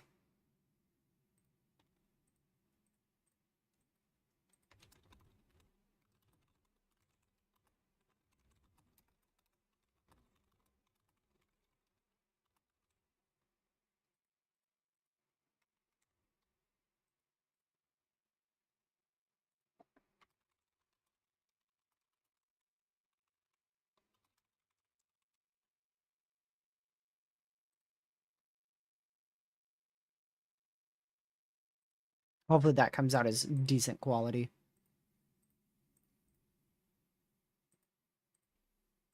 There you go.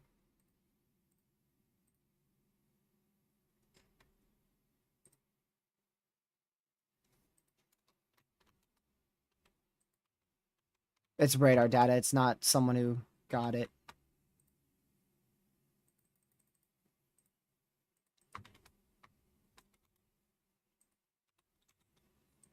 Still likely a tornado ongoing with this storm east of Morton in Texas.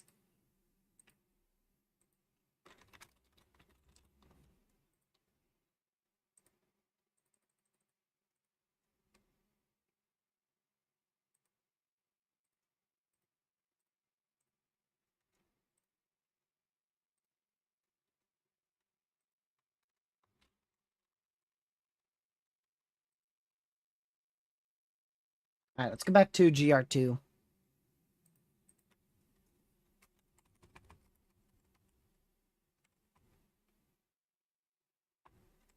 Yeah, so this is where we got data of a strong tornado ongoing right here. And now, yeah, that's likely still on the ground. I'm pretty surprised the peak intensity of it performed.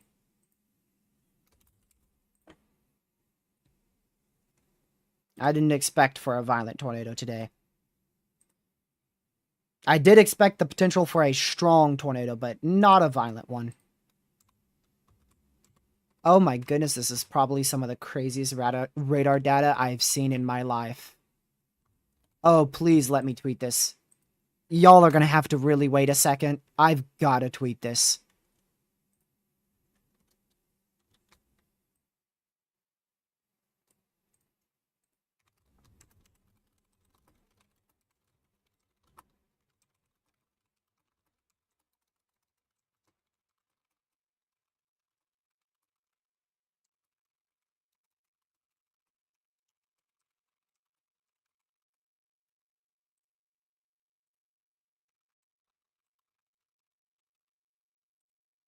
Gracious day.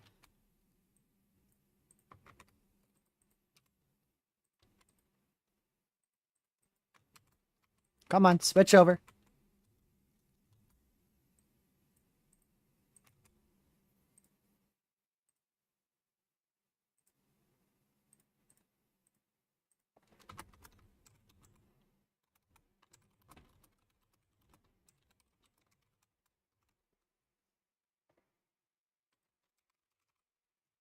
Okay.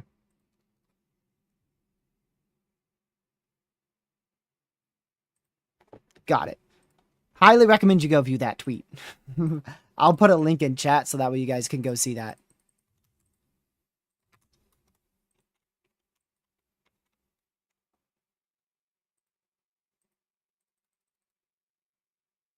That is crazy. Once I saw that, I just had to pause for a second so I could tweet that. Dude.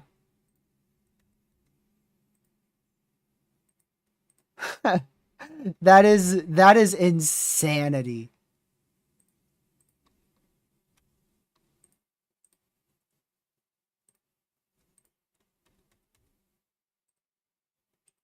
Holy crap.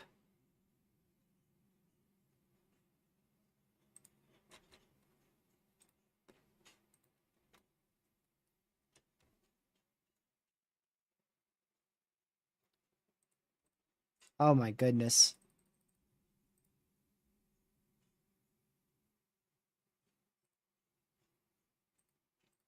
Dude, I gotta send that to Lucky. That is insane.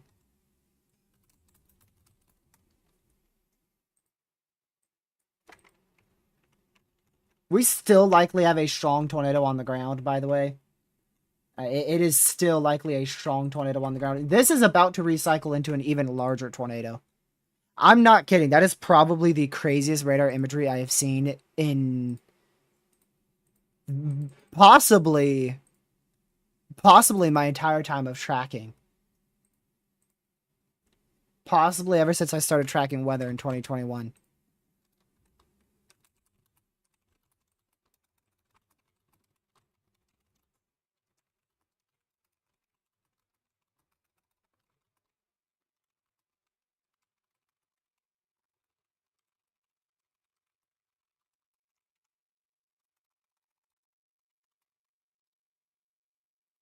Holy moly.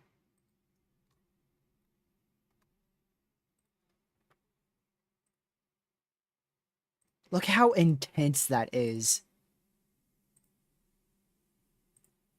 Let me go see the TOS. I'm 95% sure. I looked at the TOS and I'm pretty sure I can't show it to you.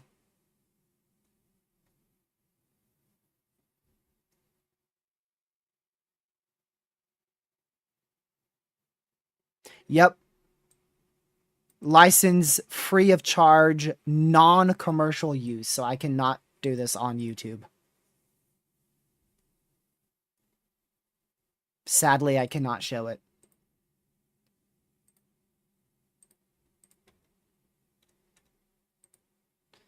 But yeah, again, I'll just send that link in chat. You can just go from that link and see it.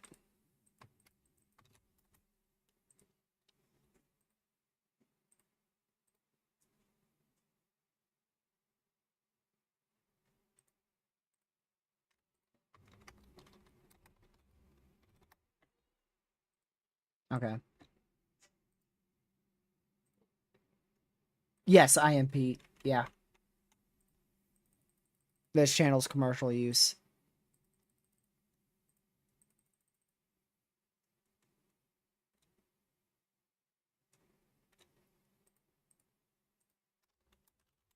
I gotta go over here.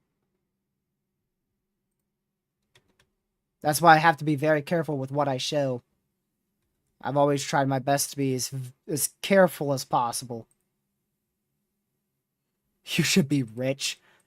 Huh. I wish. I wish. This is gonna drop another big tornado. I mean, it's nearly guaranteed. This thing looks just as good as when it dropped that huge wedge.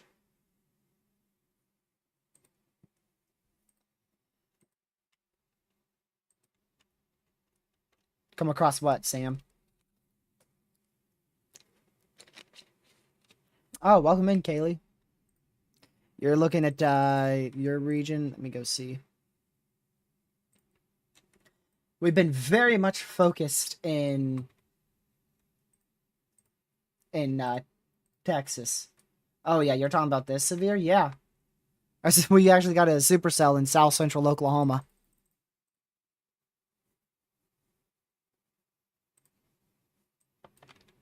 Not nearly as good of an environment, so that's the good news. Probably won't be able to do much.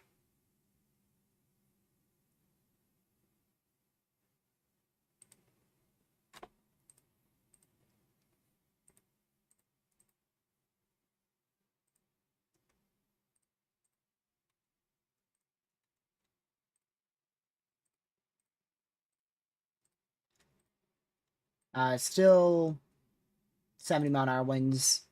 Observed 70-mile-an-hour winds, 2-inch hail there. I wish I could save this in higher definition.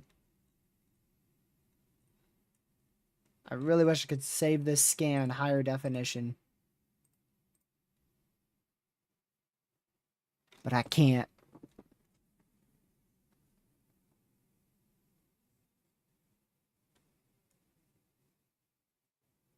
Dude.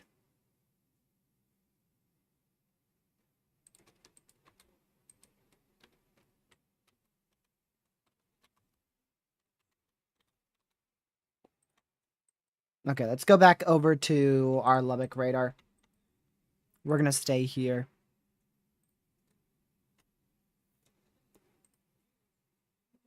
That way we could keep watching this supercell. It's approaching Lubbock, Texas. It'll be in Lubbock. Still a good hour and a half from Lubbock, Texas, though, so.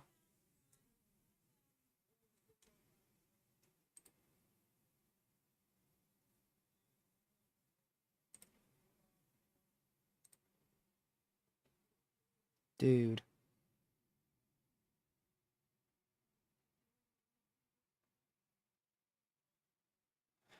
Insane. Raxpol got some insane data. I'm quiet because I'm still looking at it. I'm starstruck because of it. It's literally the craziest radar I've seen in such a long time.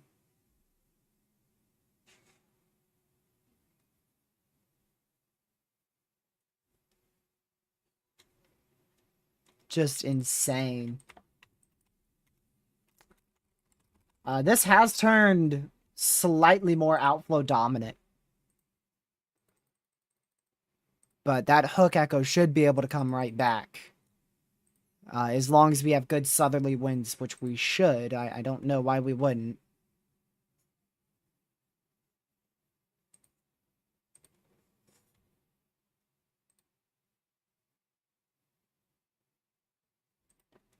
That is insane.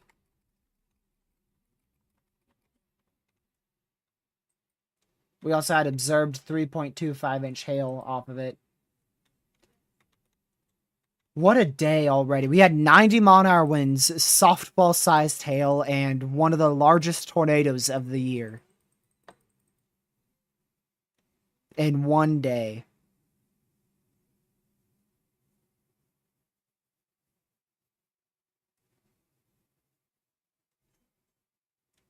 Just crazy.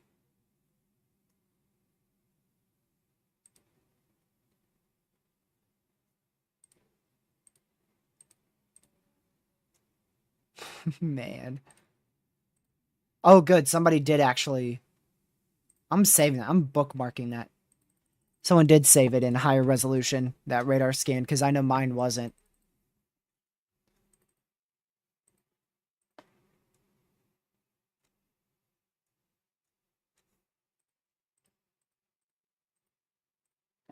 Alright. So this is going to be heading into a much more populated area here over the next 2 hours. Still haven't gotten any new warnings, not even a new severe or a new tornado warning, so a bit odd. But we should see those come out in a few seconds. Not even a single severe in Colorado or Kansas right now. Or southeast Colorado, southwest Kansas. We do have one. We have one severe in northeast Colorado. But no severes in our tornado watch for Colorado or Kansas.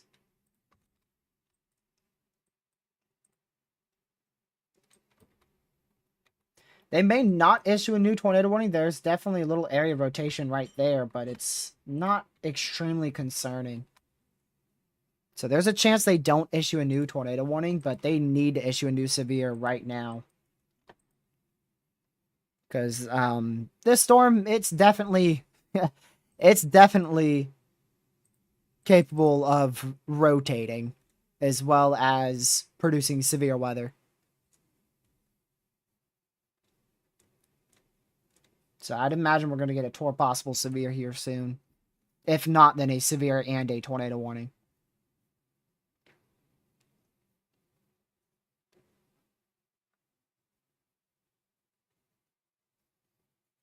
Outflow boundary? Actually, no. That will significantly enhance vorticity. If anything, that should promote more rotation. There's probably just not the best amount of wind shear out here.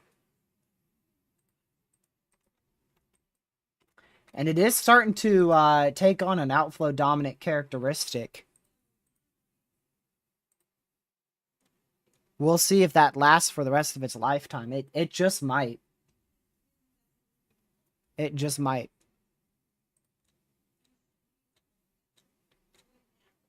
That radar data, dude. I'm not going to get over that.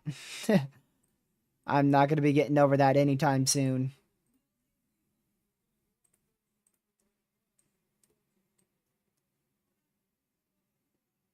I wonder if we'll even see that MCS tonight, because right now we're supposed to be seeing a lot more intense convection in Kansas and Colorado than what we actually are.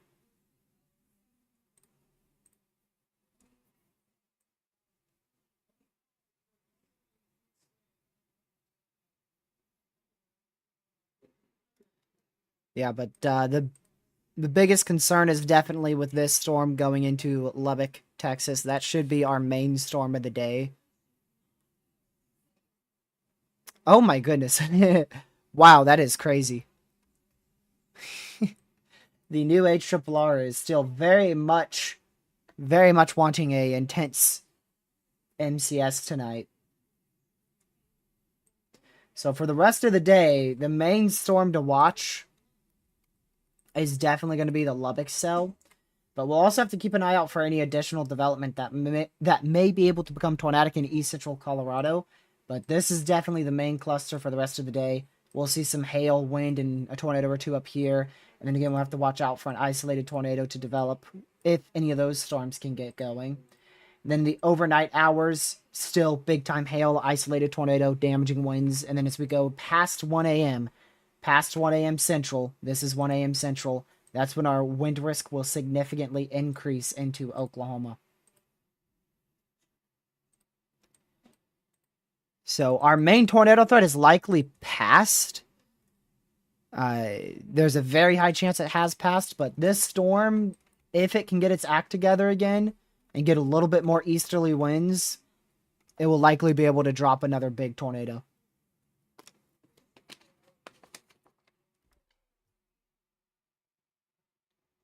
So we're just not going to issue any more warnings? Like, hello?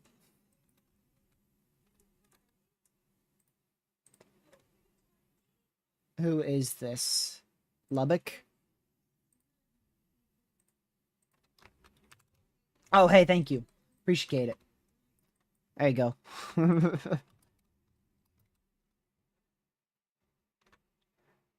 There's your new tornado warning.